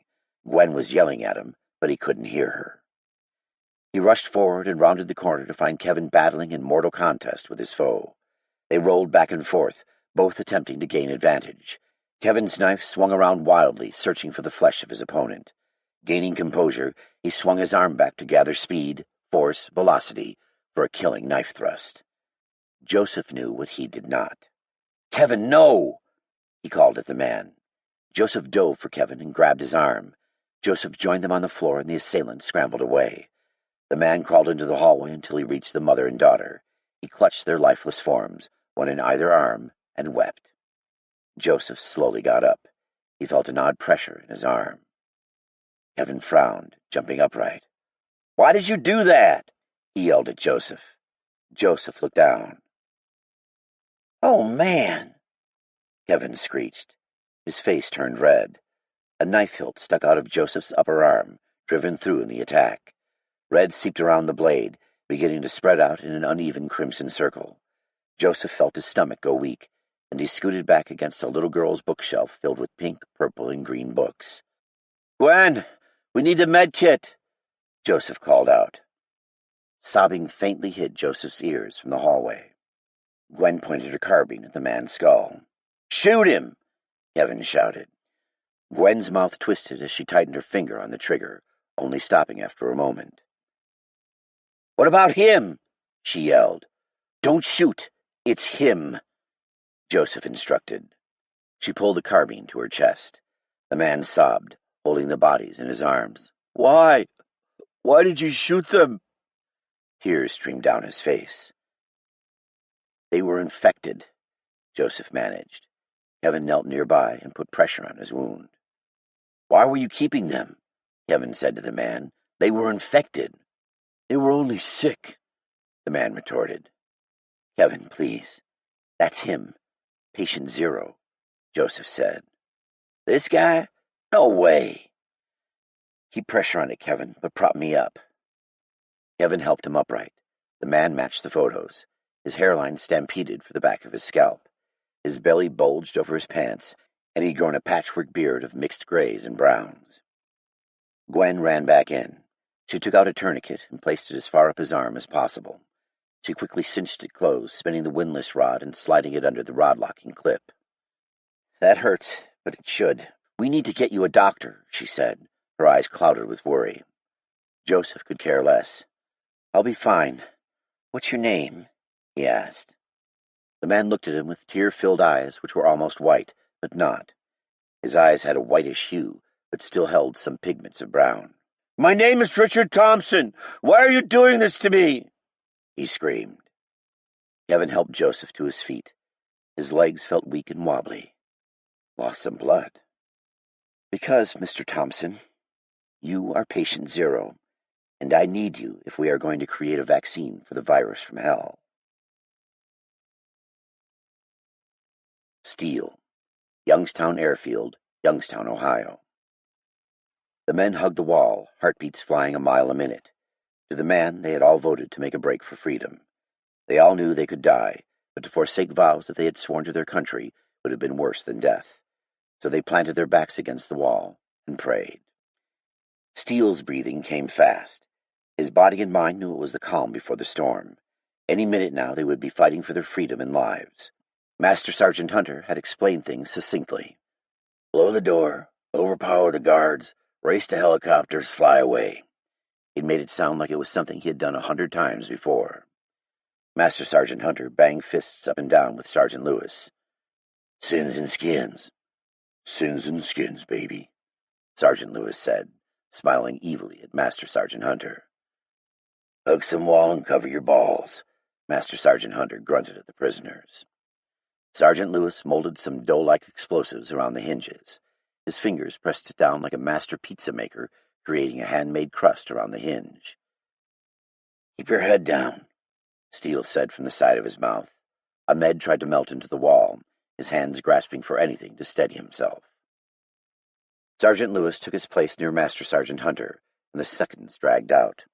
Hunching his head, Steele covered his ears, waiting for the explosion. The wall reverberated as the door blew outward with a bang. Smoke and dust filled the room. His hand on the shoulder of the man in front of him was the only thing guiding him. They rushed into the hallway. Dust clung to the air. The bodies of the guards lay in the prone position on the floor. Neither of them were Mauser. Hunter and Lewis snatched up M4s, and Sergeant Lewis handed Steele one of the soldiers' sidearms. "Make 'em count," he said. Steele press-checked the M9A1 Beretta. He felt the extractor with his finger, trusting his fingertips more than his eyes in the smoky haze. One round in the chamber. He was ready for combat. Not very effective versus soldiers with M16s and M4s. He pushed the thought from his mind, letting it lay in the background, knowing he was at a disadvantage in a gunfight. He didn't have a choice. Steele's eye caught the handle of his tomahawk sticking out from the dead soldier's belt. He snatched it up on his way by dual-wielding both handgun and melee weapon. "Stay close," he whispered to Ahmed. The men followed in a single quiet stack, checking corners as they moved down the hallway. They flanked up a stairwell. Steele scanned up and around the next flight of steps, cross-checking the stairs above them as they moved. "Clear!" Master Sergeant Hunter shouted as he bounded, Sergeant Lewis close behind. Their guns pointed different directions. Combat boots pounded down the steps from above like a stampeding herd. "Move faster! Beat them to the chopper!" Colonel Kinnick called from the middle of the line. A large glowing red exit sign hung over a door. Master Sergeant Hunter kicked the door open, and their eyes adjusted easily to the early morning light. Fire burst from Sergeant Lewis's gun, lighting up the stairwell, and Steele ran outside. He covered the edge of the building with his handgun. "Follow me!" shouted a voice. The prisoners sprinted for the helos parked on the other side of the air traffic control building. Master Sergeant Hunter reached the edge of the building and cut the corner, using the angle to expose as little of himself as possible while getting a good shooting vantage of anyone who might be on the other side. Gunfire banged from the building. "Keep moving! They're on to us!" Colonel Kinnick shouted. They ran across the concrete helipad to nothing. Over 20-plus men stood in the open, panic washing over them. The escape depended on speed and surprise. A minute after the door blew, the surprise was over, as the enemy soldiers began to comprehend what was happening. Because the helos were gone, any edge they had quickly dissipated into the thin air. Their fragile plan unraveled thread by thread every second. "Where are the helos?" Master Sergeant Hunter yelled. Dirt sprang up from the ground. The single crack of a sniper rifle sounded from the blockhouse air traffic control tower. An escaping soldier dropped to the ground. Master Sergeant Hunter aimed skyward, putting rounds into the tower that looked like a modern medieval keep. "Back to the building!" someone called out. In a mass, the men ran for the cover of the tower's walls. Steele sprinted with them. "To the other side! Stay close to the building!" Kinnick shouted. They moved at a crouch and circled to the other side. No helos. Soldiers ran from the civilian side of the camp. Men pulled pants on as they emerged from tents. From the other end of the airfield, dust rose from Humvees speeding back for the air traffic control tower. The opportunity for escape narrowed. "Steal a truck?" Steele said. Master Sergeant Hunter seemed to eye the tower and dust rising at the same time. "Would love to if those Humvees weren't going to beat us there." The dust cloud was close to the other parked vehicles. Their time was up. Death sentences awaited them. In a matter of moments, a .50 caliber machine gun would open up on the escaping prisoners, shredding them. Wait! A billowing tarp on the far side of the runway captured Steele's attention. "There!" Steele shouted, pointing at the little black mounds of airborne freedom. "Get to the choppers!" Colonel Kinnick shouted with a wave of his arm. "I'll hold them," Sergeant Lewis added. He lined up his sights on the door behind them, ignoring a look from the master sergeant. He put a couple of rounds on the door frame. Every few seconds, he would repeat the process to keep the soldiers inside. They took off for the helicopters. Steele was swept up into the group of men, a disorganized mass of scared men that ran for escape because they couldn't ask for forgiveness now. Their feet pummeled the pavement in wild gaits, but none of them could hear because of the pounding of blood through their veins. Steele's lungs screamed for more oxygen. Concrete disappeared beneath them, and the helicopters grew closer. "Why are the helicopters so far away?" "Stay in front of the pilots!" Kinnick shouted at the men, and a small, uneven wall of running men took their place around the vector of escape. The sniper in the tower took shots at them. Ricochets of bullets echoed as they cracked the air and struck the ground at their feet. One whizzed past his ear, and the man in front of him fell, grabbing his back, and they left him face down on the tarmac, unmoving. To stop was to die. The pilots dove into the cockpit of the helicopters. Their fingers flipped switches. Their eyes darted from control to control. The rest of the men huddled around the other side of the choppers, encouraging them onward. Ahmed panted next to Steele, supporting his shoulder by holding his elbow. The rotors slowly spun around and around, gaining speed with each rotation. They whirled above them like a giant ceiling fan, driving cool air with thundering uniform precision. Steele snuck a look through the helicopter doors. A large blur ran for them across the airfield. Sergeant Lewis. A Humvee barreled down on him. He ran faster than a man of his stature should allow. His head twisted over his shoulder, determination settling on his face. "Get in!" Kinnick called at the men. "Get these choppers in the air!" Kinnick shouted at the pilots. Steele took his seat. The man ran, but not faster than the Humvee gaining on him. "Sergeant Lewis!" Steele yelled. Lewis's face was flushed red, his arms swinging wildly. "Master Sergeant, gun!" Steele shouted. Master Sergeant Hunter threw him an M4 with an ACOG scope. The Humvee closed the distance on Sergeant Lewis, the distance of a simple elementary school math equation of when two speeding trains would meet, except Lewis was trying to escape, not collide. The .50 caliber mounted machine gun sprayed bullets into the side of the helicopter. The men flinched, hunkering down. The helicopter was a fat wild turkey trying to fly. Fire blazed out of the barrel of the .50 caliber machine gun. The gunner raked the side of the helo, punching holes in the skin of the aircraft. Steele ducked for a moment, not wishing to be the recipient of such large rounds. The gunner cut back and forth, swinging his .50 between the two helicopters. It was as if he wished to give both choppers an equal taste of pain. Steele took a deep breath and sighted in on the tan Humvee. Its speed changed, forcing Steele to shift his sights backward, then forward. He tuned everything else out. He zeroed in on the gunner turret. The soldier swiveled over, pointing the weapon directly at Steele. The .50 didn't blaze, but remained silent. The gunner called down for a reload, and he made eye contact with Steele through the sights of their weapons. Reddish beard, red hair hung near his eyes, tattoos covered his arms. Mauser. Motherfucker. Steele shifted his gun down and squeezed the trigger. Bullets punched through the windshield. Bang! Bang! Bang! The windshield webbed, and the Humvee rapidly decreased speed, veering to its left. Steele set his sights on Mauser again. His friend shouted, brow creasing, but Steele couldn't make out what he said. The angry man dropped below the machine gun turret and disappeared. "Bastard," Master Sergeant Hunter uttered. "Take us back down!" Steele shouted over the heavy swoosh of the blades. Nobody listened. "Take it back down!" he shouted again, leaning into the cockpit. The pilots ignored him, taking the bird higher in the air. "We can't leave him! Why aren't they picking Lewis up?" "Steele, man, it's okay." Master Sergeant Hunter leaned back, his head resting on the metal seating compartment. "Hawkins, put it on the list." The Asian sergeant nodded his affirmation. Steele didn't understand. He looked out over the airfield. About 50 yards behind the Humvee lay the body of a large man. Blood poured out from around him, outlining his lifeless form. Steele had been too late. The helos rose steadily in the air, and Steele closed his eyes.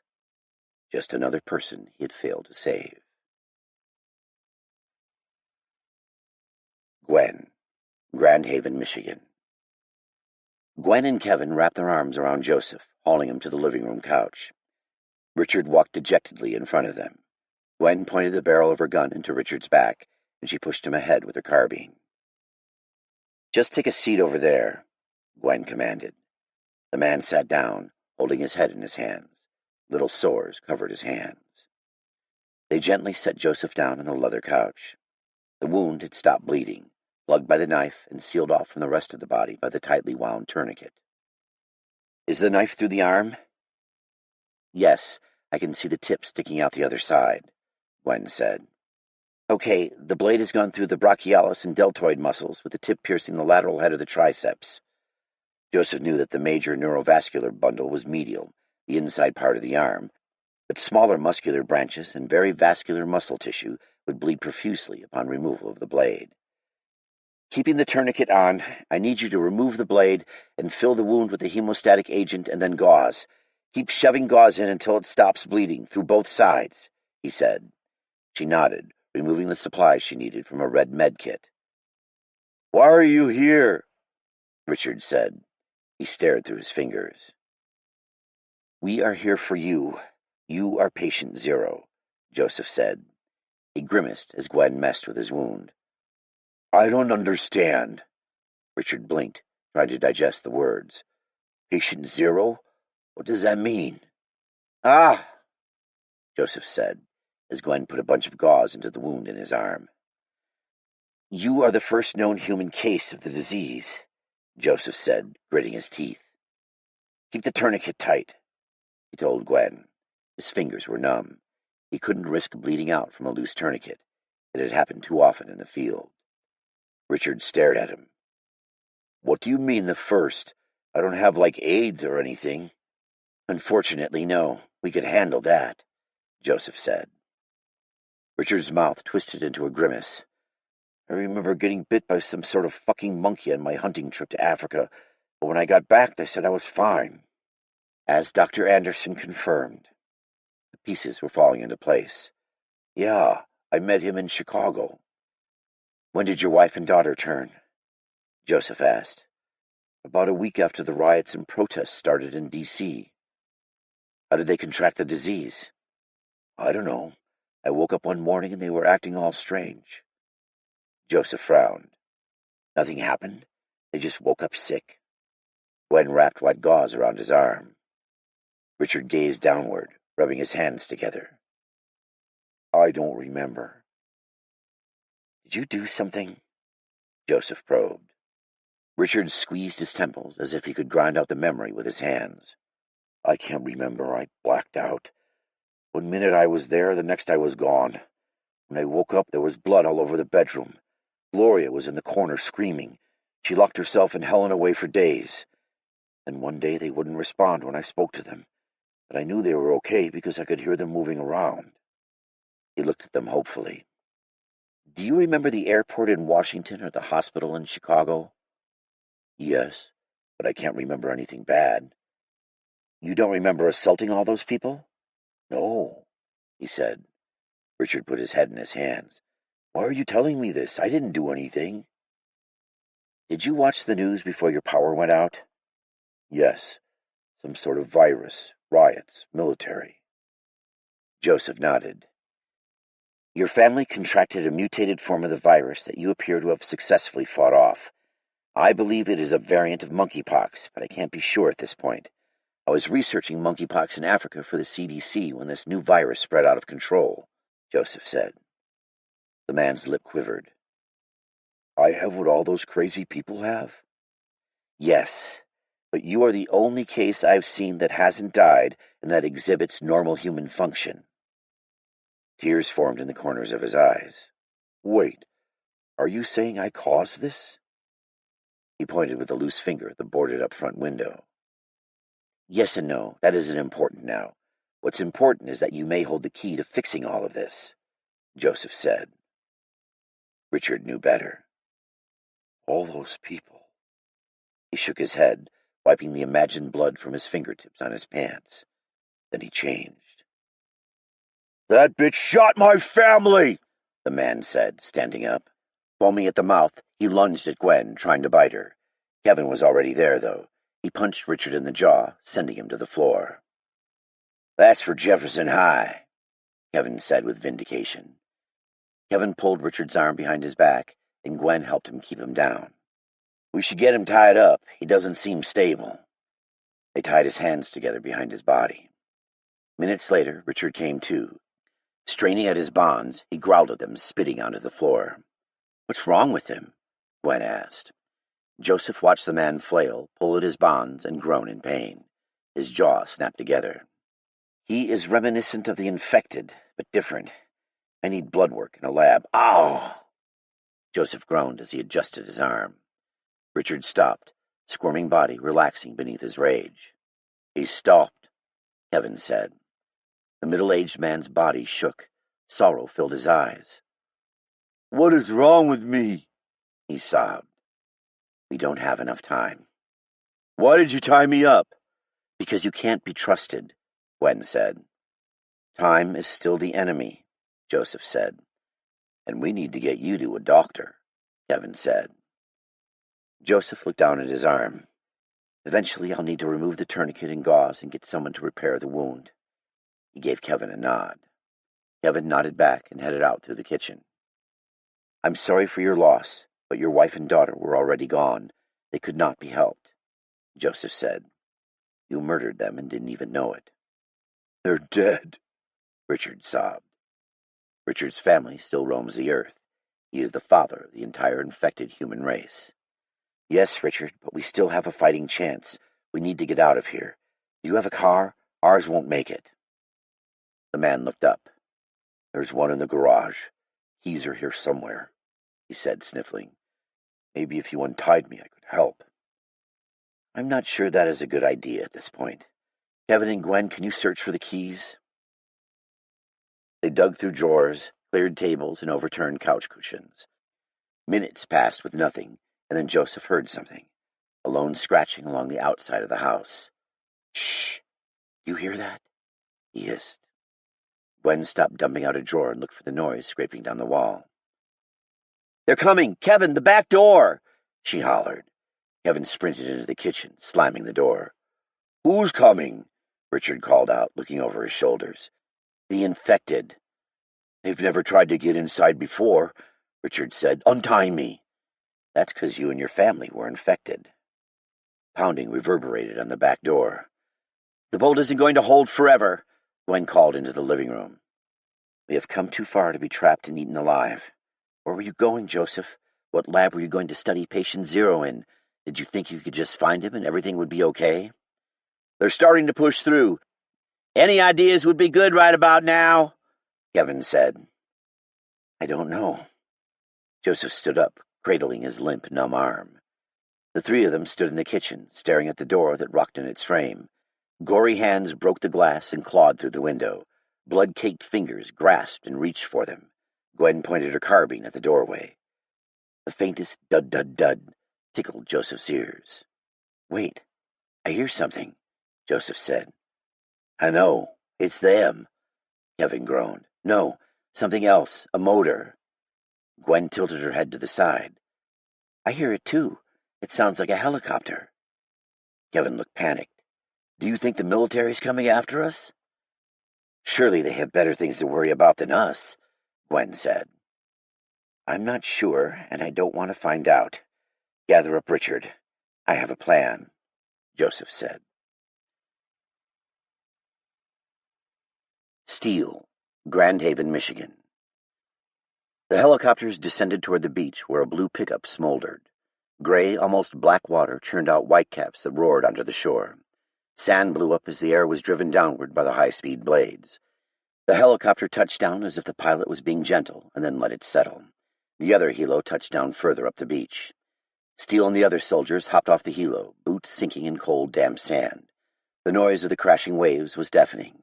It achingly reminded Steele of his parents' lake house, less than 60 miles up the west coast of Michigan. His mother was there. He chased the thoughts from his mind, but they lingered, ghosts of the past. "We will be back," were the only words he spoke to Ahmed.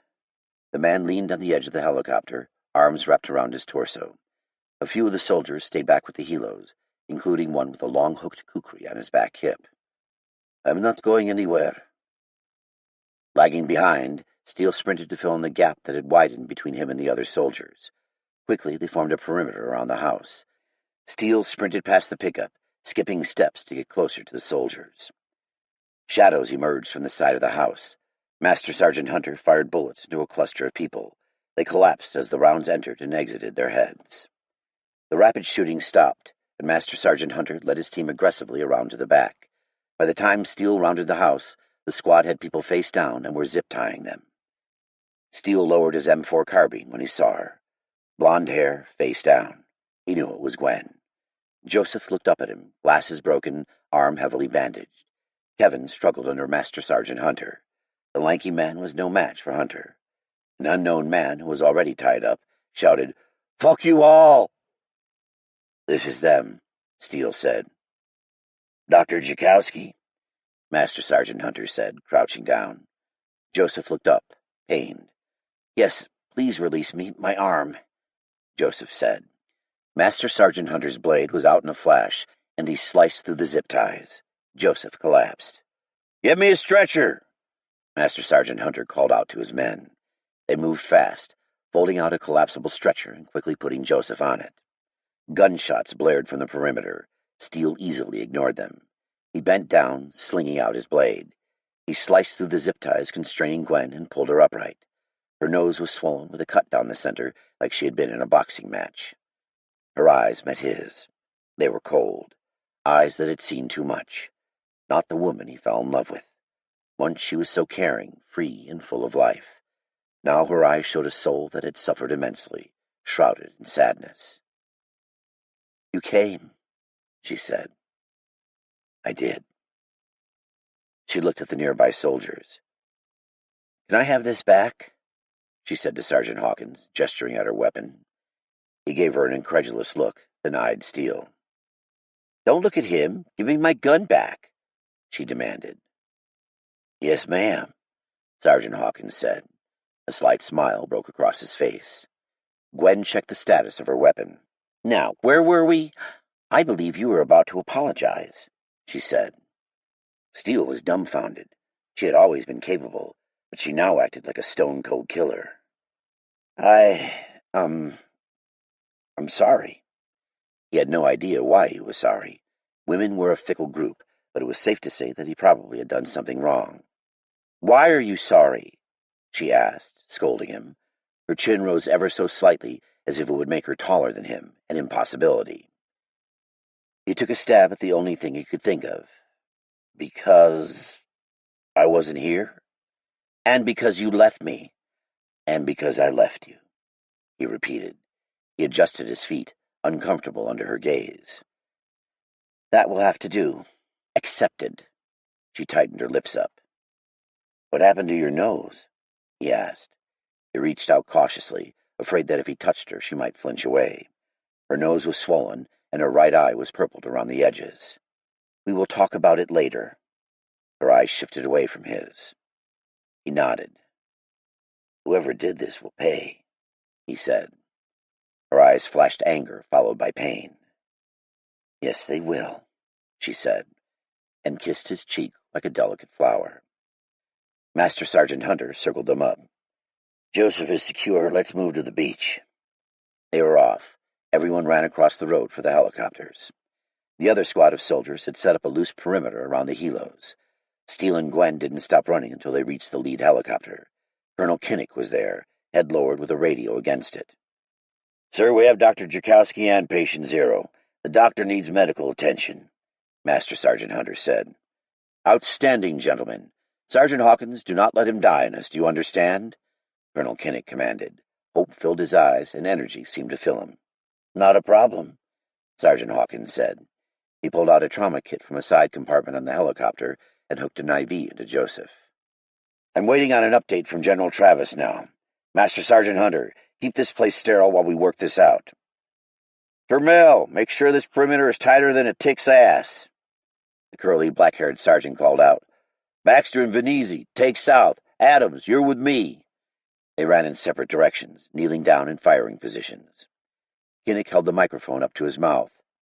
"Sir, this is Colonel Kinnick. We have the packages. What is our rally point? Over." The colonel held the radio microphone away from his mouth and waited for a response. "Sir, what is our rally point? Over." Colonel Kinnick repeated. "Kinnick, Northcom is saying that you need— Sorry." General Travis's voice grew more faint. "Major Holt, what the hell was that?" Came over the radio. "Is that him?" Steele asked. He gestured with his head at Patient Zero. Gwen nodded. Steele eyed the overweight, middle-aged man slumped cross-legged in the sand, his hands bound behind his back. "So that's the bastard to blame for all this mess. A balding, midlife crisis-having, minivan-driving dad." "I'm glad you got him," he said. He gave Patient Zero a glare, letting him know that he despised his existence. "Sir, what is happening? Over." Colonel Kinnick repeated. He turned up the radio volume. Pounding could be heard over the static of the radio. Voices called out, frantic and alarmed. General Travis's words came out crackled and broken like a crumbled-up jigsaw puzzle being shaken. "We need you to take your team to Rally Point Desperado. Alamo is overrun. I repeat, Alamo is overrun," the general said. Each word came out faster than the last. "Sir, what do you mean Alamo is overrun? What happened to Rally Point Bravo and Charlie? Over." Colonel Kinnick eyed Master Sergeant Hunter. Gunfire sounded over the radio, and then screaming. Kinnick looked down. The gray-haired colonel seemed to be taking it personally. "Sir, what is your status? Over," Colonel Kinnick said. He held the microphone under his lips in reflection. He knew. Steele knew. He'd heard it in the general's voice. Terror, confusion, most of all fear. Kinnick looked back at the group. Static overtook the radio. It only played white noise. "The Pentagon has been overrun," Colonel Kinnick said. He tossed the mic back into the chopper in disgust. "Those bastards!" Kinnick cursed. His eyes said he was ready for a fight, if only to just fight somebody. Steele crouched down and looked out over the beach. The dead were coming. They had heard, seen, or felt the living's presence. They ambled down the sand. They came calling for their lives. They came to snuff out what little resistance the human race had to offer them. Steele wouldn't lie down for them. He stood up, hefting his M4. "Colonel, what's the plan?" Steele said. Colonel Kinnick gave Steele a hard look. "God damn it," the colonel swore. Steele smiled grimly. "We lost comms with CDC weeks ago. East Coast has crumbled, but the Pentagon and Mount Eden are gone." "I just don't know," Kinnick said, eyes weary. The hopelessness of the situation hung heavy on the men, like a rain cloud smothering them from above. "I can't believe it's come to this, but we have no choice. I guess it's all we have left. Desperado," Colonel Kinnick said. Steele didn't know if it was a question or a statement. "What's Desperado?" he said. "Our final rally point in the West. It's a secret facility in Colorado. It was supposedly decommissioned in the early 2000s, but nothing is further from the truth. In fact, it was expanded. The last holdout of a defeated government. Perfect. Master Sergeant Hunter, get the boys prepped and ready to jump," Kinnick said. "Yes, sir." Agent Steele. Pain shrouded Kinnick's eyes. Steele knew what he was going to say, so he made it easier on the man and cut him off. "Colonel, I appreciate the offer, but I think me and my crew are going to stay here. My mother lives about 60 miles up this coast." Steele gestured north. "And I want to see her again." Kinnick nodded, looking past Steele to the north. "I'll make sure to clear the infected off this beach before we depart." "Master Sergeant Hunter, let's clear the beach for our allies. Sergeant Hawkins, make sure they are well supplied." Master Sergeant Hunter waved a firing squad into position. They jogged down the sand, killing the infected in the shallows. Sergeant Hawkins unloaded packs of ammunition, food, and gear onto the sand. "Thank you, Colonel." "No, thank you, Agent Steele. With men like you in the fight, I have no doubt we will weather the coming storm." Kinnick gave Steele a sharp salute, one of respect. "Colonel, I'm not a saluting man, but keep up the good fight. The rest of us are counting on you. I hope my fighting days will be behind me. I have no doubt we will meet again." Master Sergeant Hunter ran up with his squad. "Mate, good luck out there." The bearded operator shook Steele's hand. "Stay frosty, Master Sergeant." With a nod, Master Sergeant Hunter was back in the helo. The soldiers piled back in the helicopters and lifted off the ground. Joseph gave a wave and pushed his glasses up the bridge of his nose. Steele held his M4 over his head with both hands. The choppers thundered away, becoming tiny specks before disappearing into the gray, puffy clouds. Gwen was glued to his side. She held a carbine across her chest like an operator. He never doubted it was inside her, but it still surprised him. Kevin picked up an M4 carbine along with a pack and shouldered it. "You good to go, Ahmed?" Steele said. Ahmed hefted a pack onto his shoulders with a faint grimace of pain. "All to be good." Gwen smiled up at Steele. "I never doubted you would come back." Dead bodies rolled and twisted in the crashing waves, but more walking ones emerged from the houses. "I didn't get your picture back," Steele said. "I don't need the picture because I have you." She gave him a sad smile and touched his face. "Let's go home," he said. "Home is when I'm with you," she said. "Then let's make it a better one." He walked off through the sand. His feet dug into the surf. "Let's move!" But his people were already all right behind him. Gwen so close she could have been his shadow. It made him feel something. Pride, a sliver of hope, the will to go on. All they had were moments, and he intended to live his to the fullest. It was these moments that were worth fighting for, and he intended to fight like the devil to keep them. Check out The Rising, Book 3 of the End Time Saga by Daniel Greene. Steele's family home lies in burnt ruins on the shore of Lake Michigan. His group hunts for his missing mother in the apocalyptic wilderness filled with the dead. Instead, he finds a group of refugees badly in need of his skills learned in the Shadow War on Terror, where they are persecuted at every step by the Chosen, a group of fanatics hell-bent on creating God's kingdom in the rubble of society. Dr. Joseph Chakowski finds himself in a dangerous battle against both the deadly virus and the clock inside the bowels of the Cheyenne Mountain complex. His team struggles as their own members fall victim to the virus in a race to discover a vaccine. Colonel Kinnick rushes his paltry forces into the rocky passes of Colorado to hold the dead off long enough for a vaccine to be found. If he fails, the vice president will burn the entire western seaboard into the blazing inferno of a nuclear holocaust. With every fleeting moment, the whole world draws closer to being overcome by the virus.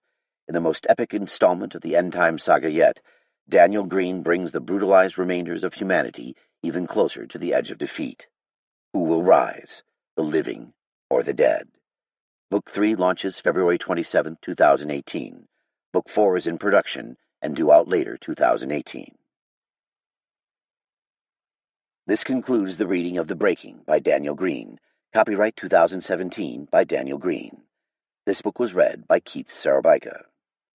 This unabridged recording was published by arrangement with Rune Publishing, LLC, and was produced in 2018 by Blackstone Publishing, which holds the copyright. Neither this recording nor any portion of it may be reproduced or used for any purpose without prior written authorization from Blackstone Publishing. If you would like to obtain a monthly update telling you about new releases, call 1-800-SAY-BOOK. That's 1-800-729-2665. For a complete listing of our titles, visit our website at www.downpour.com. Thank you.